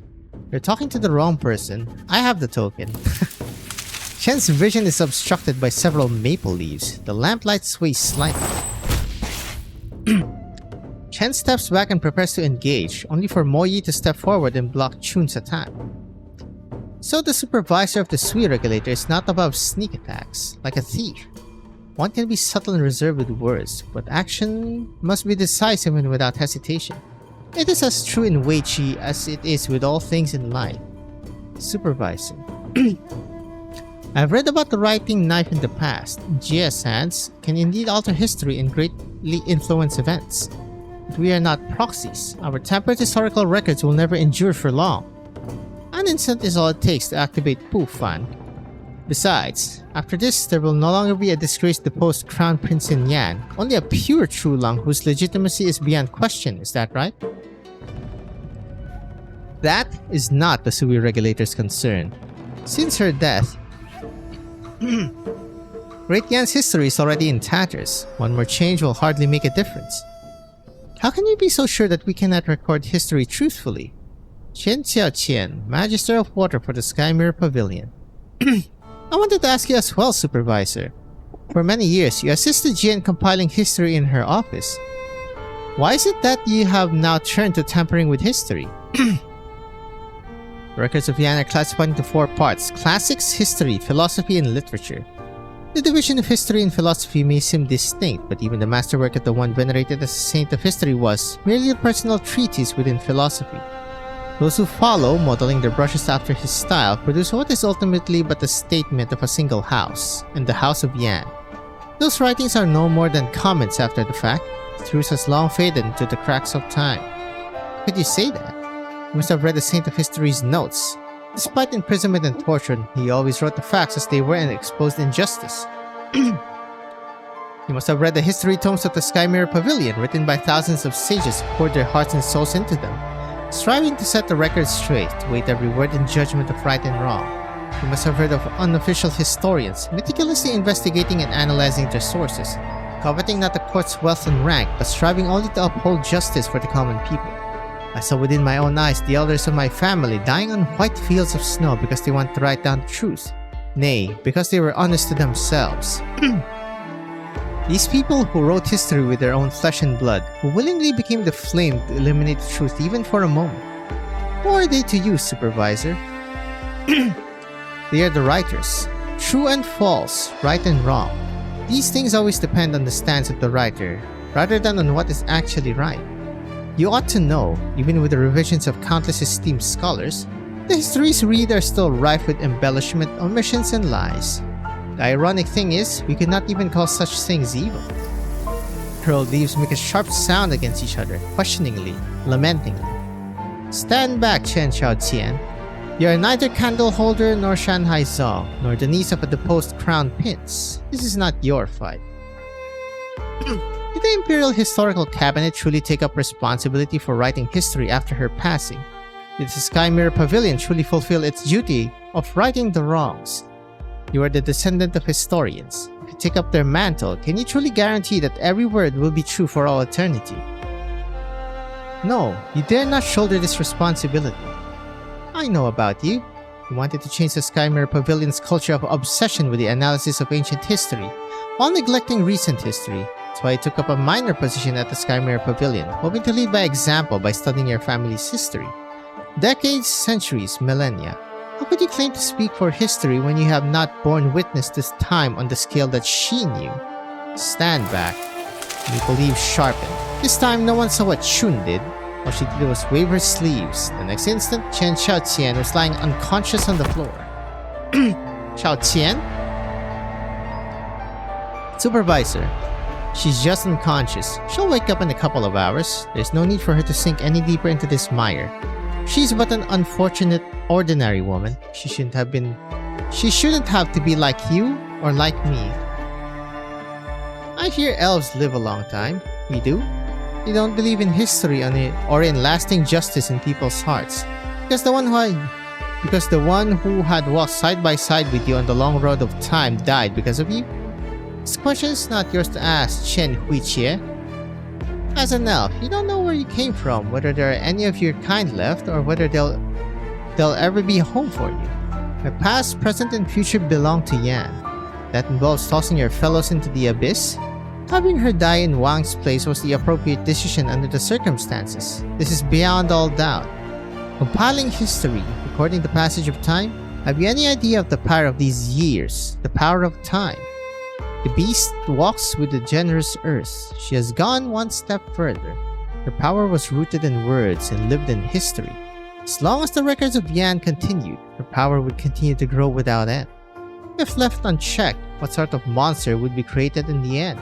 It would be something even more powerful, even more terrible than Sui itself.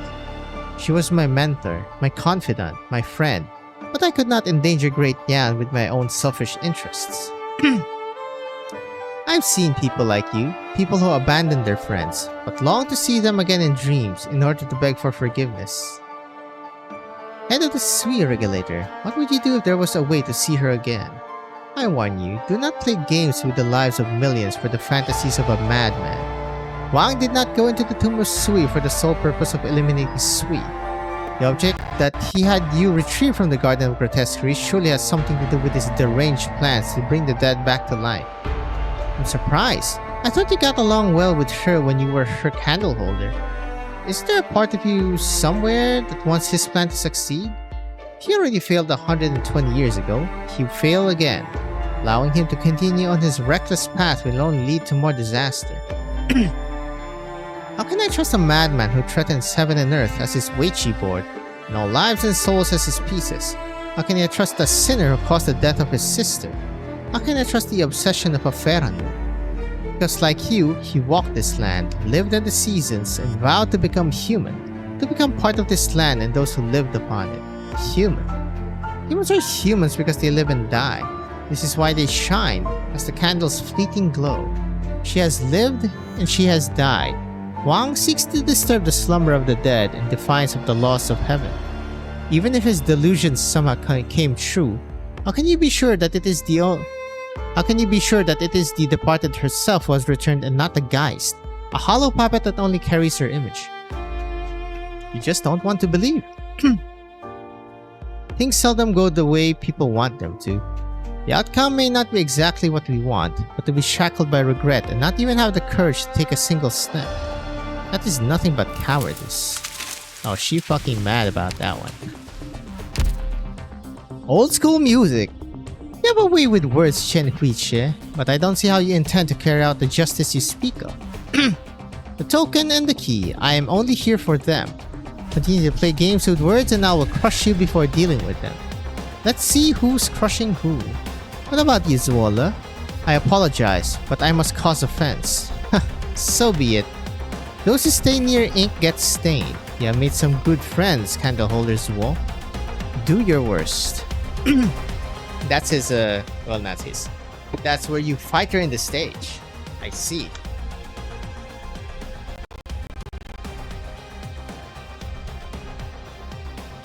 Damn, she turned this stuck up, huh?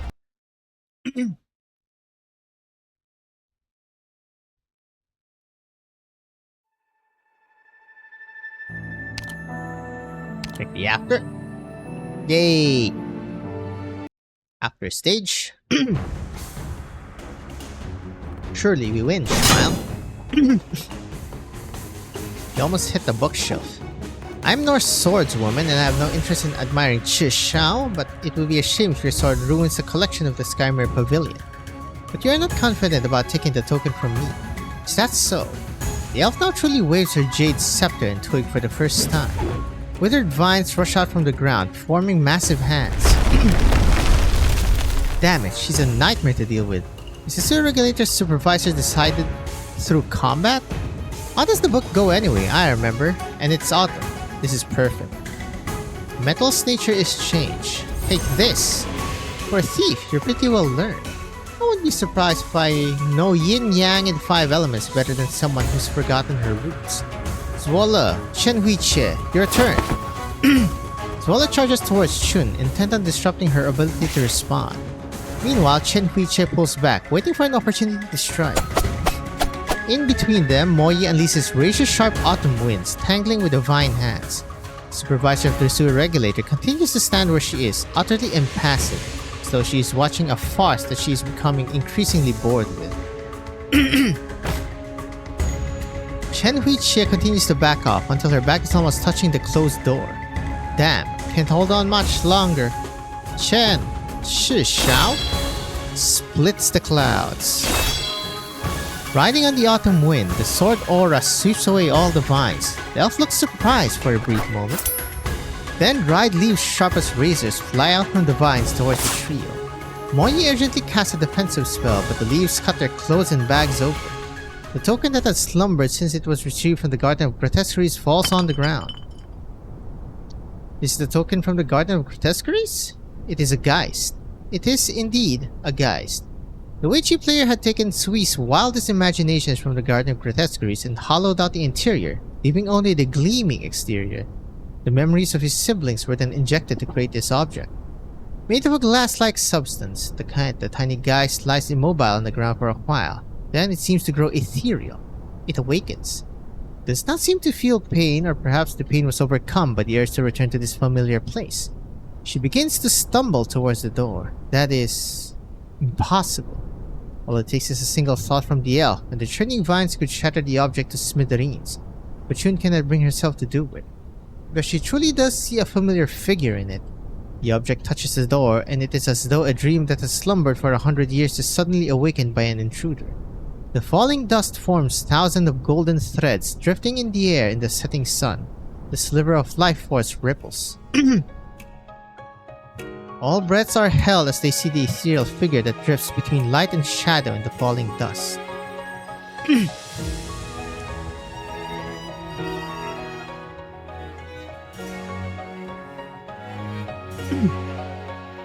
Well. It is blurry, indistinct. The only clear feature is grey robe like paper that has grown yellow from the passage of time, but still smelling faintly of old books and dried ink.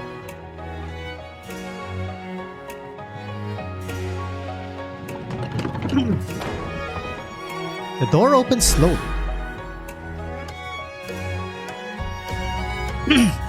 How do you get in if you give me the key? Why should the master of the house need a key? Shadow bends slightly, as though trying to pick up the cracked scroll on the desk. Or perhaps it is walking towards the window to open the sash closed for so long to see if the osmanthus that was young back then has bloomed this year. But her movement ultimately freezes between the done and the undone, a faint wisp of melancholy suspended in the sunset. Hold the scroll on the shelf by the wall. Leave that document on the desk. It's not yet finished. Painting from dusk. You should find a good place to hang it. Why do I have to do these chores for you? Oh, but Nian said her candle holder even helps her put together mahjong games.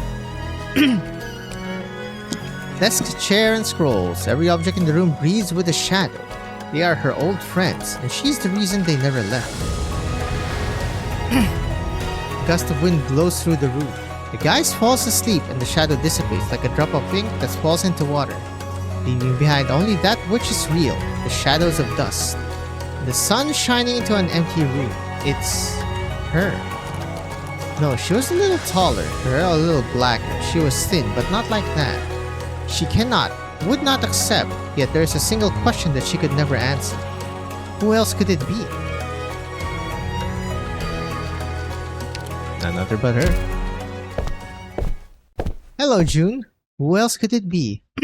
The stunned elf does not even notice the appearance of the proxy, one who is very much flesh and blood. She continues to stand at the same spot, staring in the direction where the shadow disappeared. I came as you asked, but it seems you no longer have anything to say to me. It's her. It's really her. I didn't think there was any trace of her existence left. There's no doubt about it. It's a sliver of her life force, which those young people retrieved from the Sui's remnant consciousness. As for traces of her existence, they are in the books of the Sky Mirror Pavilion and countless scholars across the land of Yan. Now, do you still believe that everything these siblings have done since Jia's disappearance is futile, Candleholder Chun? If you can still find a trace of her somewhere, tell her. Long live Candleholder chokes on her own words.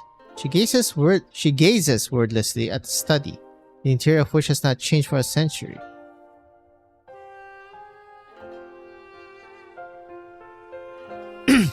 Having taken it all in, she turns around and slowly walks towards the exit, fighting the urge to look back at every step. Leaving this place she knows best, yet brings her the most despair.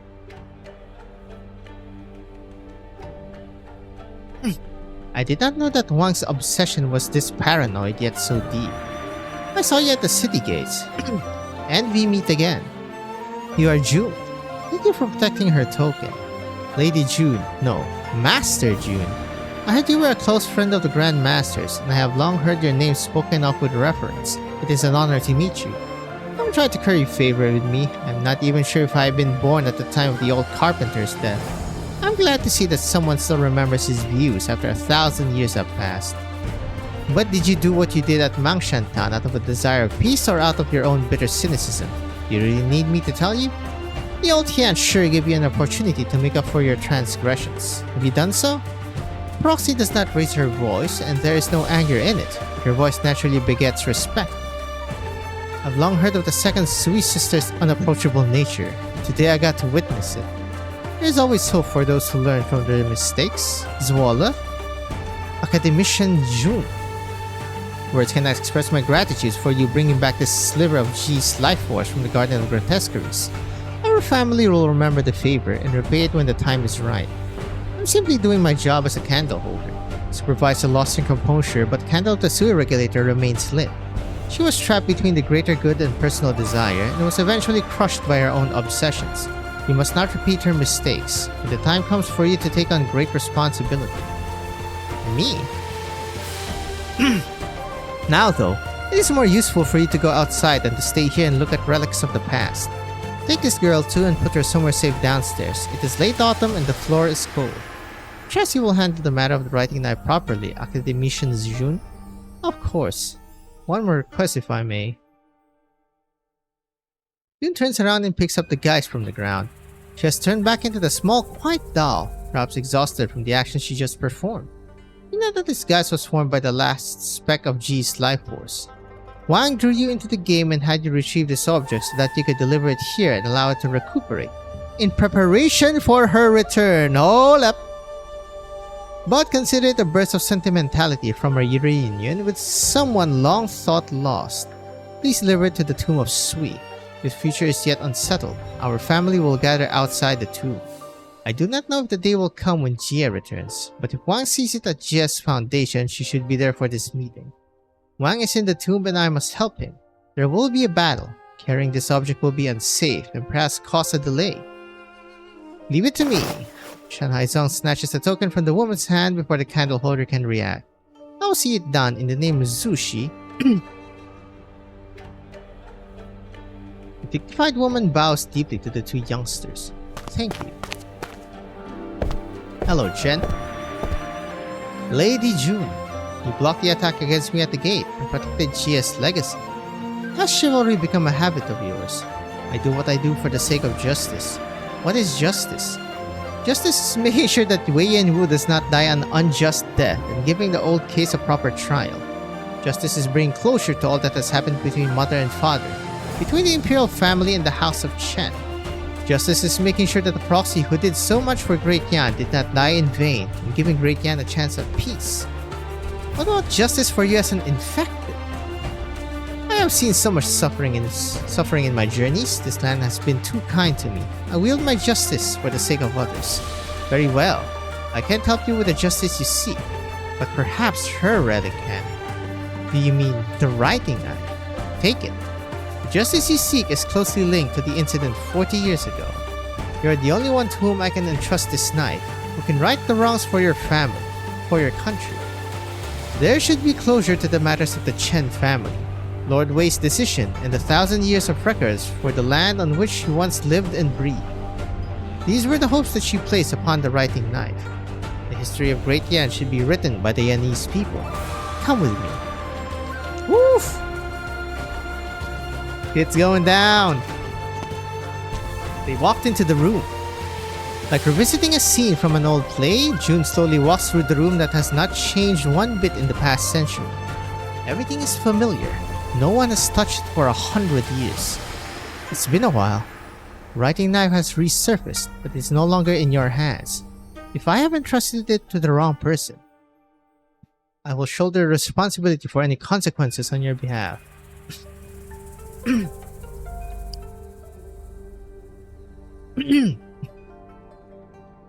Hen's palm closes around the knife. Her fingertip trembles as if the weight of 1,000 books is upon her heart. She has given her all wholeheartedly and sacrificed herself selflessly. Now everything has come together as appointed. She clutches the writing knife. In her hands, something sinks, and something else burns bright. It is the weight of an era, and a reunion that the knife has long awaited. I hope you will not disappoint. I will not disappoint. Hey, it's this CG.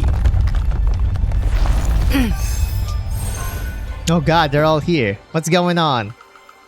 These guys just appear out of nowhere. The annals of Mangshan Town record that similar scenes of rampaging guys were spotted during the turmoil caused by Sui 120 years ago. It's the bestial Sui awakening. What a headache. It's just happened after all. Number 2, you fool. Why are you dilly-dallying? How many times do I have to bail you out? Lin Qingyan? What are your instructions? This is where the guys are most rampant. You must not be allowed to enter by Cao. You and I will guard this pass. Do not let a single geist through. Yes, master. I can't hear you, girl.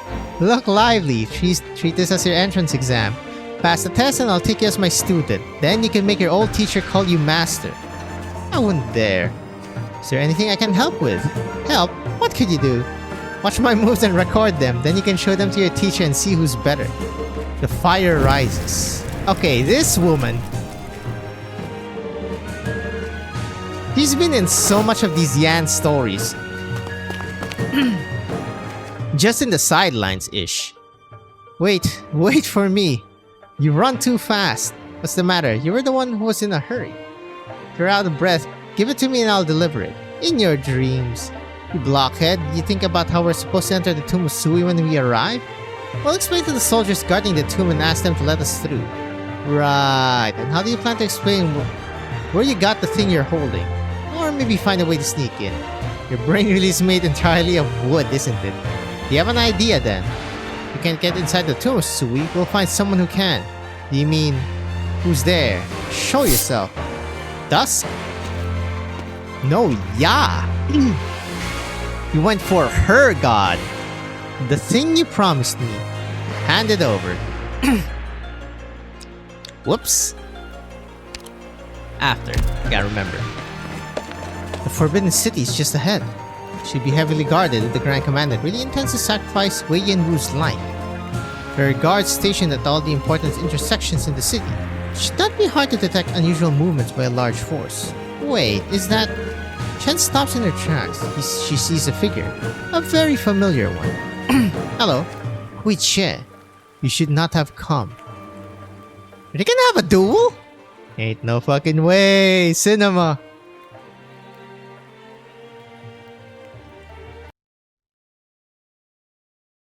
Oof. That's a lot of moving goddamn pieces in this one. Defiance. Wait. Oh, right. Chun. Defiant spirit. No looking back. No regrets with every move. Okay. And then the next one is the big honcho. TA10.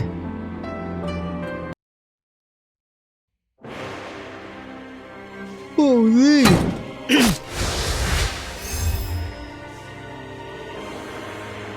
There's no end to them. Look out. Where did these monsters even come from? And just how many of them are there? They don't even seem to be decreasing, in fact. There's more of them now. I heard last night that 3rd Battalion in the North lost half their numbers. What? Have you noticed? I don't know when it started, but these mysterious monsters are looking even more realistic than they did and more aggressive to boot. Where's our Tamade backup? We're in dire straits if this keeps up. Well, here come the elites. Stand up. You must uphold our duty to guard the land. Imperial Guards. All units form a line and prepare to meet the enemy. There is no retreat until we annihilate all the evil inside the city.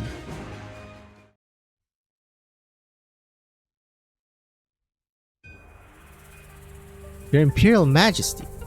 Grand Commandant's sickness seems to be gone. This gladdens me. What is it that has you looking for me at this hour? Has your Imperial Majesty forgotten? Just the other day, you commanded me to be here for the morning court. I fear you must have slipped to delirium. Court is long over. You are late. No, not yet. The day of the full moon is tomorrow. This old servant shall accompany your Majesty and await your order. find myself uncertain why the Grand Commandant wants this done in haste. I know not what your majesty awaits, and also what your majesty has planned for today. That is none of your business. Your majesty's silence only keeps this servant guessing. Would your imperial majesty truly risk your sacred person to activate Pufan to settle the crisis within the tomb of Sui? I know not who slander your majesty has heard to resort to such an ill-advised course. With no counsel offered, am I not capable of making my own decision? 40 years ago, when your majesty ascended the throne, it was the Grand Tutor and I who went with you to survey Pufan. I still remember following our visit to that remote room. 3 whole days came and went without a single court session. To this day, I remain unaware of your majesty's thoughts at the time. I remember them then as well. Now I no longer fear the Grand Commandant deriding me, so perhaps I shall share. I was only thinking, in Yan's 1,000-year history with his object, not even once has there been a single true Long who used it. If Great Yan were forced to use Pufan while I sat the throne, would I not become the weakest ruler in our history? You would grant me a presumptuous question. If your Imperial Majesty were to sacrifice yourself for the nation, how would it be run subsequently? Is there a cause for worry? Is my replacement not already in Baitsao as we speak? The Mandarins will be unsatisfied if the deposed Imperial heir Yan Wu were to take the throne, and the country would descend into chaos, and what will happen then? Fault will lie on the Mandarin's shoulders. I only wish for your majesty to abandon this thought. Ridiculous. You know well I am no match for the late Emperor, whom you so admired. Why not accept and anticipate my brother's imminent ascension to the throne, where he will be able to realize your ambitions? Why trouble yourself to persuade me? Your Majesty! The old man suddenly tenses up, his trembling voice nearly hoarse. The man on the throne seems to have forgotten when he last saw the old man this agitated. Hold up. The man on the throne seems to have forgotten when he last saw this old man. The old man is agitated. Whew, okay, hold up. For the past 40 years, I have witnessed your majesty toil tirelessly to grow our country. Not even once did you slacken from your imperial duties. In those years, Great Yan has enjoyed stability. Our population swelled and the treasury remains full. Has there been an era in our history even more prosperous than this one, or an emperor more capable and benevolent than the one we have now? And yet, your majesty, you intend to idly watch as our nation's golden age vanishes into night during this turbulent time? An urgent message from the Sui regulator. A strong energy wave has been reported from the depths of the tomb of Sui. Far stronger than the wave 120 years ago. Now fare the troops and civilians. Excuse me. Under control at the moment, Baitsao's peripheral blocks moved away before the energy blast, and non-mobile settlements nearby have also been largely evacuated. The damage is minor. Mount Mang has suffered more damage, but the Tian Shurs are at their posts, and the Garden of Grotesqueries is still suppressing Sui. There are geists running amok in the city, and the Imperial Guards are cooperating with the patrol battalion to establish a defense line. They will give it their all. I see. You may go.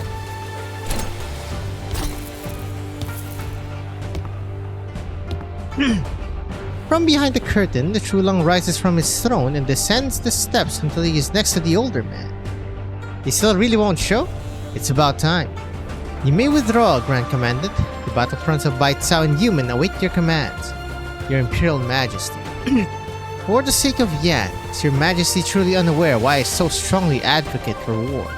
Do you still remember why the court came up with the 28 policies? Victoria, Lythania, and Castel.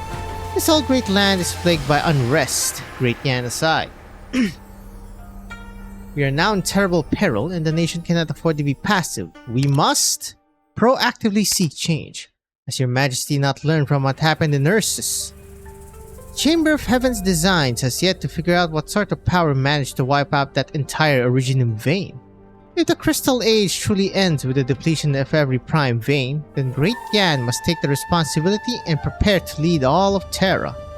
Attack Ursus in the north, repel Victoria in the west, pacify Mitsukue and Kurasigawa in the east. and settle Rim Billiton to the south. Furthermore, we must keep a close eye on Columbia's developments, as well as possible naval incursions from Eager's own sea. Really? That much, huh? That's quite the ambitions, buddy.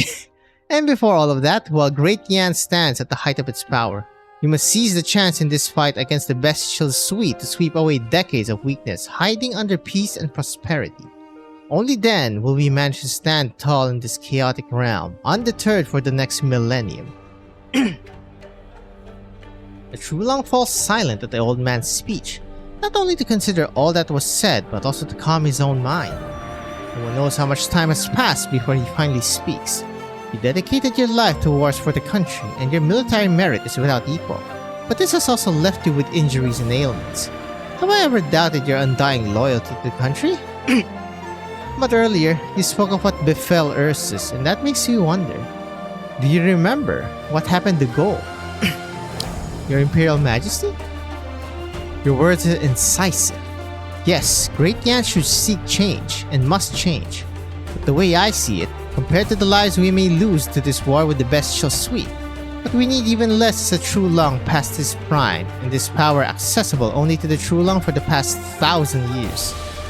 If we talk of Great Yan's future, then I must say, my outlook is indeed brighter than yours, General Commandant. Has Great Yan these past 40 years lacked for loyal and righteous men? The Grand Preceptor, Yi Cheng, Wu Quan, the Grand Tutor, and yourself. My officials are loyal, my soldiers are fearless, my people are principled. Where is this weakness hiding under peace and prosperity you speak of? As for the future you mentioned, you can take a look in my stead. Your Majesty, you still insist? That hunt of my ancestors' days, remnants of the Bestial suite plaguing Yan for 1,000 years, should end with me. We must inevitably spill some blood. Then the Trulong should be the first one to spill it. After a short silence, the Trulong walks to the doors. It has been a long time since he has stepped out of the place. Only an old man remains in the vast palace. If I cannot dissuade your Majesty, then I can only strive to serve my duty. Send word to Yumin. It's time to make a move. After the brief order, he disconnects the terminal and slowly walks forward. He passes through the curtain, finally stopping before the throne, closing his eyes and staying in his spot, as if waiting for something. Until a cough he can no longer suppress bursts from his throat. The cough is so violent he bends over and has to grab onto the throne for support. Damn, held that off? Not bad, bro. Power of High. You came, in the end. So you were here. You don't seem surprised at all to see me, though. Chen Hui-che is somewhat caught off guard by her target simply showing up before her. Still the overbearing posture, still the unfathomable look, as if they are not standing in Bai Cao's Forbidden City, but in the backyard of his official residence in Longmen. The buildings behind him seamlessly blend into his dark coat, as if those palaces are merely an excessively ornate cloak over his shoulders. So, at least you weren't kidnapped. I still don't know just who on this land could manage that. Everything I've done has been of my own volition. I'll never stop hating that attitude of yours. Why are you here? Is this that backup plan the Grand Tutor kept telling you to make? His words should not be followed entirely. The situation should never have developed as he suggested in the first place. I have another plan in mind. Either way, you're safe, so what comes next won't be much of a problem. And what are you preparing to do? Ensure you're safe, get you out of Bai Cao, then... Chen casually waves the writing knife in her hand, its simple form leaving a light yellow scroll-like afterimage in the air. Correct some mistakes made by you and your brother. I see, so the artifact is with you. I'm not too surprised. Ha! And who are you supposing would deliver this writing knife to you? That's no longer important. Since you have it, then you ought to know how to use it and everything else about it. I was pretty surprised. Every secret I learned about you since coming to the city has opened my eyes. You know, I almost admire your ability to hide so many secrets. If you truly wish to rectify the mistake I made, then you should follow me. Follow you? Where? Beneath the Forbidden City, to the first original. The writing knife you hold will be of use and will solve Great Yan's crisis. All will be made right. Of course, I prefer you hand the knife to me instead. It'll be quicker and you'll have less trouble to contend with. But you won't trust me. I'm sure you want to see it all yourself before you give up. I don't really mind though. Haven't had enough of playing the tragic hero. You're just conveniently skipping over the part where you'd actually lose your life. We stand before a great crisis, and this is a small cost Yan can afford. There are no victims in this case. Your work ends here, Superintendent Chen.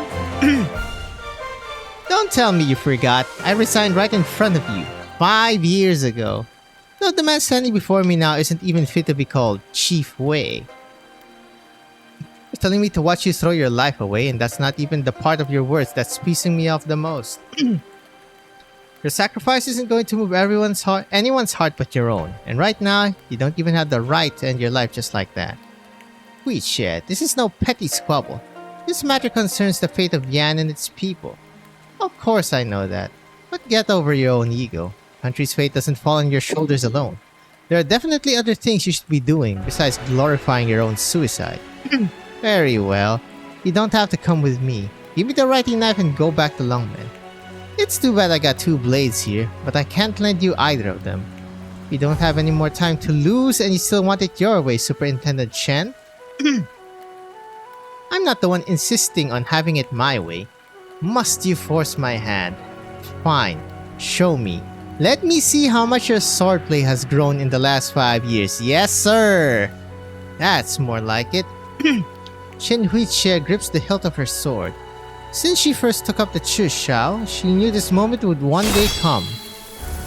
She unsheaths her blade, pointing it at the Bai Cao autumn breeze blowing between her and Wei Yanwu. A sword earth shadows trace, cast off as cast. Hey! I wanted more, damn it! Oh yeah, was that before or after? God damn it, this is why I have such a short memory, man. Hold up, let me just check. Okay, it was definitely before.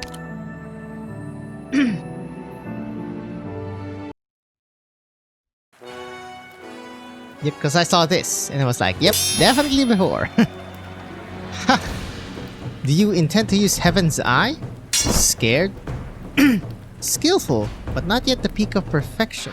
The Grandmaster once said of your swordplay. Your skill has improved much in 5 years, and you've surpassed my expectations in comprehending Qi Shao's techniques. But you're still one step away from Heaven's Eye. The Eye of Heaven sees all and nothing. Only when the clouds are parted is Heaven's wrathful eye revealed. Let your heart guide the sword, never looking back. Turn around and the sword loses its sharpness, harming the user. I was only reminding you of its form, but I see you remembered it all. But you should be well aware a fog remains in your heart, so the technique is beyond your ability. Drop your sword. I especially don't want to go that far with you. Will you use it though if I don't give you the writing knife? Just like you did 35 years ago. Don't force my hand, Huiche. When you walked out of the Forbidden City 40 years ago, when you decided whether Tal and her father would live or die, did you do it with the technique's ideas, never looking back? Huiche! That's what Qi Shao's final technique demands, then I shall never be able to unleash it. Trial, justice, good and evil, right and wrong. They aren't weights you can easily tell which is better when placed on 2 sides of a scale. Don't judge a life until its end was never a positive term to use. Same goes for people, and even more so. They shouldn't be used and then unceremoniously abandoned. Workers in the Victorian siege, warriors of the Ursus tundra, even the casino bosses in Docilis, all of them understand that. So you are right. I won't use Heaven's Eye. I can't learn it. It's not my blade work. What are you getting at? More than keeping a resolute will to abandon everything, I'd rather pick the path of knowing what I find impossible. Wait, shit, you still don't understand. You're right, I don't. I don't actually understand what happened that night, whether your father actually died by Qi Shao or something more sinister. I don't understand what you were thinking. I do know Edward and Tal both bore the curse of their bloodline, while I could only watch from the sidelines. I don't understand why Mother resented you, Father, and even me on her deathbed. I'm only clear on one thing, and Tal knows it too. Apologies from the dead are meaningless. There are people you want to apologize to, tell them you're sorry while you're still alive. Otherwise, you're just a coward consumed by guilt to the brim, putting on a heartless and stoic act for a ridiculous facade. I won't let you keep making the same mistakes. There is no real merit in winning a verbal fight. If you truly have a strike that surpasses Heaven's Eye, you shall indeed become a legendary Yanese swordswoman. Show me. Prove with my blood that you are right. I'll show you. Oh, hello. We're getting CG for this one. Chen silently switches Chisha to her left hand and wields the writing knife with her right. I'll prove that if the dilemma itself is fundamentally wrong, you'll never get the right answer, no matter which side you take. I'll prove that before you reach an inevitable dead end, we can take a step back and consider other options. A choice that requires no sacrifice or abandonment, but allows all things to thrive. Plan to use Chisha's swordplay with the writing knife. You said the techniques of Chisha were all about one state of mind, so it doesn't really matter which sword you use, right, Uncle? I still remember your last words to me when I left Longman. Wei Wu's fingers stretch and bend before finally setting into a sharp form. A gale swirls around him, blowing at his simple robes. We check. I'll respect your determination. I won't hold back. Heaven's Eye, wrathful eye revealed, never looking back. Even without a physical blade, his fierce form remains like merciless sunlight, never to return once it has shone. Remorse does not linger on his fingertips, nor in his sword's aura, yet it pervades the air like mountains of withered leaves in late autumn. Hesitation, regret, self-blame. She knows why the old man before her wields his blade. His pent-up emotions do not have to be expressed in speech for her to empathize with. Then, like a sigh, she thrusts the writing knife out. After the truth comes to light, a judge's long exclamation often feels heavier than the verdict itself. After the sigh, the sharp wind rolling around him dissipates like a fading dream, leaving nothing but a solitary palace, a desolate square, and the two standing in silence before it. So this is the swordplay you meant. After I came to Bait Sao, I heard some stories about my mother. When you left the city, she followed you to Longmen. I never understood, but now, what other reason was there? She wanted to convince her brothers, her own two siblings, to make up. And now I think she was probably even more naive than I am. You met someone from the house of Chen. I owe your parents and them an apology. There are some things that should be resolved with blood, but this matter, this family matters that has entangled your entire life in my decades, doesn't have to be one of them. You felt regret in the end. You dared only hold the form of Heaven's Eye, but not its spirit. You know what comes after remorse. The Heaven's Eye you wielded decades ago was before regret reached your heart. You saw all and nothing, never looking back. And when you finally felt it, it gnawed at your heart non-stop. You win. Of course you're right. But this way you stake everything on a war that cannot be controlled. Now countless Yanese soldiers and civilians have their lives on the line, not just you and I. Those with power and privilege love hiding their selfishness with big numbers and scary consequences. But obviously there are plenty of other choices besides your death. There are many who stand with us, proxies who have joined forces with Yan, your own brother, and even. There's really no other choice to take up the responsibility, there's me. Let's finish the conversation from earlier. The path before you is long and hard, but I know you will master it. I thought for a long time about what you meant by that will. When I found the answer, I was loath to believe the conclusion it led to. But now, seeing you in such a pathetic state, I can only believe it. From that moment on, when you placed your unfulfilled hopes on my shoulders, you were already old. You're old. Can't even harden your heart into stone as you did in your prime. You want to make amends, pay your debts, so you choose to die. Death won't make up for all you've done. Death won't preserve your last shred of dignity. Death will only leave a final knot in your relationship that can never be untangled. So don't do it. Don't do what Tal did. Is she? If you want to ask, is she doing well, then I'll tell you. No, not at all.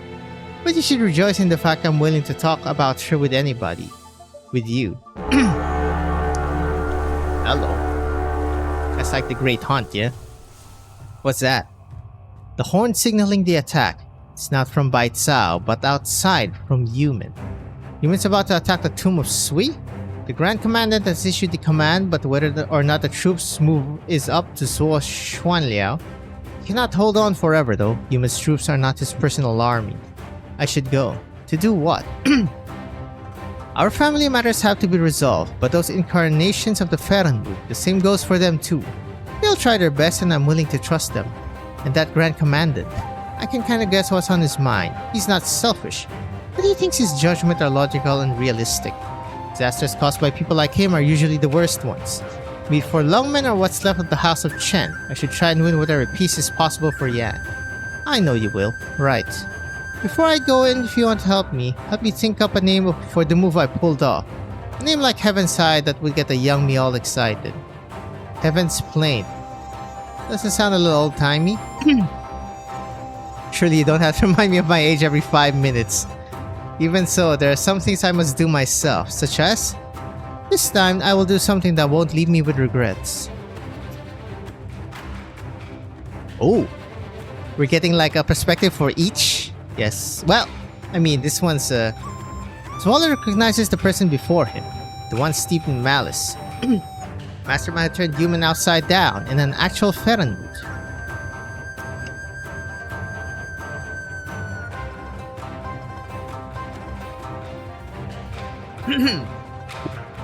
Please meet. Zwalla grips his blade and swallows hard. But the other party does not seem to pay him any mind, instead looking towards Mo Yi. And where is the thing you promised me? I didn't find it. Then there is no meaning in leaving you alive. No hesitation, a long narrow blade manifests in Ya's hand, dazzling the other two with its silver glint. Wait, kill me and you'll never know where Pu Fan is? What? Mo Yi, what exactly? Faced with Zola's angry stare, Mo Yi can only turn her head away. Let me ask you first, what are you planning to do with Pu Fan once you have it? Just kill Sui, or do you want the whole city, or even all Yan to also die alongside your grudge? It is of no concern to you. I need promise to help you exact revenge against the Bestial Sui, but before I give it to you, I need you to promise me something. Your rage can only be directed at Sui, and once you're done with your vengeance, you'll leave Yan. Absurd. Why should I promise you anything? No particular reason, but I'm not giving it to you unless you agree. You've exhausted my patience with your lies. Zwalla steps in almost instinctively and takes the blow. He realizes once more just how much power a Ferenwood holds. All he feels is his insides churning as blood spurts from his mouth. Zwalla, Sui Regulator will not allow you to harm anyone, even if she is a Shanhai Zong. Ridiculous. It is this very human game that I hate. A light flick of her longsword and the candle holder's own blade flies from his hand as his throat meets the edge of her blade. No whereabouts of Pu Fan or his life. No way, you can't. Don't hurt him, I'll tell you. The Shanhai Zong takes out an elaborate box from her pocket and opens it to reveal an ancient map within. That's from the Skymirror Pavilion. When did you... Sorry. Lord Zuo, I admit to the crime of deceiving you over and over again. Dare I ask you to trust me, and if a chance comes to let me be the good one and make amends? You mustn't. Well, he always gets the fucking short end of the stick every time. Ignoring the candle holder's futile attempt, Mo Yi hands the map over to Ya, the latter merely sweeping a glance at it before the parchment turns into ashes. Enough, I did what you wanted, you should leave. You tricked me once and still hope for me to trust you. She'll come with me until I ban Pu Fan. Ya raises her longsword but does not point it at the two, instead slicing a rift into the air. Don't just stand there, run! Mo Yi is swallowed by the rift, leaving only withered autumn leaves all around Zwalla. What did you do? Stop. Where are you going?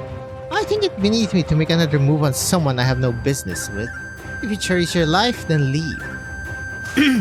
Zwalla silently picks up his blade from the floor and steps forward into a fighting stance. Countless times he has done this against formidable foes he thought he could never defeat. So you have a death wish. As if merely following the proxy's murderous intent, a chilling autumnal breeze blows by and sharp withered leaves cut tiny wounds on Zwalla. But right after, he sees something he can hardly believe. The dead leaves turn into flowers and green, and the piercing autumn wind is gradually replaced by a gentle spring breeze. Who dares?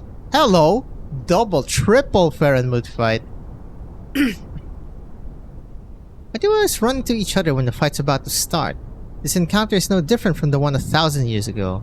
Our former foes are gone, as our dear friends. Draw your blade for vengeance now. How is it not a futile grasp at the past? You two? The proxy is loath to address her kin by the names humans gave them, yet she realizes how else are they called to one another. Yeah, I detest these names. Ho? Ju? So you're both alive all along?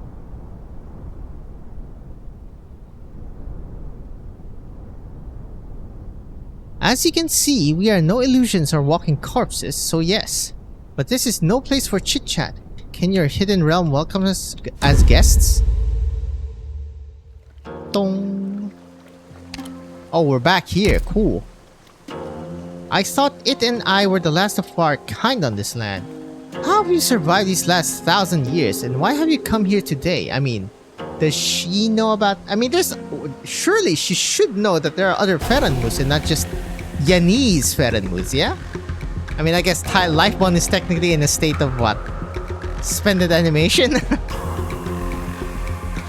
How have you survived these last 1,000 years, and why have you come here today? Do you want to stop me as well? We don't intend to make things difficult for you, but are you aware just how much trouble you added to our plates with your awakening and return to Yan? Since that day, I've been followed by hundreds of eyes, even when I'm just casually angling for some silverfin on the Dusk River. Staring at your decrepit shell. Those ants sure are experts at wasting time. Ruined mountain streams, bodies weak and sick. That's all we are now, and you're no exception. Weak and sick, with enough strength to leave another wound on it that will never heal. Is that the only thing you've gained from your long journey? After this millennium-long journey, all that remains in your head is wanting to settle the score between you two? Seriously, your smarts are not up to par. Anger, humiliation, discontent, confusion. You came back on account of these and you used them as excuses to level your blade against your own kind. Humanity gave a name to this obsession born of anger. We call it vengeance. You proudly claim to be a Ferenwood and look upon human emotions with contempt. Yet you've changed. When did you become so obsessed with the boards and games humans play? And when did you primordial beings pick up the rhetoric used by those crass pests? Fooling humans, hunting our own kind. When have we ever suffered such humiliation? When have we suffered such a betrayal? Vengeance? Boards? Games?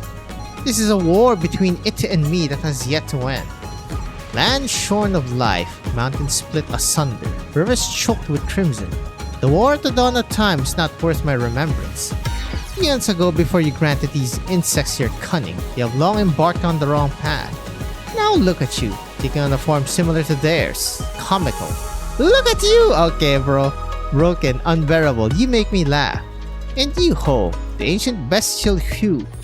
You, Ho, the nature of antiquity, you who once floated between heaven and earth have too learned how to live like an ant. One can live as they wish in this realm. Rafting, swimming, fowl watching, fin catching. You're not me, so how would you understand the joy I derive from this land?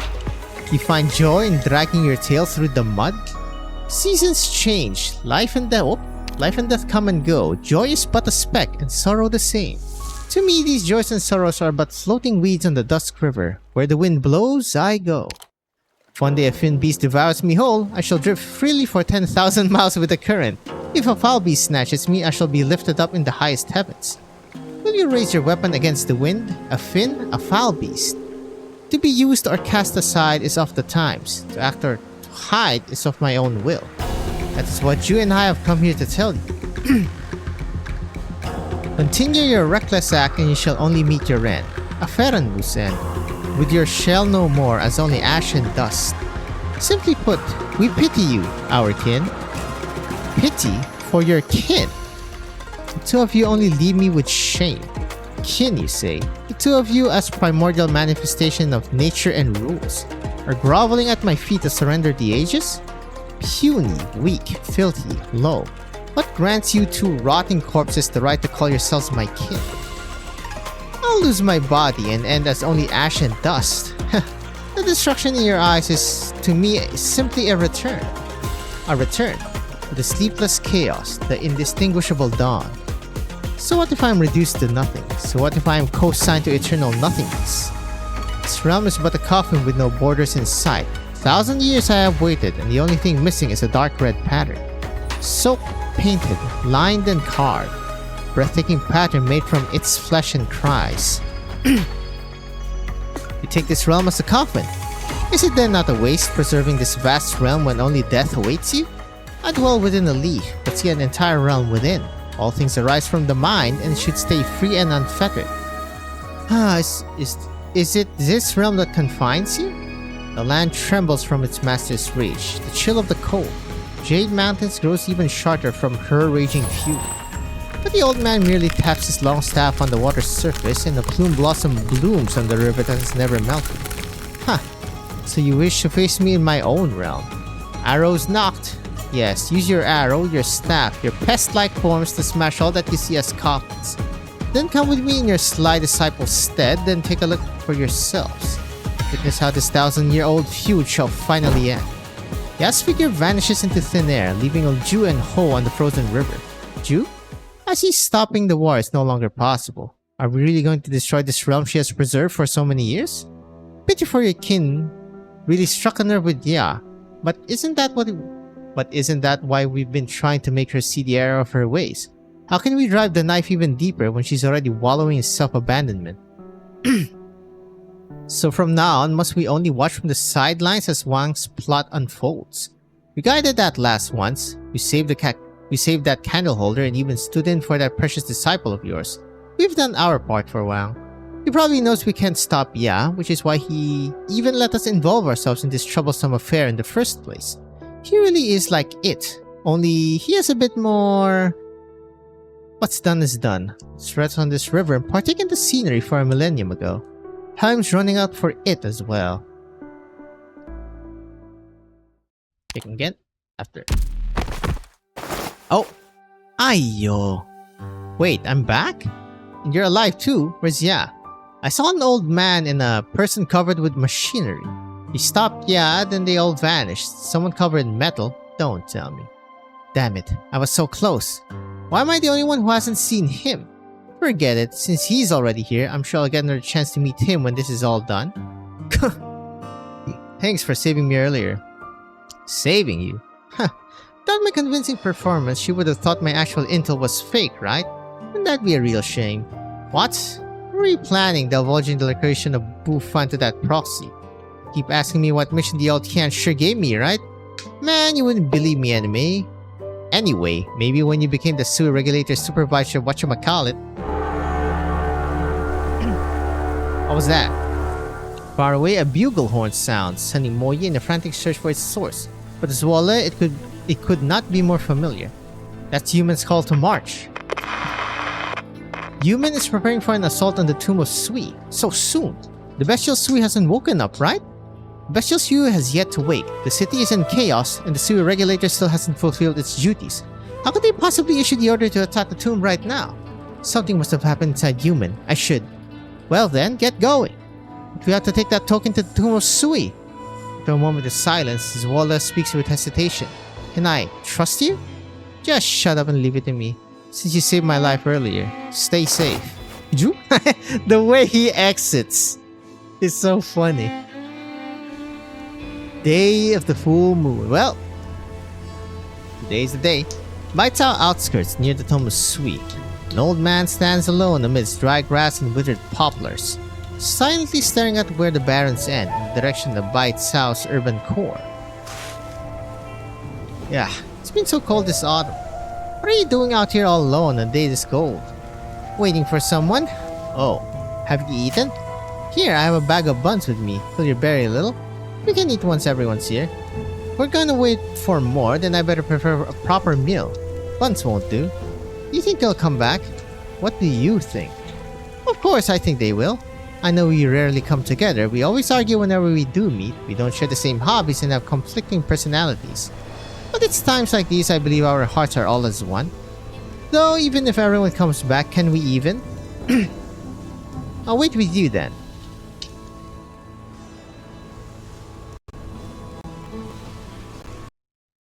Oh!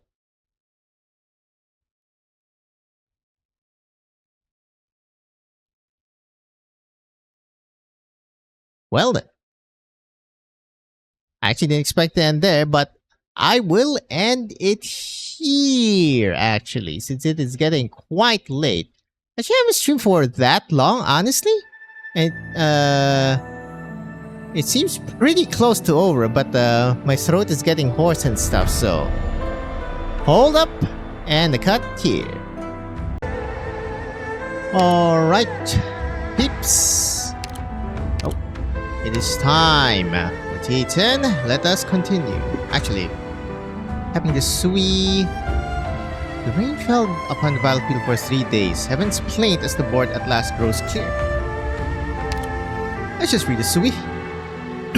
The final god felled by Yan has risen again, raises its head and sees time immemorial from beginning to end, but it has never truly dwelled in the mortal realm.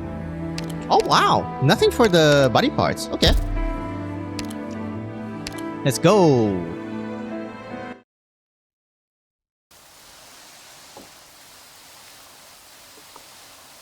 The day of the full moon. Time's up, SpongeBob. Sand blots out the sun. Waller crouches within human shadow, looking out the wind Aegis. The sand sluices the distinct silhouettes of the cannons. The entire city slowly rumbles towards the tomb of Sui. Imri did receive marching orders, but why would His Majesty order an attack on Sui before it has awakened? After this moment of hesitation, Yumin is almost right on top of the crouching candle holder. Soon there will be no more room for him to move forward. There are only the city walls, jutting up perpendicularly from the ground. You wish to leave via the sand sluices. Have you perfected your Qinggong yet? Not to mention, once you head out... Never mind, you'll see for yourself. Do not think that your fall will excuse you from punishment. It will be one thing if you cause this trouble on your own, but you drag Qingping into it. General, it was just because Zuo Le. Do not make excuses for him.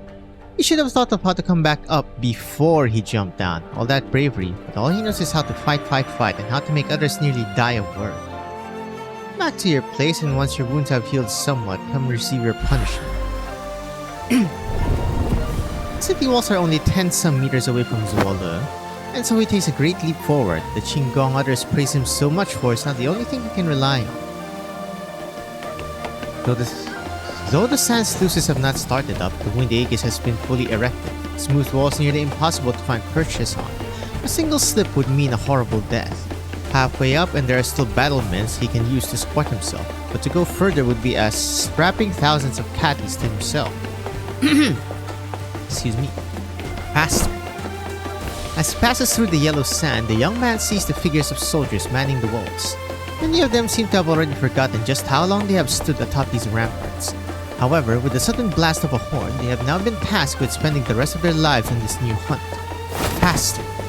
The higher he climbs, the clearer his thinking becomes, the steadier his steps. Even so, the final stretch of the walls is no stroll down a garden path. Perpendicular. Well, at least there's some hinges there. Still 15 kilometers from the tomb. Can't see anything about Sui's movements from here. Still no news from the Sui regulator. Did the higher-ups really give the order to open fire? No, I would never. Yes, understood. Ooh. Bonk. My apologies. Getting knocked out by Zuo Le. How unfortunate.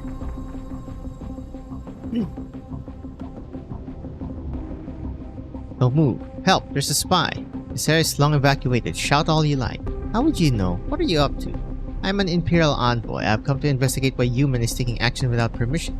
An Imperial Envoy? Didn't they already come by earlier? You think you can pretend to be one of them while sneaking around? Already came by earlier. Of course, I'm an envoy of the court. Don't you recognize these clothes? Beast shit you are. Those are nothing like the clothes they wore. They had proper court mandarin uniforms on. The Ministry of War. How do you know that? Not long after the Ministry of War's envoy came to Human, the order to deploy was passed down, correct? As General Zuo made a public appearance since then, before any great battle, he would always personally beat the watchtower drum to inspire morale. Are you really from the court? Of course I am. These marching orders did seem really strange, but if it wasn't General Zuo, then who could have issued them? I see. I've already untied your wrists. Returning to the tower now will most likely raise suspicion, so I suggest you wait here a while. Goodbye. And then the diagonal jumping out the screen.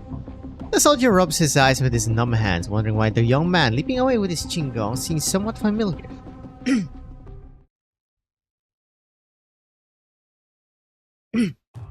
Yep, this was bound to happen. Father. Zwala, how did you get into the city? I climbed through the sand sluices. No, that's not important right now. I'm just glad you are safe. Where are the men from the Ministry of War, Father? You. Why are you trying to find them? The orders to march up upon the tomb of Sui and fire at it. If they were not your orders, then they must be theirs, correct? Otherwise, why would you be here alone, like you are under house arrest? Silence. Do not presume to comment on military affairs. Father, the Grand Commandant is doing all this because he has decided to overstep His Majesty. He is vainly trying to fire on the tomb to start a war. The Grand Commandant has formed a cabal and will sit and watch as Bai Cao is overrun by script guys, in collusion with the supervisor of the Sui regulator.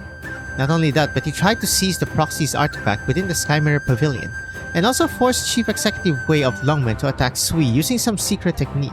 None of these plans worked, which is why he commanded Yumen to fire upon the tomb. His Majesty never gave such an order. The ones given to Yumen to move and fire are false. Do not be deceived, Father. He did all these things to wage war upon Sui. Surely you believe me, Father. Yes, how could I not? But know this. The tomb lies in front of Yumen and Bai Cao behind it. No matter what orders are given, the city must not fall into disarray. Those above want to advance, those below want to observe. When these two forces clash, they will cause panic in the city. If Sui truly were to awaken, the soldiers of Yumen will be decimated. But these soldiers, do they know they fight for the Grand Commandant's false orders and not the will of Yan? Before a march, their general usually pounds the drum atop the walls to inspire morale. Have you done so, General Zhuo? Without this encouragement from their commander, the men's spirits have not been lifted. On the contrary, they are confused. Are they truly braving Sui's claws to protect Bai Cao? Or are they the inevitable first sacrifice at the altar for the belligerent Yan the Grand Commandant envisions? Zwala. Father, you're not only General Zhuo of Yumen, but also the Lord Exorcist of Yan. We just received reports of a suspicious individual infiltrating Yumen. It appears he stole into your residence. What crime should your son be charged for his trespass into military fortifications, General Zhuo? Just as Zhuo Xuanliao is about to open his mouth to reply, Zwala steps forward, drawing the sword at his waist halfway. I assume you heard all I said earlier, sir. Considering you can still say such things after that, you must be in league with the Grand Commandant. You're talking nonsense, you insolent child. Are you going to turn a blind eye to your son's disrespect, General Zhuo? Sir, I truly must wonder, why is the Grand Commandant so eager to wage war against Sui? Wow! That's like the first, egregious one I've seen? Okay. Still questioning your orders even now, General? With Terra in such turmoil, the entirety of the court unanimously passed 28 policies. But outside those 28, there were 2 more hidden policies, the first of which is that the Sui menace must be eliminated. If we do not eliminate it now, surely you do not mean to wait until our enemies from abroad are at the gates? I shall tell you the truth, General. It is not only the Grand Commandant who supports this policy. More than half the court mandarins do as well. And what does the Grand Tutor says? What does His Majesty say? It is not your place to ask. It is also a question I've been meaning to ask, sir. Besides the Grand Commandant and the Ministry of War, the mandarins of the 6 ministries and His Majesty, do they know all the facts? Have they agreed to all this? These are not matters you should concern yourself with, Zhuo Xuanliao. You are merely a general. So they do not know. Soldiers must heed orders, and Yumen cannot be allowed to fall into chaos. Thus, I am willing to be patient and watch as you replace me before battle is met. But if what comes next is an age of strife, would your actions not be drawing Yan into panic, creating new conflict within? I may be a military man, but I am also the Lord Exorcist of Yan. Forgive me, but I cannot receive such arbitrary orders. You put your own head on the chopping block. Guards, arrest this man. Oh, Taihe? Taihe? I don't know how to pronounce it. It seems you really are all preparing to revolt. Who goes there? Hello. I'm Tanhe, Monitor Censor of the Department of Discipline and Supervision. I happen to be here for rest and recuperation, and I must say, I did not expect to find the Ministry of War acting without authorization, causing unrest within you. You need not mind me, I will not interfere in your affairs. But so long as I leave this room alive, do not believe the events that have taken place today can be treated like they never happened. The Ministry of War's envoy and his men freeze in place. Enough. Here and now, I am still the Warden of Human. If the Grand Commandant wishes to court-martial me after the matter, then whether I am to be sacked, exiled, or otherwise, I will submit. As for now, out of my way, I must go see my men. Zwale fully draws his sword, shielding his father as the two of them walked out the room. I mean, you're not gonna get away with this inhuman. Those so-called envoys are now in detention, father. Good. Next. I mean, yeah, they just got house arrested, basically. Grave news, General. The city's communication system, they've been severed. What? Seems those ministry men picked up where the wind was blowing before they barged into the meeting room, so they performed some sabotage. We're relying on runners right now. The mobility layer still works fine, but there are artillery emplacements all across Human, and the order has already been passed down. The orders the men receive keep changing. Begin repairs immediately and do everything you can to stop the cannons from firing. Yes, sir. Tai He, relay my orders to the mobility layer. It shall be done. Zwale, I shall entrust the emplacements within the deepest regions of the city to you. Yes, sir. One more thing. You've done well today. I'm actually thinking of who else hasn't showed the appearance. I mean, other than Blaze, I guess. I don't even know if she's gonna be, like, important in this. Because she's kind of an outsider, but at the same time, not really. Damn these monsters. There's no end to them. We can't hold out much longer. Another 24 hours pass, and the fighting continues at the defensive line against the Geists in Baizhao. The strange guys are like an endless tide, wave after wave crashing against their defenses. Though they may be cut down, they always reappear stronger than before. There is no doubt. The force the defenders face now are the god hunters of days long past. Yep, and her. She keeps showing up, but she seems to always have a minor role. Yeah, I believe so. Keep your chins up, the battle's not yet over. There's no time to admit defeat. Sword in her hand is bent, her armor slowly but steadily getting covered in a mass of scars.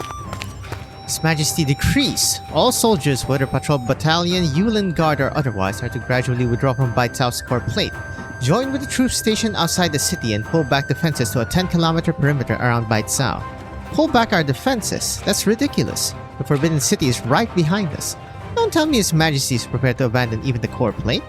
I double-checked. Those really are His Majesty's orders. Your Majesty, where are you right now?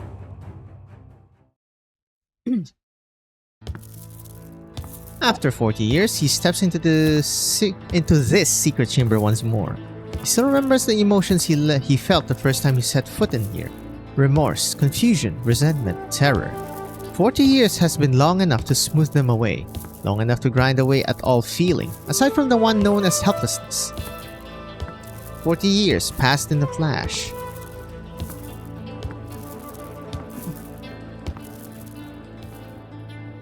If you are still unwilling to bow your head to Yan, then I alone shall bear your 1,000 years of rage. The sin of disloyalty I shall also stamp out alone. This millennium of grudges and grievances shall end here. From now on, Yan will begin a new chapter in its history. Why wait for heaven to bless the nation? There is only the triumph of man over nature.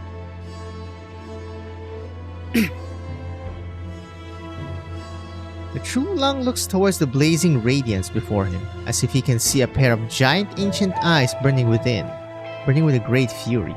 So funny how they built the city around this, just like how, I guess, Chernobog built it around the sarcophagus. All he waits for is a signal that Sui has fully awakened before he martyrs himself. Brother is spawn camping for a double KO. The heart-pounding golden light has nearly faded away. All that remains is an afterglow that falls into Wang's palm. Within that very instant, a flood of jumbled, shattered memories flows past his eyes. With all his might, he reaches in to grab hold of a fragment, a splinter, anything with a trace of her. For 120 years, she has never appeared in his dreams. Finally, he grasps onto something that survived.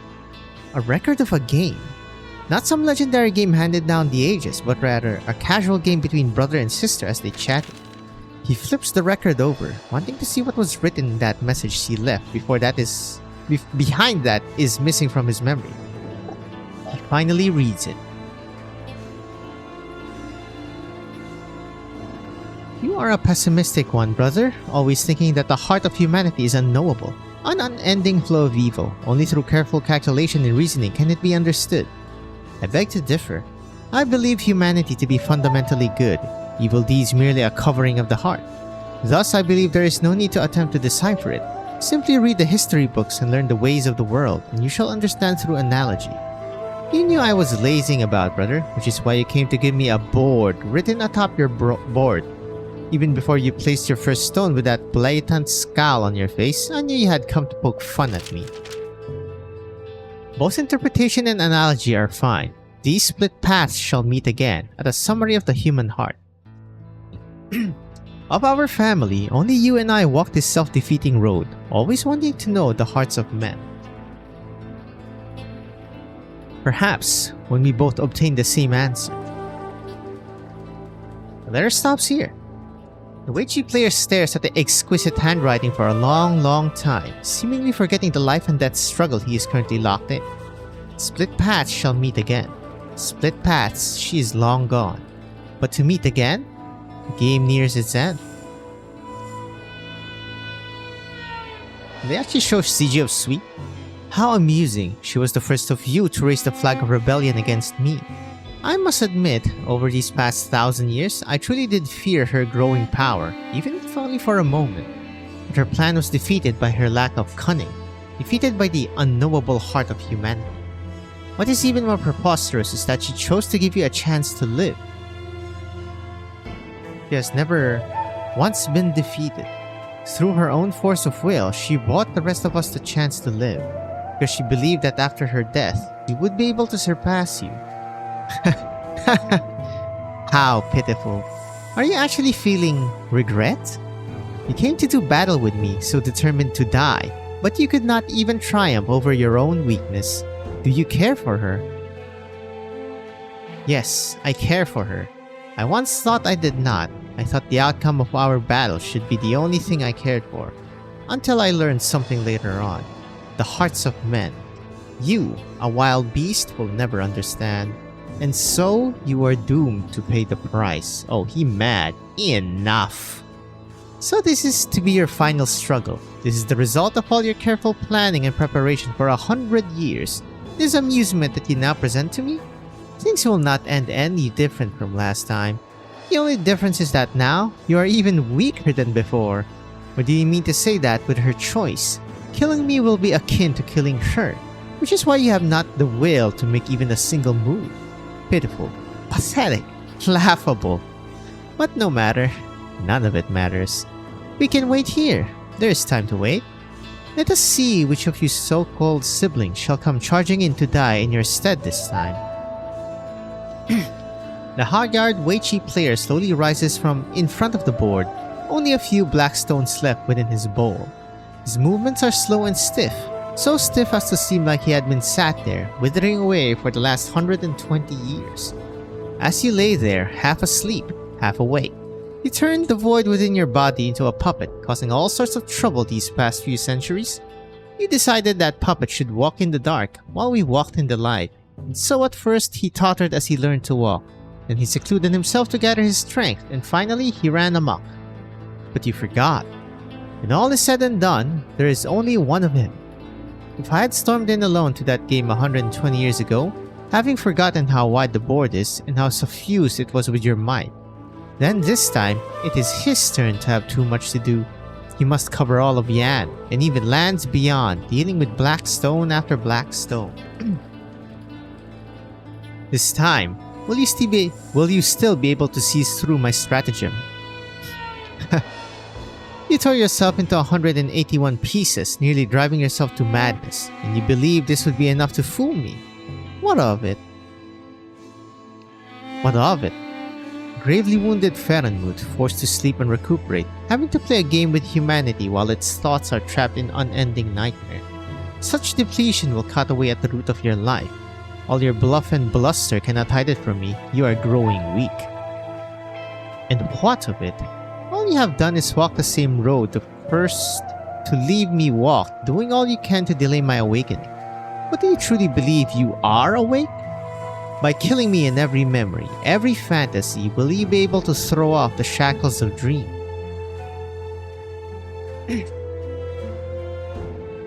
How could the clash between he and it be limited to these confrontations? Countless possibilities, countless imaginings, countless conclusions. Even more things that have transcended cause and effect gently fall through the tomb of sweet like snow. Proxy looks through each and every snowflake, seeing a game that leads to his death in all of them. Enough. What's that? Third or fourth? Ah, shoot, I forgot. Finally wish to put down that ridiculous game and bear steel against me. Haha, yes, good. This shall be my last bit of sport before I awake. White wine can't hurt you. Finally. The one who chose white, my reflection in the mirror. It's nightmare. How difficult it is to meet with you.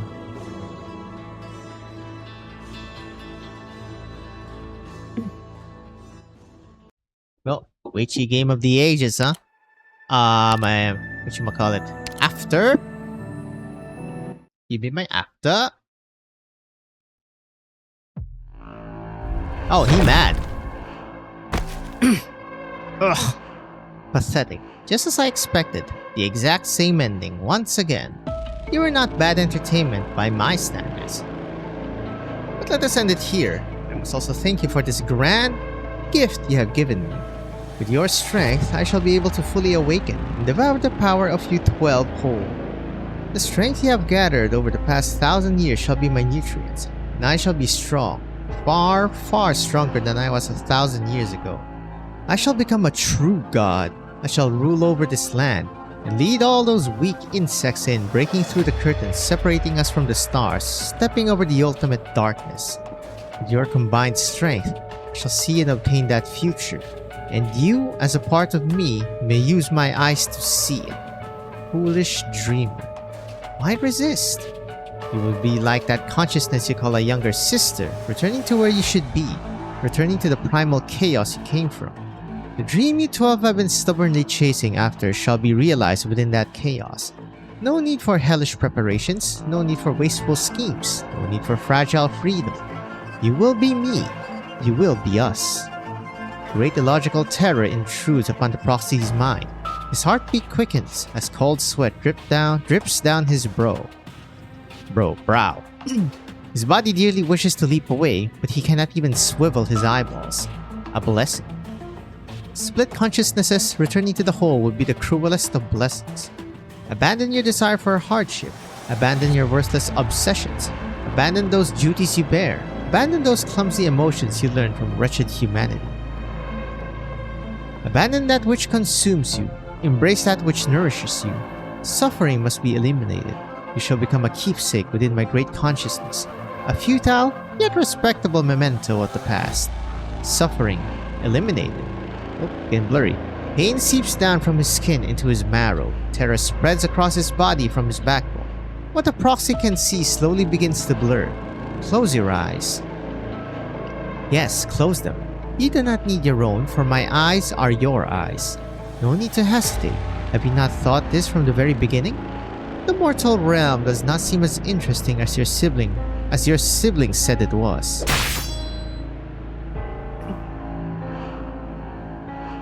Well, repeat. Why is this rebellious heart of yours so hard to tame? No matter. Simply yet another tangled consciousness to slowly digest. From this 1,000-year-long dream, I shall finally awaken. No. Thought it had crushed that shard of consciousness, but it does not sense its scattered strength from 120 years ago flow back into its body. What does this mean? Why am I still in the dream? Hello. Ling and June. The poet lifts the wine cup in her hand, but not to offer it to the heavens, but rather to pour it upon the ground. The wine falls, splashing across the yellow soil, becoming a drifting cloud of dust. Nearing a winter and a summer since we parted in Changshu. Ever since, I had no time to dream of you, for in the lands of man and many things worth dreaming of more. As for you, using dream, using imagination, using things yet to prevail. Verily, you and he are evenly matched, on par with one another. But I seem to see, amidst your bout, many of my tales emplaced. Who'd see a gulper of cups become now a sorrowful drinker, she said the thing again. That's a lot of water from that cup.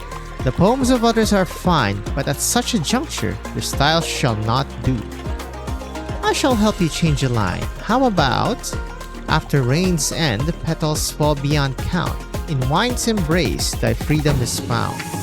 What say you, sister dearest? The words of others are fine indeed, and its flow is pleasing. But when you are the one chanting it, it flows far too free, as if you are uninvolved. You, me, Jie, thus, consensus has always been out of our reach. Then why not have it be your turn to sing a song, for the me that we share? How about it? No. Still unwilling to break your vow, Jie still has not returned. However, I shall play for you.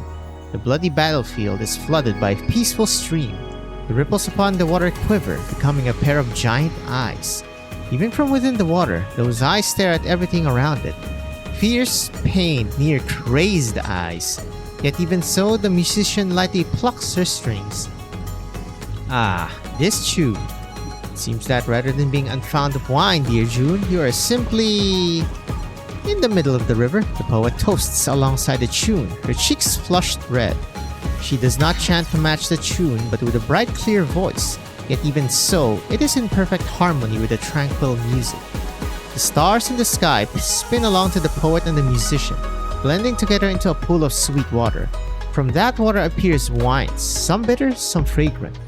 Even those great eyes begin to show signs of intoxication. I invite you to share one last cup of wine. At some point, the tones that started off high and steep gradually deepen, growing from nearly inaudible to an inescapable bass, lingering within the water. As for the simple sounds of the instrument, no longer are they quiet and mellow. It is as if only a tenth of the strings were silk. The rest 3 parts longing, 3 parts grief, and 3 parts determination. But in contrast, the poet's recitation grows lighter, higher, as if a whisper, as if a consolation, as if a torrent of rain. Flicking it away will only serve to wet your clothes. One low, one high, one disciplined, one unrestrained. The woman's voice merges with the voice of the instrument, weaving a dream fit to entomb the Ferranmut. I invite you to share one last cup of wine. For beyond the western past, there are no more of mine. More, right? Yes. You dare use such tricks against me. The furious Ferranmut lifts its head, attempting to discern the source of the sound, but to no avail. Its giant bloodshot eyes first flick towards the proxy, still shackled to the ground. After a moment of quiet, it finally realizes that this dream will not be so easy to break free from. It does not care if this is the last of the power of the proxy that is here, or interference from proxies far away. Those great eyes staring at the outside world watch the dream that Ling and June weave, as they watch back. Within that confrontation that never happened. Its actions, its moves, its weak points, even its psyche, they have seen it all. He has seen it all. Such base deception, such pointless struggles. Before I have my vengeance on Yan, I should kill you all first, one by one. He's always sad. You will not have the chance. From now on, there is only our revenge against you. Absurd. Ridiculous. Your so-called sisters may have deceived me with dreams and cracked open your shackles, but do you not feel how weak your body is, unfettered though it may be? This time, I shall crush you and your miserable schemes. That instant of fear and anger, its enormous body, as great as a mountain, shifts a fraction of an inch. The entire room begins to shatter into rubble, The great structure that suppressed Sui gradually crumbles and collapses. Hey, so what's happening with the Leitsu and the record keeper here? Save me! They're back. Those monsters from 100 years ago are back. Don't panic. Don't panic. Form an orderly line and walk cautiously. Why aren't you listening to me? Oh, what to do, what to do. I forgot where this guy was. I know he's from the Mirage thing. Whatever you call the pre-IS-6 side story. I believe. Mr. Pooh. Because he does that repeating thing. Why are there still so many townsfolk who have not yet evacuated? Ooh, old school music. Let's go. Yep. Hello, Lin. The other Lin. There's so many geists here. Stay your hand, Tianshi. They are not geists born from the turmoil in the tomb, but rather the original townsfolk. They are the students of the school. They are my students, yes? I cannot bear to see them lose their lives here, so I beg you to lend me your aid. The old Tianshi is still guarding the mountain pass. Afraid I cannot protect them all on my own. I shall do my best to hold back the rebellious geist. Yun Xingping helped Mr. Pooh in guiding everyone away. Surely you don't mean to do it alone, Deputy Minister Oh, of course, the Master of the Garden. It's long past the garden's closing hours. Why are there still so many tourists here? Mr. Yi? You still remember me, and here I was, worried you would forget me. What with you running circles about my garden? No need for further chatter. You are all lovers of things, which makes us kindred spirits. You two help this elderly gentleman see everyone out. I can deal with things here myself. I know you proxies have extraordinary abilities, Mr. Yi, but these are extraordinary times. I ask that you take care. No need to worry. If I cannot subdue even these apparitions, then I'm not fit to be the master of the Garden of Grotesqueries. If I may, by the way, a request for my humble, record-keeping friend? Though you have come from afar, I regret to say I have no time to be a proper host. If you ever have some spare time in the future, I ask that you come again. But if fate is against us and you are the last visitors to my garden, I would like you to preserve its sights with your brush and ink. I shall do my utmost. Please, stay safe, sir. Smiles and nods. Look at him. He has these freaking monstrosities in the garden. Oh, this place again. My, the shaking is far too strong, as well as this resentment. Even though only a fraction of this millennium of hatred and rage has spilled out here, it still has such strength. I dare not imagine what exactly Wang is confronting down there. Even having come to this point, it is still not yet awake, which means our designs with the garden are still in effect. It is a shame though. I fear the structures within the tomb are almost completely destroyed. I suppose I shall have to put a bit more effort into suppressing it then. You really know how to cause quite the stir, Wang. These guys are, in the end, formed from your fury. I have no desire to entertain such vulgar creations, nor am I interested in collecting them. All I can say is that they will be a little hard to handle. Frosty looks up towards the once peaceful town at the foot of the mountain, now devastated and in ruins. Even Aleabot has times when he is angered. I cannot forgive such destruction. Now, how much of this account shall be considered yours, Wang? I shall make it whole for him. Reluctantly, I might add. Hello. Gee. Wang chased me away, so with nowhere else to go, I came to help you. Ha! We have a stray. Seriously? It does not really matter. I suppose I shall owe you a great deal if you were to help me with this big mess today. Since when have you been concerned about what you owe me? Why, I would never. It is simply because you are so magnanimous, our third eldest brother, that you find it embarrassing to settle accounts with your younger siblings. Shall I help you suppress Sui, or help you look after Mangshan town? First, we deal with the guys and protect the town. We still have time to suppress it. There are two of us after all. With enough speed, neither issue needs to wait. Rather greedy of you, no? Hardly the first time you have seen my greed. True? If I have not dropped by today, all those exotic plants, fine woods, and strange stones you so painstakingly gather would be ruined, which would be quite the pity. Well, I need only come and ask you for more later. He saved IS-6. Teal and pink flames joined the spreading golden threads, searing away the murky black geists.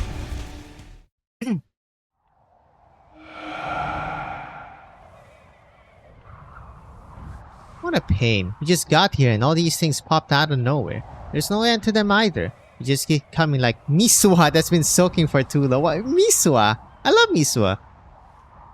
Best hide somewhere behind me, Grand Shooter. I'm not too good at fighting. Nearly whacked you a few times there. It's a half-baked plan, but all I can do is... Still talking about food, kid? Nyan. I've added a little something to your pot of half-baked swollen miswa. No need to thank me. Let's see. Sisters number 1 and 2. The kiddo. Who else? No big deal if 80 doesn't show up. What about G? I've got a little something for him too. Who's 8? Forget it. Heed me, Dark Devastator. Is that Dusk? Quantum Firecracker, Quantum Launcher, Quantum Rumbler, Quantum Cannon. Lock onto 30 meters around the kid then. Fire at will. Fire everything. Fire! Fire! What is happening here? Oh, it's... Yep, it's the people responsible for the Ferran Mutar. Wait, what the is that fists? Shut up already. What the hell even is this stupid Dark Devastator thing? Shu and I only agreed to help you because you promised you wouldn't make these weird things again. Made it pretty much the same way as the 12 pagodas in 5 cities. This is war after all, and all's fair in it. That way Chief Failure loves saying shit like that. Who exactly are you declaring war on by aiming that stuff at me? Get her under control, Shu. This really isn't what you promised earlier. Once this is all over, don't forget to make an apology. Sorry. These firecrackers really do remind you of Ta Huang, though. They are subdued during the Shenong festival. When the new year arrives, the firecrackers they light up might even be fiercer than the ones Nian just used. Right? A family reunion should be more lively. If you had fired that barrage earlier, it would have fallen at Yi's feet. Take a break and let Dusk play with it. She's been waiting for a while now. Me? I don't want to touch that thing. So should I continue? Give it to me. If I let you keep firing that stuff, you're going to burst everyone's eardrums. So what's that? 1, 2, 3, 4, 5, 6, 7, 8. We have 4 more. Wait, 9. Wait, am I stupid? Okay, so we got... Chongye is like kinda missing right now. So we got Wang, Lei, June. We got Shu here. Okay, that's it. Shu, Dusk, Nian. And then... Ji Yi. Ji is kinda dead. The other guy's missing. Yeah, we're missing 4, I think. Shu and Yan and Dusk, you're finally here. Long time no see, kiddo. Dinner ready yet? You're not done with work yet, Nyan. How could you only be thinking of Yi's cooking? What's not gonna affect the other? Alright, never did give them a heads up that we'd be meeting here. Hey, Grand Shooter, it should be fine, right? Extraordinary times call for extraordinary measures. If you're able to resolve this guy's crisis together, then that shall be an act of great merit. I always knew you weren't the dried up stick in the mud you look like. Say, Grand Shooter, do you think our business with Yan has been a good one? Perhaps it would not only be considered business in Yan's eyes. Making a friend is far more important than doing business. Huh. Those are some wise words. Next time those old fogies from the Ministry of Works come to pester me, I can throw them in their face. Everyone who should be here is here. Let's take a head count of the ones who aren't here yet. Oh, I mean, I was also taking head count. This is after, right? Yep. Whoa, is this Yan's New Year celebration? This is just like how Master said they celebrated. Lanterns, banners, and screaming firecrackers. I don't see any lanterns. This is the first time we've seen this many firecrackers though. Alright, time to land. Land.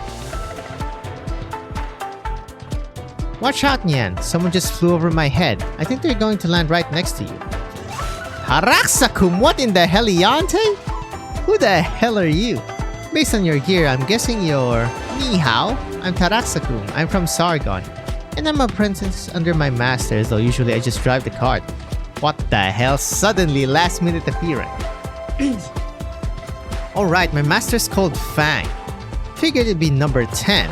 Man, didn't expect a shy guy like him to have a cheery apprentice like you. I'm Nian, the 9th, which means I'm his older sister. Let's give you a quick rundown. Those two chatting over there are Shu, the 6th, and our youngest brother Yi. The one on top of the Dark Devastator splashing ink everywhere trying to melt away the geist, that's our younger sister Dusk. Ji and Yi, the 7th and 8th, are probably by that mountain over there, while our big sister Ling and second sister June went off to nap who knows where after some drinks. Then under our feet, there's number 2 Wang. Strictly speaking, today's party's all on him. Wait a second. Got to into introducing the family. If you're here, where's the big 1-0? It's not that my master didn't return. He just asked me to give you this. A steel yard scale. A what? Human? Yep. Target Ferenmut about to arrive at critical position. It's still moving forward. No time to wait for reinforcements from other cities. We attack the moment it takes its next step. We beat them once 1,000 years ago, so no excuses. The ancient titan lurches forward, powered by the confusion and anger of arousing from age-old slumber. It suddenly notices by its hind claws a minuscule near imperceptible existence. Don't go any further, turn back. Doubtful rumble. I know, the Weiqi player summoned you. I don't want to speak ill of my elder brother. He might not have been thinking of exploiting you for no reason or throwing your lives away. Disdainful snort. You're heavily wounded. I may have ways to heal you. If you insist on continuing forward, I also have ways to make you feel pain 100-fold, 1,000-fold. Though I would really rather not. Turn back. I can heal your wounds and help you find a new home. Just don't cause any more death and destruction.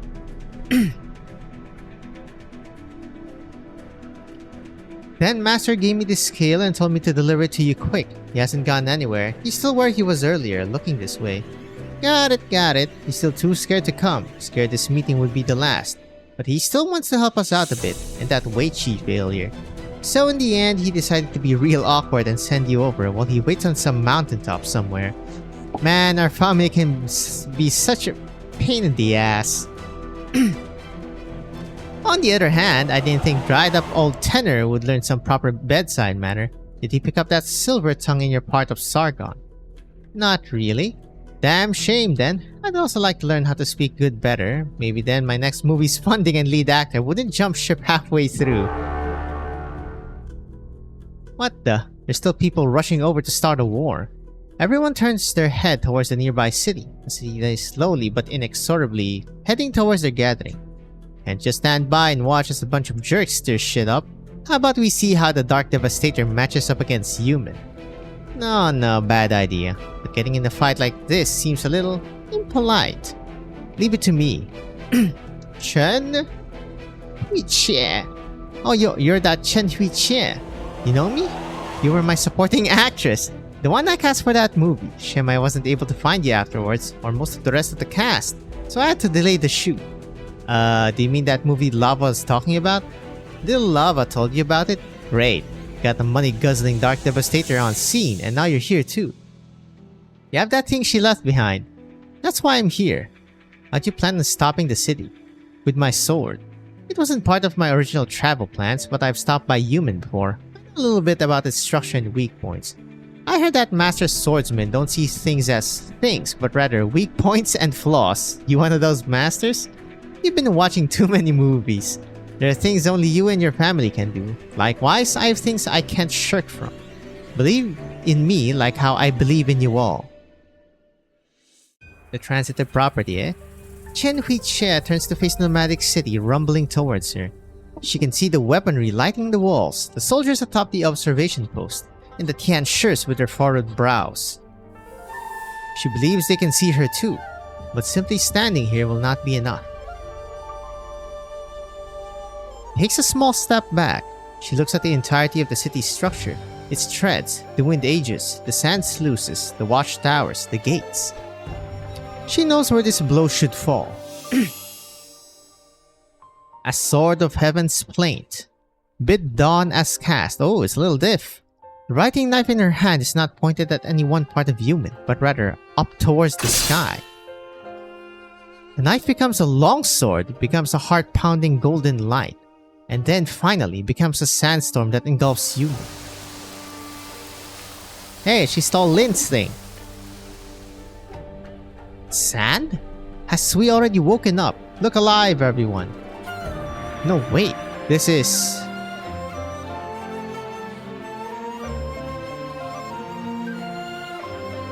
The storm that swallowed up heaven and earth is not made of coarse sand, but rather gentle golden snowflakes. They fall onto the soldiers' bodies, their hands, their faces. Snowflakes melt, and out of nowhere, they hear the beating of a drum. Those memories, near buried away by the sand, suddenly become crystal clear. They remember a catastrophe and those who stood within it. A poet who drank wine and spouted poetry in its face, or maybe someone who made a lonely exit once everything was done. They remember the emotions that surged through their minds back then. They worked as one, they fought as one, and for a moment, they forgot the confusion and puzzlement pressing down on them as one. Stop whatever they are doing, silently listening to the pounding of the drum. Count the number of beats, count all the calamities human face across the years, big and small. Until the 18th rousing farewell booms resound, the entire weather-beaten city is like an old man overwhelmed by memory. One who slows to a crawl, then stops.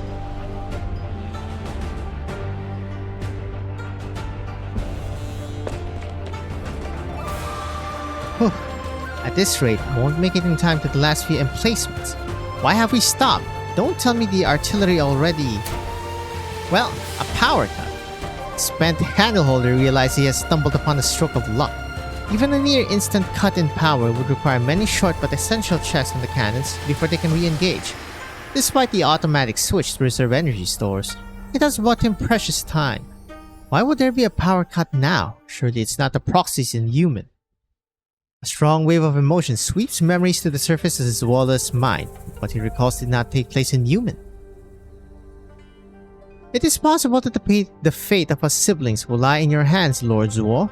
To be able to chat with you on this festive day, even but for a moment, is destiny at work. I hope that in the future, you can see me as a man you can discuss things with.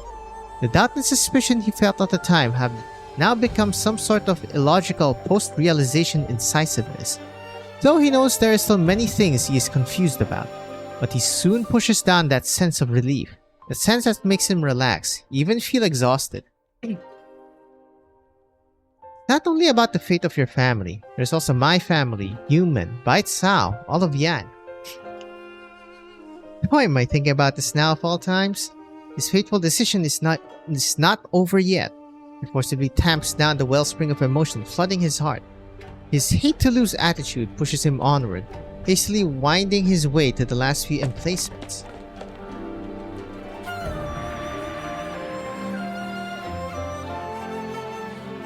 The golden sands that filled the sky gradually disperse. The radiance fades, turning the blade in Chen's hand back to an ordinary writing knife. To the side, Yi stoops down, grasping a pinch of soft golden snow-like sand.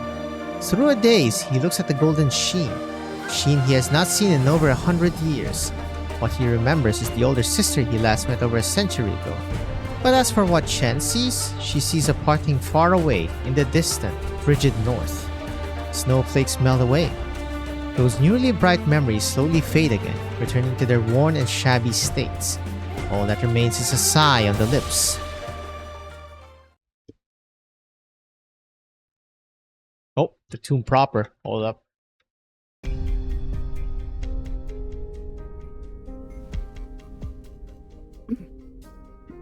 Finally here. This is the Tomb of Sui. Despite having some knowledge of it for a while now, actually seeing such an enormous structure in person leaves her shocked. With Bait Sao in turmoil, all its soldiers have been recalled to fight the Geists lining its streets. Across from the door is an abyss that none dare look at. I was pretty eager to accept this mission, but how do I actually get in? Ya accounted for my speed and intercepted me. I didn't familiarize myself with that map very well, so she probably beat me here. So now what? Do I just knock on the door? Allow me. Big Chong, you are Shuo. Long has it been since I was called by that name? Do we happen to be old acquaintances, madame?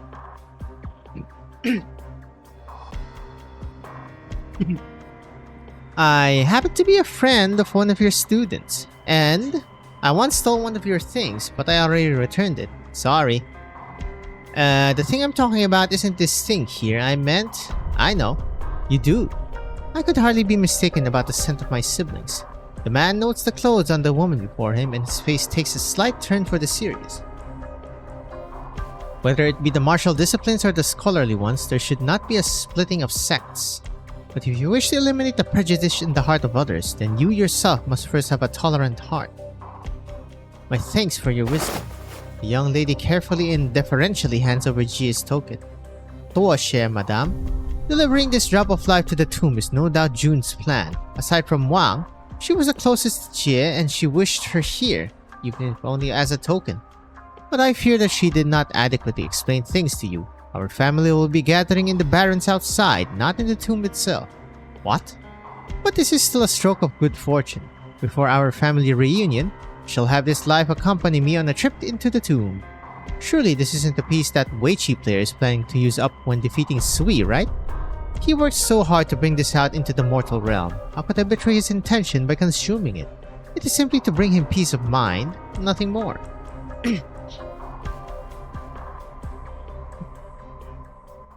Oh! I thought there was gonna be more to that. Okay, so I guess it's gonna be here then. Which kinda makes... Oh! Before and after, alright. Eternal cycle. You think yourself clever. Tell me then, why do humans forever chase a reunion they know to be impossible? White. Never born in the void of illusion. Yep. It's been there a while ago. Alright, 2 nodes left, folks. Oh, it's in shambles. Raiders. You 12, each and every one of you, plan to betray me, yes? Indeed, none of us will submit to becoming a part of you. We have lived as ourselves. This is why we are different from you. Lived as humans. We see ourselves as humans and try to bring delusions varied to bear against me. You relied on the power you stole from me, ingratiating yourselves with those puny insects. But you still have to humble yourselves, hiding your claws and fangs to make yourselves look harmless. Is that what you mean by living as a human? You still do not understand. You can never understand, for you have never lived. And I am well aware from where your arrogance stems. With but a glance, you can look from the beginning of time to its end. Though your consciousness has traversed the great void for eons, you have never had kin you could converse with. You are simply a god declaring itself supreme over a pitiful plot of empty space. Know full well what this feeling was like, until the day someone gave me a name.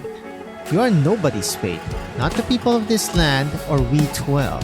And there is one thing you will never understand. Against someone who already has nothing to his name, fate is utterly pointless. Very well, since you dare to repeat your foolish challenge, I do not mind shattering your delusions once more. I killed you once 120 years ago, I shall kill you again with but a flick of my wrist. Is that meant to scare me? I am already accustomed to losing. Huh? I have already lost too many precious things. I have lost the entire board. My dignity, my honor, my trust, my freedom, myself. My family. Did you really think someone with nothing more to lose would be afraid? But you, are you not afraid you will suffer another ignominious defeat like 1,000 years ago? Is this fear not what makes you hesitate to step forward? A jest at this hour. You desire in vain to replace me, steal away my body. Why would I allow you to do as you please? I need only stir this body awake first. The Perenmut extends its talons as great as mountains. Countless Perenmuts in countless tombs extend their talons as great as mountains, and point them towards the same proxy. It does not matter if this is a dream, so long as that loathsome face is wiped away in all of them. There will be nothing left to stop its awakening. Zekrak. What is this? An incomparably brutal blow slams into its body, a strength it is familiar with. It knows that in this split second, it has lost its connection with its enormous body. Who could cause such harm to its form?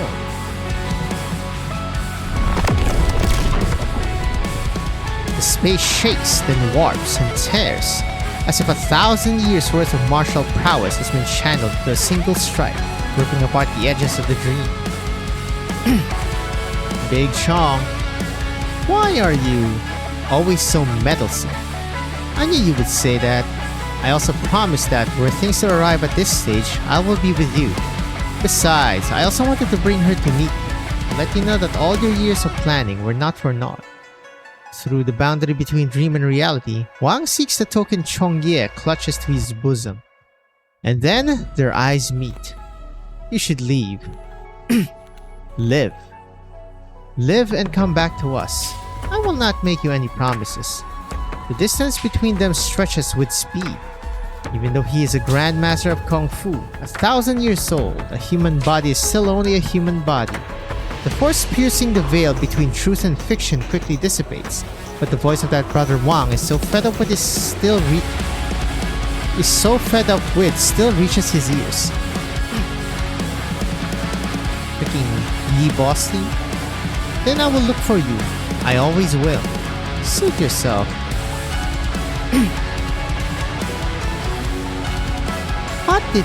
What did he do? But it does not matter. It does not matter. No matter what he did, it was only for an instant. An instant. No longer shall he disturb us, nor will any of your ludicrous, insignificant siblings. This is my dream with only you and I. I thought I would have to bring all my strength to bear to defeat you, but it seems you are still weak, still liable to collapse at the slightest of breezes.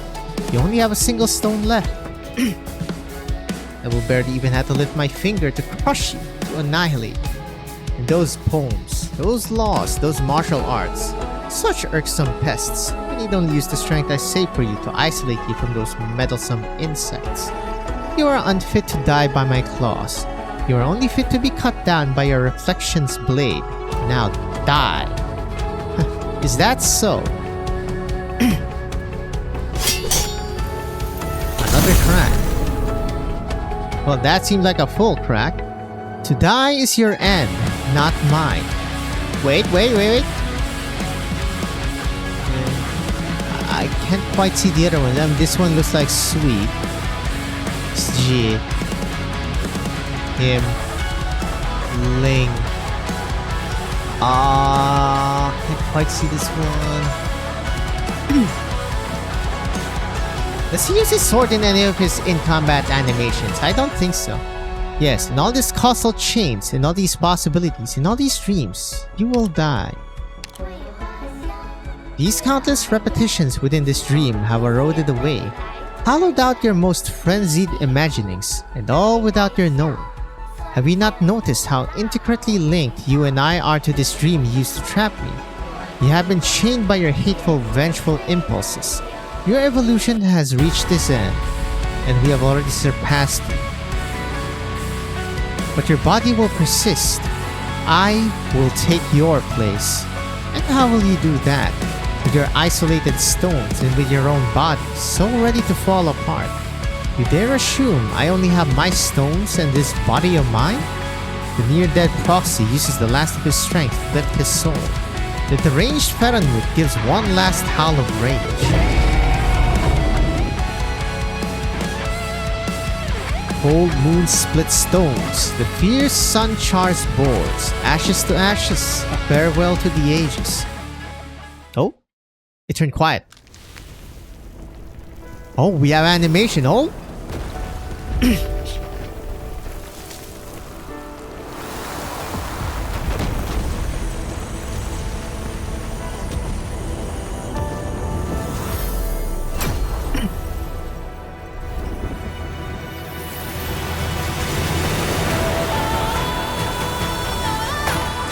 First to choose grain, and then to ling, and then to yi,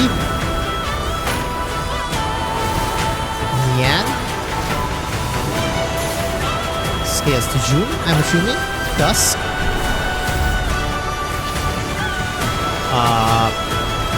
was that G?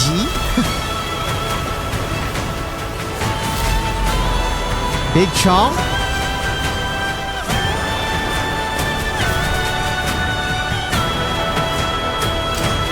Wait, the black witchy piece.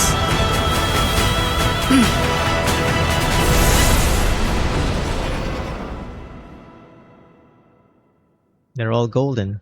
Well, except for Wang. I guess maybe Chongye for like that few moment that he actually got in, and then now I go in. Yeah. Oh my lord. Okay, hold up. Okay. We're back. We never left.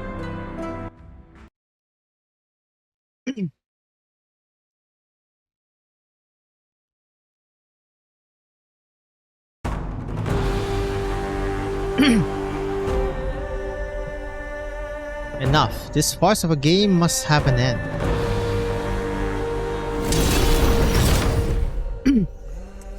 It's going for the tail. Ha, an end.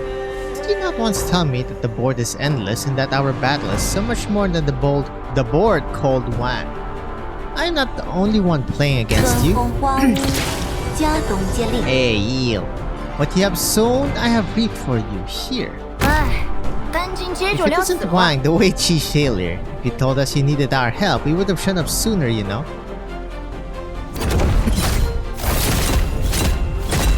Yum. Ate that shit up. For the marching.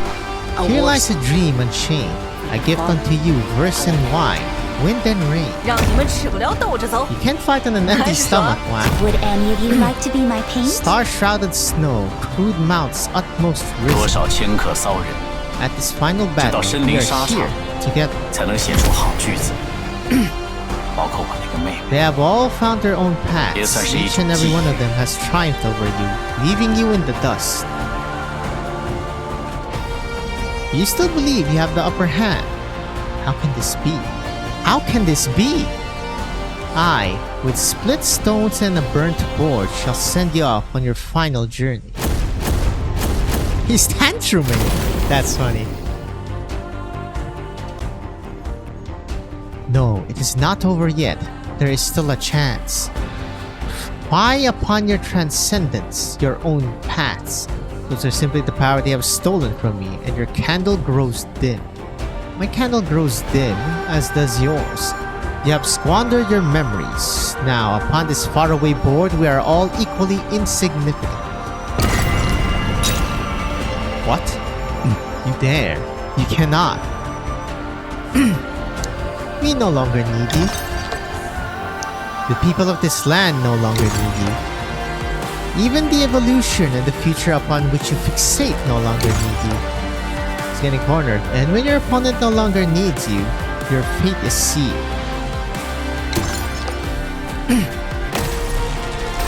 It's gonna turn black.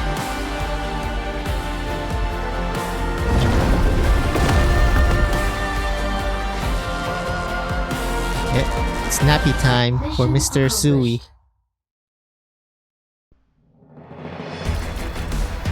Hell yeah, I did that. Eternal cycle. Now the after.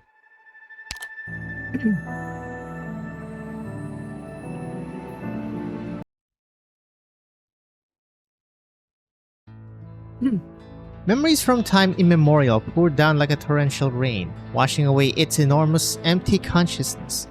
The remnant consciousness slips and slides about the land of dreams, trying to find a single scrap of something, anything to use as its foundation. Those dreams are now as blank as unscribed bamboo slips, with only the grain of the wood to provide texture. There should be people and events written upon them, yet such things cannot be grasped. It has lost, without doubt. You wish to seize its body, take its place.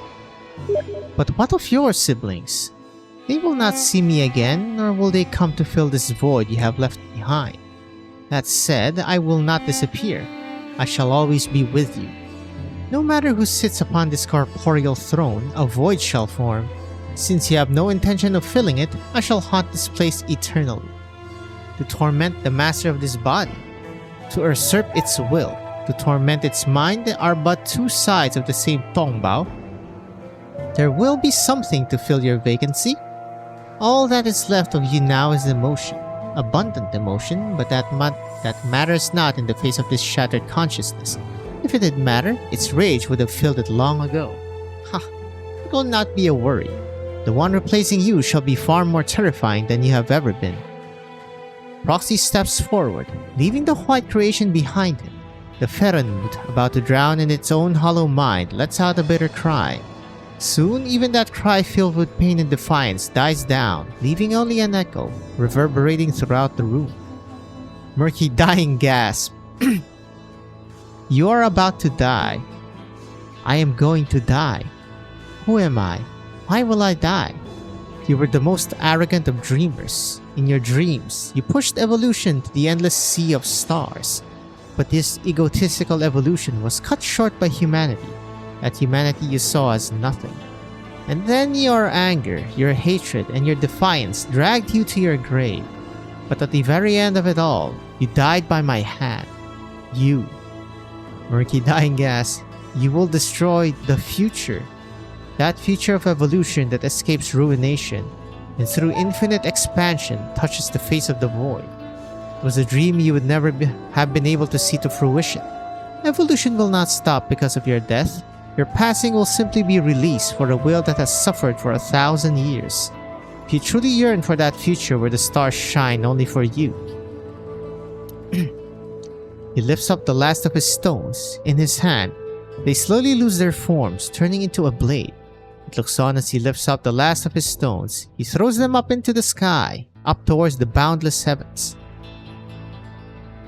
He takes the last of this congealed sharpness and thrusts it into its eye. It watches as those black stones become a galaxy that flows towards it, until... The Bestial Sui closes its eyes. The Bestial Sui SPs the future that exists only in its dreams. SP. SPs. To catch a sight of, to notice something. But how do you say it? Shoot. I don't know if that's how you say it, but... May you dream well. The entire room begins to shake before ultimately collapsing. The forms of Proxy and Ferenmut slowly merge together. No longer shall they be parted. Here, a new Sui is born. I'm gonna imagine you can't handle that? Question mark? Still hanging in there, Shu. This is no big deal. It's just that handling this many of its minions takes its toll. Hey, Dusk, fire that way. There's tons of geists there. Where? Where I'm pointing. There's nothing there. Are you stupid? There's... Yen is stupefied. There really is nothing there. And not just there, it is as though someone has sneakily wiped away the blot of ink staining the ground. The rampaging geists of just a moment ago are nowhere to be seen. Ooh, that's how proper. Whoa, whoa, you nearly chopped me in half. I'm obviously trying to chop that thing in half. Huh? Where'd the monster go? Giga Chad, understood. The Sui regulator reports that all the script guys have disappeared. We won. Don't let your guard down. An earthquake. It stirs. All hands, move to an open space.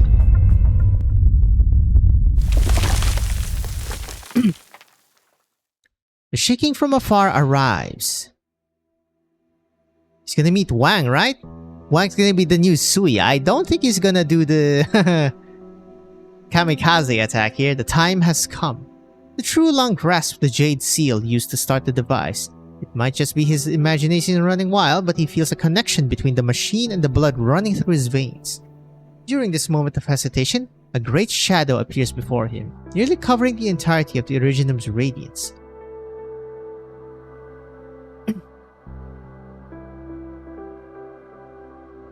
Hello? Are you it? The shadow utters what seems to be a threatening low roar. Within that roar, the True Lung hears a haggard voice, one he heard decades ago. No, you are no longer it. But how many of its memories and dreams, its thoughts and feelings have you inherited?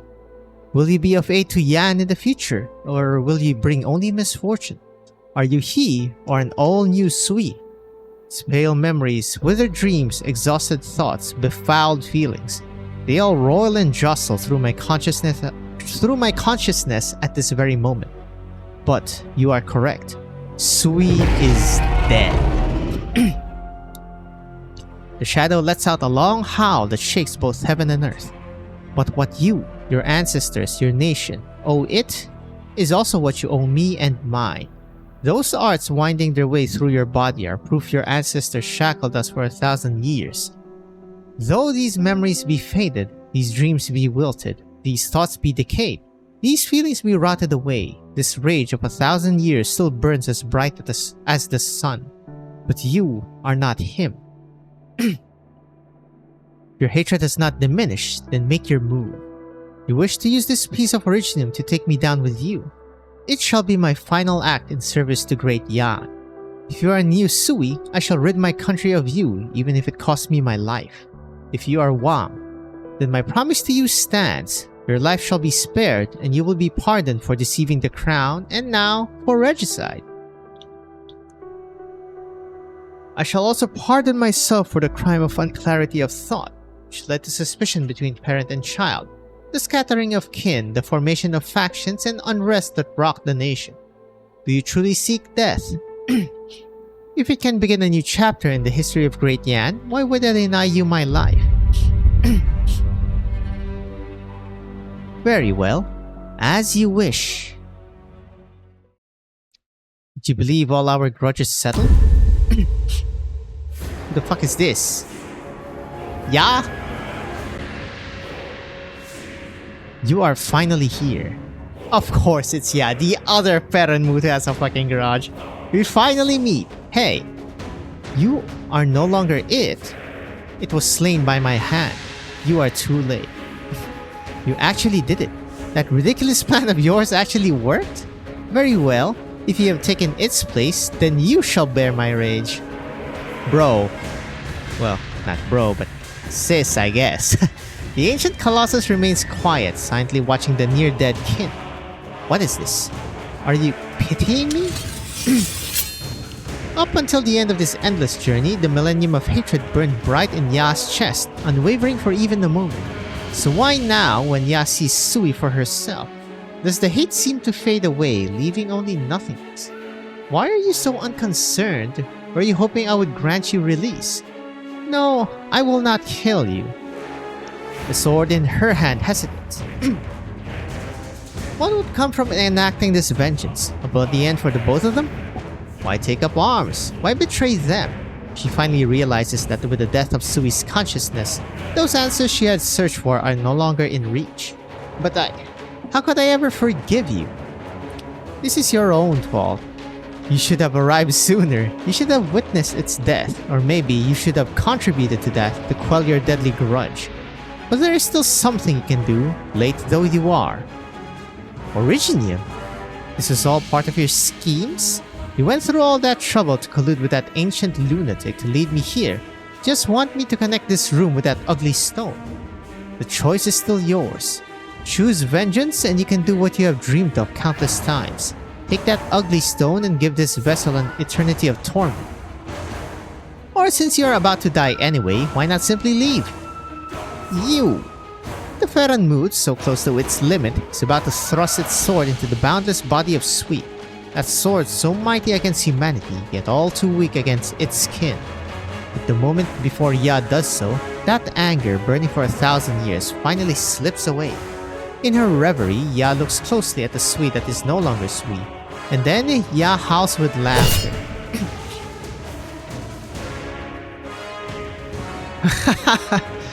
The enormous vessel remains silent. I do not know why you are so adamant on being tortured or why you wish to bring this cursed originum into your body. All I know is that what you want to take this festering, swelling ancient wound and have it thrust into you.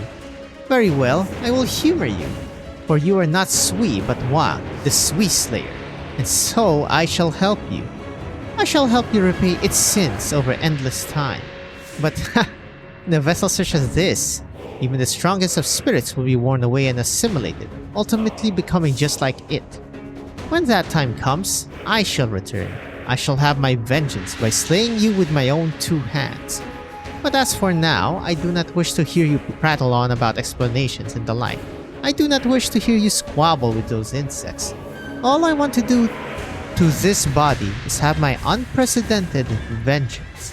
One most fitting for we souls who have walked since the beginning. Putting away the seasons is not a power without a price, especially for a Ferenmut on the brink of death, meddling with the most primal force of this land. But Ya still does it anyway.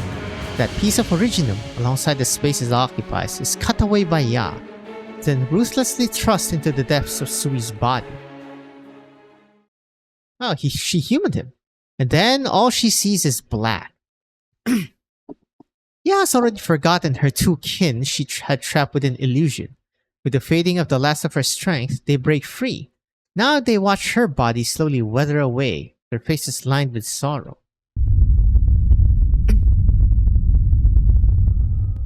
Them Ferenmuts do be crumbling. Oh my, an earthquake just as we have escaped those fiends. Over here at Tianshi Lin, there are still people here. Coming.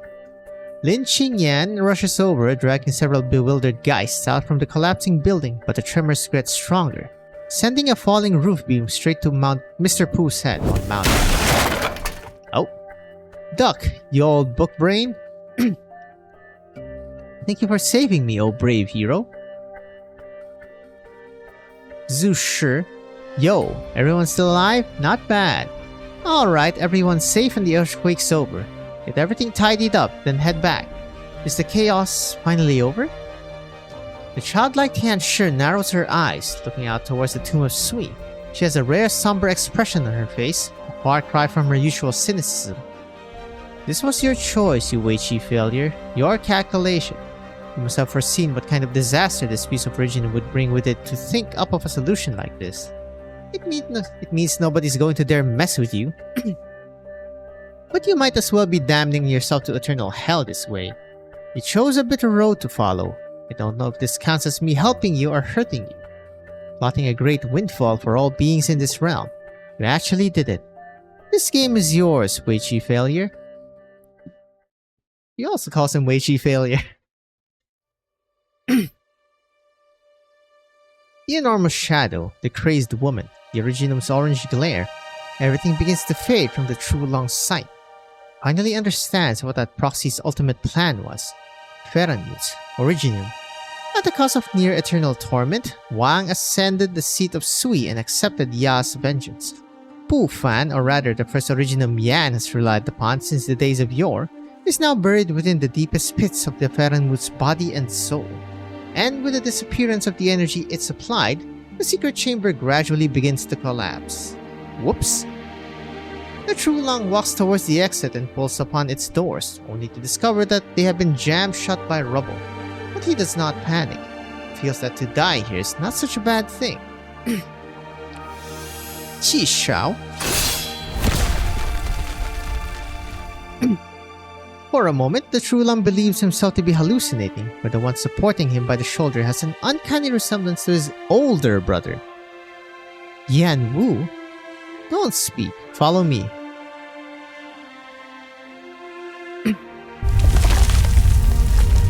Like the room behind it, the blood-red hidden passage begins to crumble away in the wake of Pu Fan's disappearance. The True Long leans against Wei Yan Wu's shoulder, doing his best to match his pace. He still feels like this is all a dying dream, a meeting with his estranged brother that his feeble consciousness conjured up. He tries to think back to his younger days when he made mischief with his brother as they ran through the hallways of the palace. What season was it? Was it autumn? No, it was not that cold, so it must have been... It's been too long. He no longer remembers it clearly.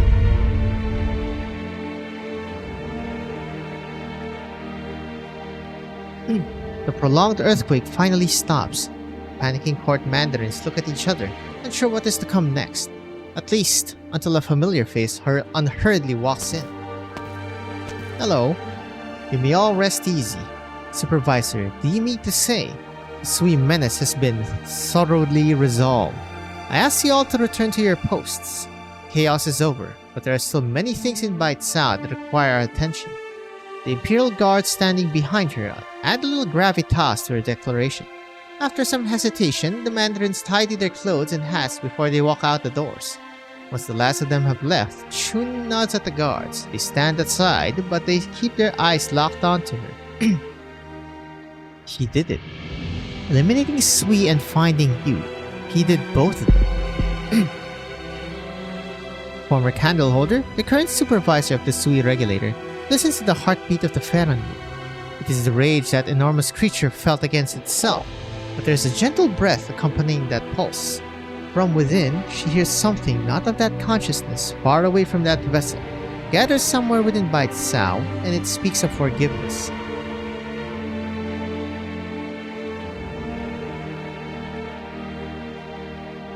Hello, Commandant. Are you still gonna cough your eyes out? Within the Grand Palace, there is now only a single withered old man. Ever since the True Long descended underground, he has waited here, listening to the reports from Human, the uproar in Bestial, and the declaration from the Sui regulator to the entire city that all is now well. His coughing has only grown more violent, his waist more stooped. By the time of the declaration, he can no longer support himself. He is forced to sit on the ground, leaning against the throne. At first, he felt anger, then worry, but now he only feels exhaustion. Memories from near 100 years ago, when he was instated by the current True Long's father, forced themselves to the surface. It was midwinter when the snow swirled through the air. The then True Long was still far from being addled, happy to sit about the fireplace with the newly promoted Mandarin and discuss all great things happening under heaven. Contact between Laterano and Iberia, the war between Colombia and Victoria, versus his desire for conquest, the turmoil in Higashi, and mysterious weapons of Castel, and Sui. As it was not excised the first time, the True Long was resolute in having the second attempt come with no mistakes. Yan would obtain the bones of Sui, and with near double the amount of energy, and it eliminated, the age of Yan will have arrived. Their talks become so fervent that the Emperor stood up and struck out barefoot into the snow,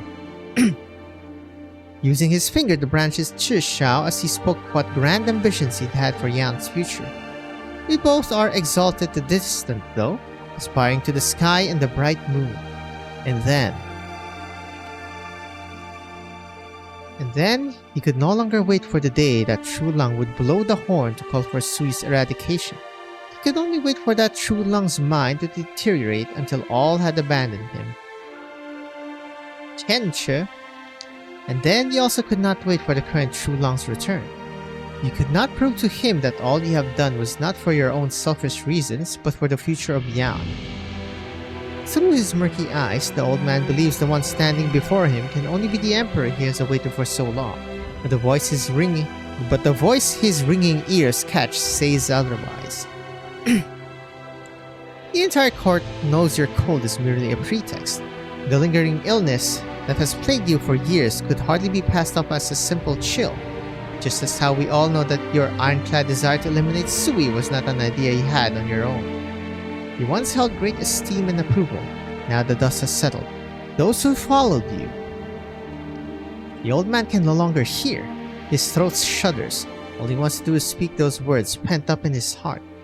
Look here, the doddering old fool who started this chaos stands here, awaiting your majesty's judgment. The words will not be heard by anyone.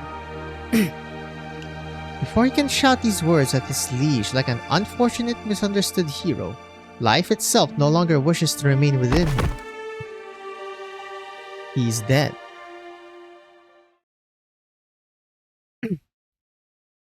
Well, saw that coming.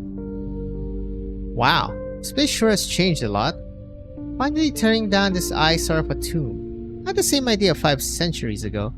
Can't believe you're in the mood to talk like that. You still don't know what it's like inside.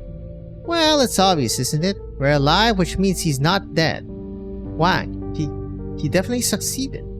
I heard upon the wind that Brother Eldest already entered. It would not be long before he drags him out. If you have ought to ask him then.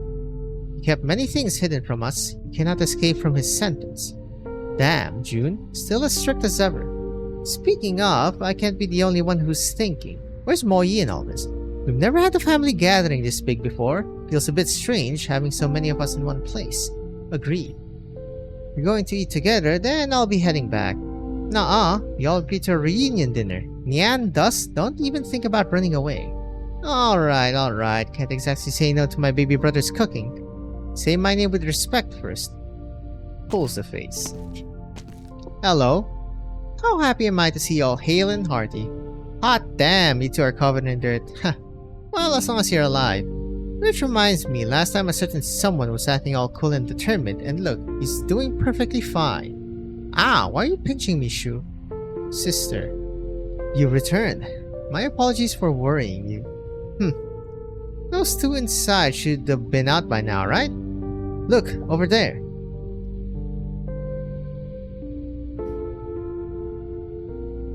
Big Chong. Finally emerged, Taka. Wang, is he? What the? Pengye looks towards his siblings. They see the merciless look upon his face and know it to be an ill omen. He restrains himself from letting out a sigh that would be tantamount to a declaration.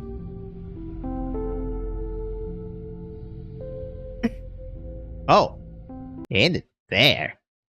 On a cliffhanger. Okay, bro. Last freaking note. TAST2 Unfailing Chronicle. Let the chronicles preserve what is true and let 1,000 autumns be distilled into this one. Let's go. Let's end it, huh? So what's gonna be like the next hook for the next potential Sui storyline? Yes, Potter didn't tell anyone when he left. No, maybe I was the only one he didn't tell. I don't know. I can barely remember anymore. Mother had just passed away at the time too. Mother, she never liked Father or me, and in the end, Tal as well. Father left much of an impression on me compared to Mother. Once when I was confronting Wei Yen Wu, I said Father was a weak man. My opinion still stands. But he really did try to love me and Tal. Suddenly, Chen's storyline flashback for this one, huh? When I was young, I was scared when Wei Yen Wu came to our house to find Mother, so he took me outside. Ever since that day, he would drown his sorrows, needing more booze every time, though he never drank in front of me. Tal didn't like him either at first. He spent a lot of time with her, even learning Victorian alongside her, though he had never heard the language before in his life. When Mother was at her most agitated, he would tell us to go outside and face Mother's madness alone.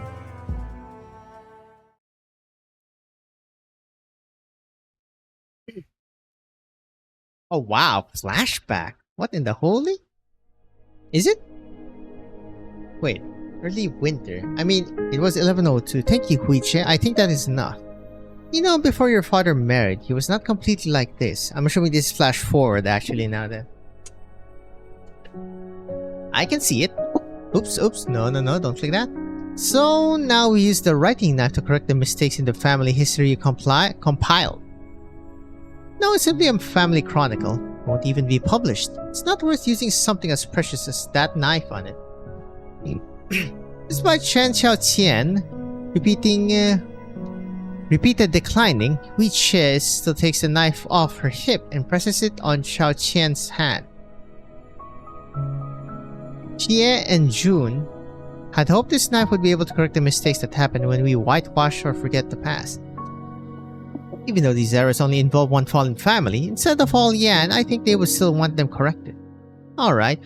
Chen Xiaoqian fiddles with the knife, feeling its weight and balance in her hand, but she makes no move to use it. Huiche, will she really come back? Honestly, I don't know. That thing from the Garden of Grotesquerie settled itself down quite nicely in that office on the top floor. But if you're asking me if that's the Jie who walked with Yan through the centuries, I really don't know. I do not know when it happened, but it seems some of our prior generations took this overly reliable, seemingly immortal woman for granted. So once she passed, a few weak people like me lost the pillar propping them up. It appears all that was left after the fainting of that omnipotent goddess were the words of everyone else. It's true that historians should have confidence in their statements, but when that confidence loses the backing of someone who is eternally correct, it is easy to give up. That's what you're saying, you guys should invite her back once she's revived.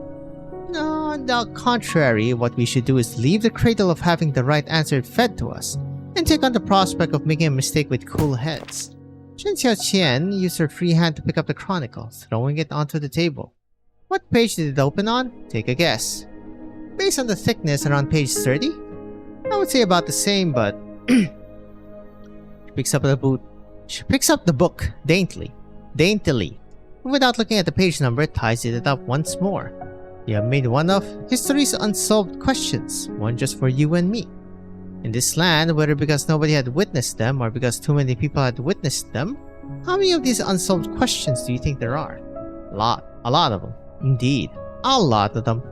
Personally speaking, I want the most right now. What I want the most right now, goodness, is the courage to be responsible for writing down history, even though I know such unsolved questions will never have answers. Alright, I'll leave the knife to you. Help me correct the pages I show you. Really does leave no mark.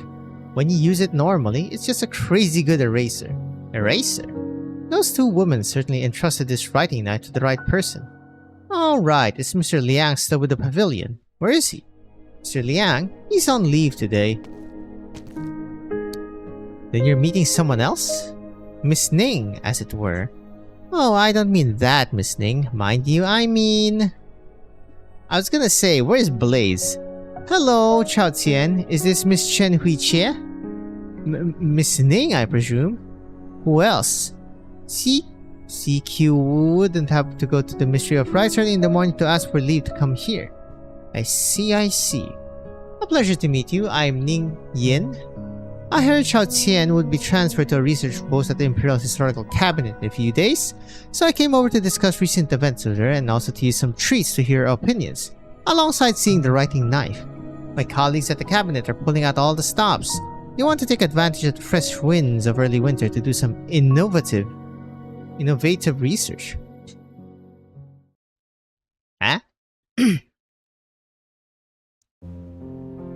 Nian. What? Bang still doesn't want to come over?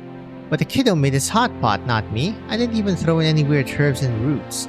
My master says there are still many suffering from disease across this land. He believes that in being able to avert this disaster, he's much more fortunate than the sick. But he also says he'll be in Yan for a while, so if he's ever nearby, he'll come see you. Okay, if that's all, master is rather pressed for time, so I should be off. Hold it! Yan pulls out a lunchbox full of food out from somewhere. Tell him that if he doesn't eat it at all, he's not allowed to slink out of Yan. Got it. No laughing. There's one for you too. This time it is Shu who offers a finely wrapped bundle. Upon hearing you were from Sargon, our eldest brother became rather interested, telling Yi a few things about your food. Little Yi had to make a few guesses and he put his own personal spin on things, but he managed to make a whole bag's worth. We thought it was rather good, but we're unsure if it's to your taste. Please take it. Consider it our gift to you. Oh, xie. Thank you, everyone. Danke. Our family never is a full set. The true value of life lies in unfettered ease. Even if you were to drag him to your saviors at ease for a meal, you would find no taste in it. As for the others, Yan thus truly is tired, she is pardoned. Ji is a master of spinning words into wealth, but is far too soft-hearted to his own family. He wishes to idle at the garden, and since Yi is accompanying him, let him. As for our brother eldest... Smells great. Are we late? I thought he too said you weren't coming. He said that, I said nothing of the sort. Since I was coming, I couldn't just leave him by himself at the garden, so I brought him along. Nice going. This piece of work decided to work some magic at Ta Huang, and he's been hiding from us these past few days. What's his punishment, Shu? Let me... Should not be some trifle such as scrubbing the pot and washing the plates. Then, no letting him off in an apology either, too boring. Then how about, if you say something like, let us settle this later, it would be rather disrespectful towards everyone's kindness. Why not? He already gave me a rent holiday per Savers until the year after next. Then, put your businesses on hold for a year, take a rest, and plan your next ventures well. Man, that's Shu for you, always managing to find a way to let people off easy no matter what we think of. Letting him off easy? I haven't even finished yet. Within this year, G, what you owe others and are able to repay, you must repay. I shall keep it in mind. Alright then, everyone, take your seats. Incomprehensible mumbling. I know, I just sleep a bit longer. Well, Young Dust said she wished to sleep until next spring, June. Why force her here? She has no taste in bedrooms. I was just leaving the Sky Mirror Pavilion when I saw her sprawled out on the ground, deep asleep. I even shouted at her to no avail, so I had no choice but to bring her here. As As she spoke, the slumbering dust splayed out across June's back suddenly dissolves into a scroll. Didn't think my little sister knew how to work some magic too.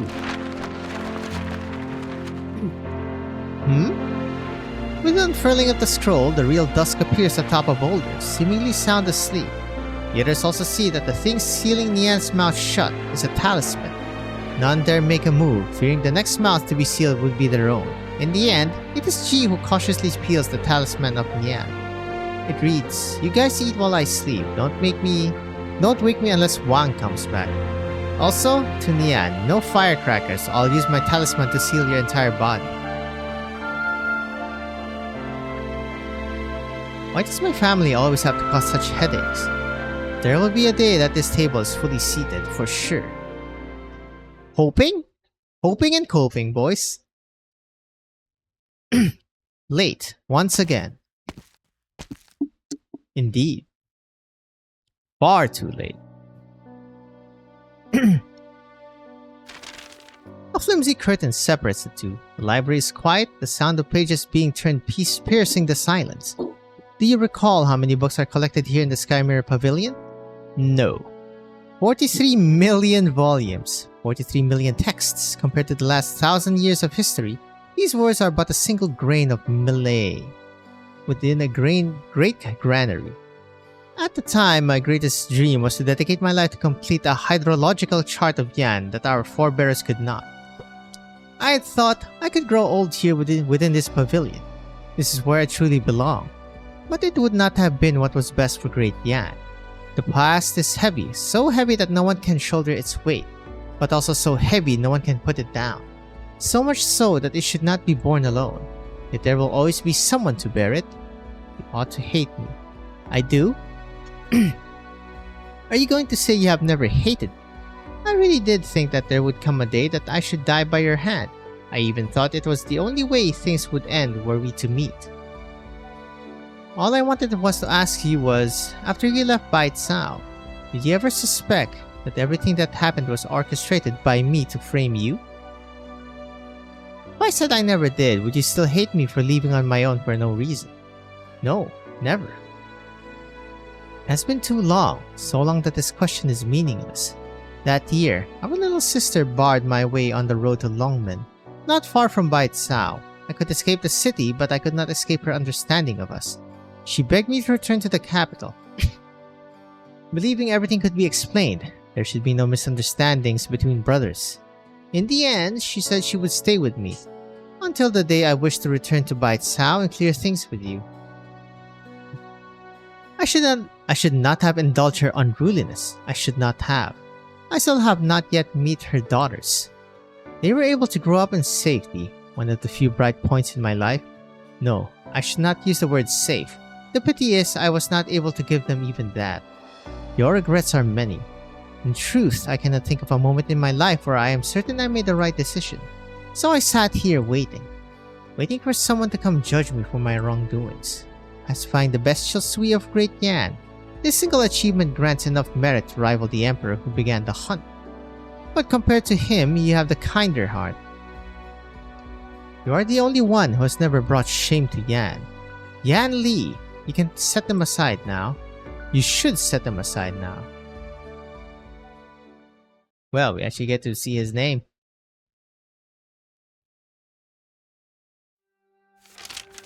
Hello, Chen. Annals of Yan, Volume 124, Supplement 17. Someone's tidied up these scrolls. Receiving Chao Chen's request and her application being approved, Hui Xie arrives at the section of the Sky Mirror Pavilion not open to the public to thumb through a few tomes. She thought it would be a lot harder, honestly, but when she went to check on the case from 40 years ago, she found all the relevant texts neatly arranged on the shelf. They weren't even hidden in the backs. As if someone knew she would be here. Maybe it's time. Who are you? Why are you in my family's library? Huh?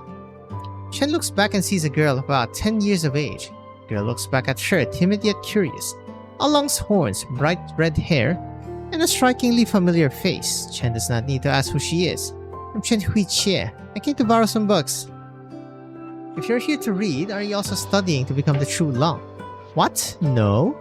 Dad said if you want to be a good true Long, you need to read a lot of books here. When I go home today, the grand tutor will check my homework. Those Those with virtue cultivate it in their bodies, perform it in their actions, and state it in their words. By mastering the classics, achieve refinement.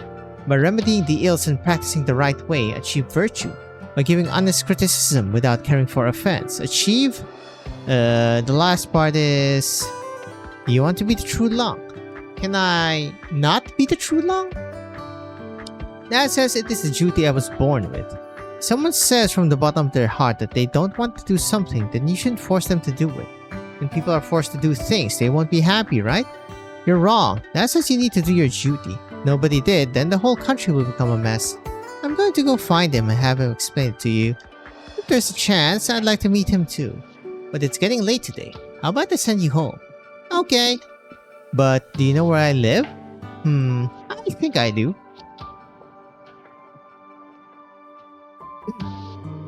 You look like you know a lot. You know more than the Grand Shooter. Oh, I don't dare compare myself to him, but when it comes to certain questions, we have slightly different points of view. The books say the true Lung should love the people, right? That's right, but what you should know is, it's not only the true Lung who should do that.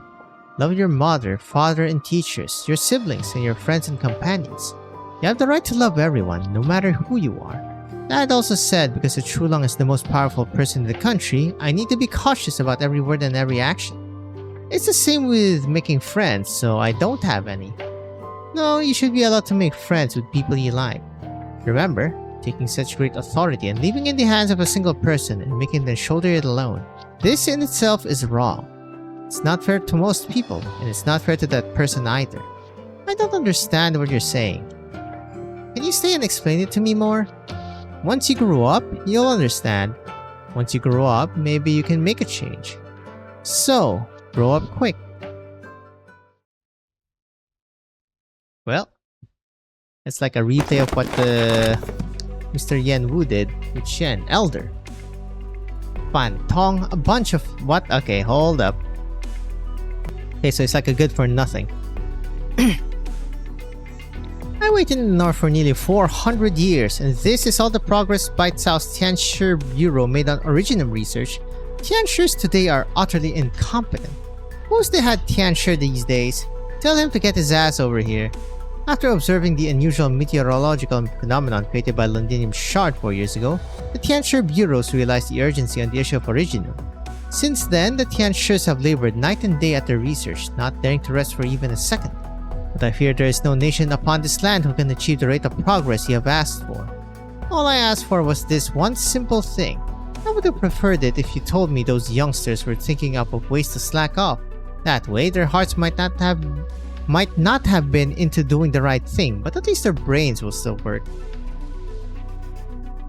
Ursus, Castle, no matter where you look, there's misfortune caused by Originium. I had hoped number 2 would be able to solve this problem once and for all, but I'm afraid time's up. There'll be people knocking on the door soon enough. Forget it, I'll move into the bureau tomorrow. I want to see just how today's young Tianshis are putting their smarts to use. Wait, forget tomorrow, I'll move in this afternoon. That you are willing to see this through personally is a good thing, Elder. But before you move in regards to the question of Originium, we have a guest from afar whom you should meet with. Afar? Oh. Who this? Don't blue ball my ass? I'm honored to meet with you, Grand Shooter of Great Yan. I represent Rhodes Island and would like to express my thanks to Yan for the information they had shared. I believe in these pressing times, candid collaboration between all parties is of utmost necessity. Rhodes Island will uphold the spirit cooperation during our follow-up research and keep in close contact with Yan. First, allow me to elaborate on the Rhodes Island's position regarding the original question. Who this? Who's our envoy to Yan? You haven't left yet. Good. Still planning on taking me into custody rather than letting me go, Lord Zuo? No, the old Tianshi already vouched for you. Settling this turmoil the way you did, Moi, was of great merit. It feels strange hearing you be so polite. But if you're not here to arrest me, then why are you here? To return this to you. Zuo carefully pulls a wooden lock out of his pocket. Things were hectic, so I forgot to return this keepsake from your mother to you. My apologies. Oh, this thing. Moi looks at Zuo, her lips a quiver, as she pulls out 2 identical locks from her pocket. I still got plenty of these, you can keep that one. You! But I didn't lie to you. It really was my mother who taught me how to make them. You're about to ask me where I'm from, aren't you? I can see it on your face. If you do not wish to say, I shall not offend you by pressing the matter. I simply hope that in the future you will not toy with others again. Ha! Still playing the preacher as ever. I've got a question of my own. What's next for the Sui regulator? Honestly, it's a complete mess right now. When the chaos ended, the supervisor admitted responsibility and resigned. That proxy killed Sui, and after merging with that piece of Originum, he fell into something resembling slumber. An unprecedented feat. The Ferran mythologists are studying it with all haste. Sound like a headache. Well, not that it matters. With you around, there's no need to worry about the Sui regulator making any big mistakes. I am not as confident as you are. As my master, the one you call the old carpenter, once said, it is because of the differences between you and me that all disputes arise, no matter if they are between man and beast or man and man. Which is why he called for love between all things, for all things are brothers and sisters. Those 12 did everything they could and nearly died for it, just to claw back a way for them to live.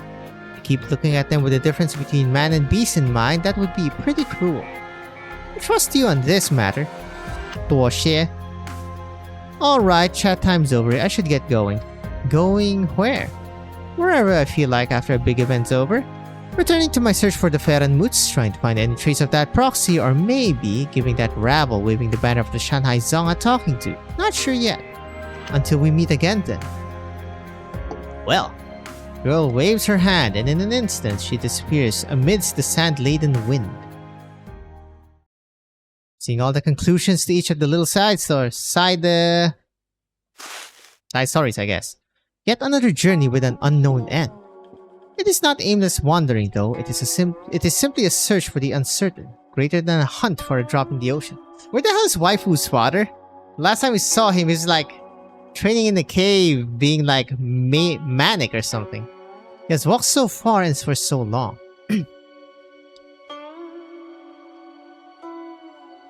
We will take the last of Ya's vitality and bring it to the lands beyond Yan.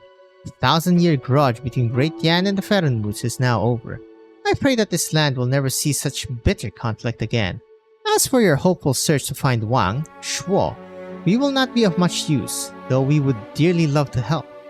We may have been companions with him along the same road, but we were acquaintances at best, and we knew little of his schemes. I understand. All I humbly ask for is to please inform me if you hear news of him. If we do, we shall tell you post-haste, Grandmaster. But what you seek, I fear, may be eternally out of reach, just as man cannot touch the face of heaven. This game of his, he considered himself friend and foe, and all the charges of the changes on the board and off. Perusing the effects of myriad actions, such arduous feats will inevitably result in the opposite effect. If what you seek is a means to free Wang from that tomb, then you seek in vain. But if what you seek is a stone in reserve or some idle scholarly digression, heaven and earth are wide and full of many mysteries. 多谢, sirs. There is still a fragment of Ya. There may have been a moment where the land under his feet was his board. There should be some trace of him somewhere upon it. But what is being sought is nothing more than a single black stone. When he walked the paths of possibility alone, seeing a way out for everyone, seeking a solution, did he ever feel this helpless? That endless, far too endless journey, long enough to make a being like him sense the passing of fleeting time. Man cannot touch the face of heaven.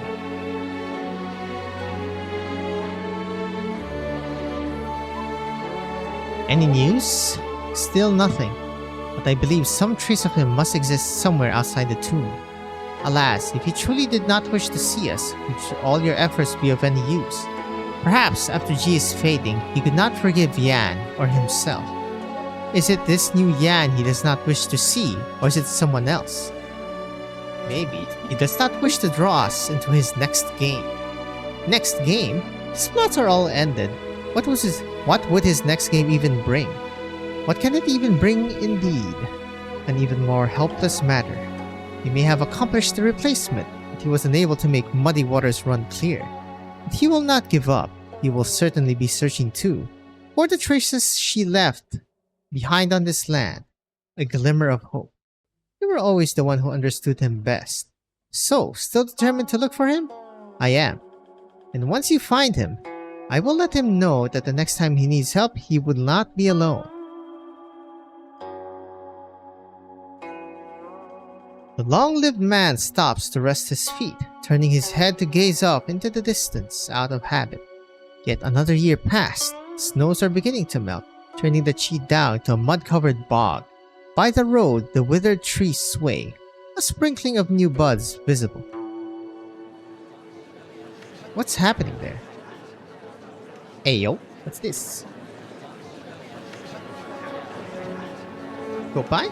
It is an ordinary village with an ordinary Weiqi stall, though one surrounded by a bustling audience. Whether they watch because of a bitter battle or because of high stakes, he is unsure. It's over. Look at the points. How much money is he going to lose over this game? Rightfully so, might I add. Imagine learning how to gamble with Weiqi at such a young age instead of studying properly. Look, you can't blame the kid. If it wasn't for his deadbeat gambler of a dad losing the entire family fortune at the board, not to mention his sick little sister. If you're going to blame him, blame his lack of skill. Then again, the rich guy he's facing is a disgusting bastard. Looking at the kid's black stones, man, even a Shan would find it hard to save him. The young man maintains his determined expression, seeming to not hear that many comments from the crowd, but the beads of sweat dripping from his brow expose the panic in his heart. It's obvious how things will end. He has at most 10 moves left. All he can do now is throw in the towel. He hesitates in placing his stone, even though he knows he cannot hesitate forever. 4-7. What the? Who's talking to me? 4-7. Shoulder hit. The young man finally hears the indistinct voice clearly as it dictates a move to him. As he considers this instruction, he sees a way to victory he had never considered. Are you helping me? Is he like a ghost of Weiqi now? What the hell is happening here? But who exactly is helping him? He looks about, finding no source of the voice. The young man returns his attention to the board, repeatedly calculating the feasibility of his breakthrough move. In the end, he is convinced. His victory is assured. Is he like a black Weiqi piece? He adjusts his posture. Having calmed down a little, the charm of black jade pokes out of his color, gleaming with a deep, inexplicable light under the winter's sun. But he is smurfing. You ended there? Oh my god. It actually doesn't explain here how he got to Rhodes Island and all that. That's fucking funny. Damn, okay, so Sui is... well, Sui's consciousness is dead. The old Sui is pretty much no more. Wang kinda replaced him. And the other Ferun was right. Ju and Ho and Ya are kinda together. Ya is like fragmented basically. And then Fang. We have Taraxacum last minute with Fang. Funny enough. In Sargon, I think he's... at least Taraxacum is in Sargon. I'm not sure where Fang is. I'm assuming in Sargon as well? Isn't that funny if we're gonna meet Taraxacum in like maybe the next Sargon event? Huh. What did I think of this? This is pretty much the ending, I guess the first ending of the Sui arc. Sui is gone. We pretty much see all 12, well, 11 of them. They have not shown Fang, I believe, right? Male, like medic? I believe as well. No Blaze though, but there is her sister. So that's okay-ish since Blaze doesn't really have anything to do with this one. Quite a lot of Chen and Wei Yan Wu. I really like that one as well. Very satisfying first ending actually. Oh god, and I want to eat, so I will end it here first, boys and girls. See you next time.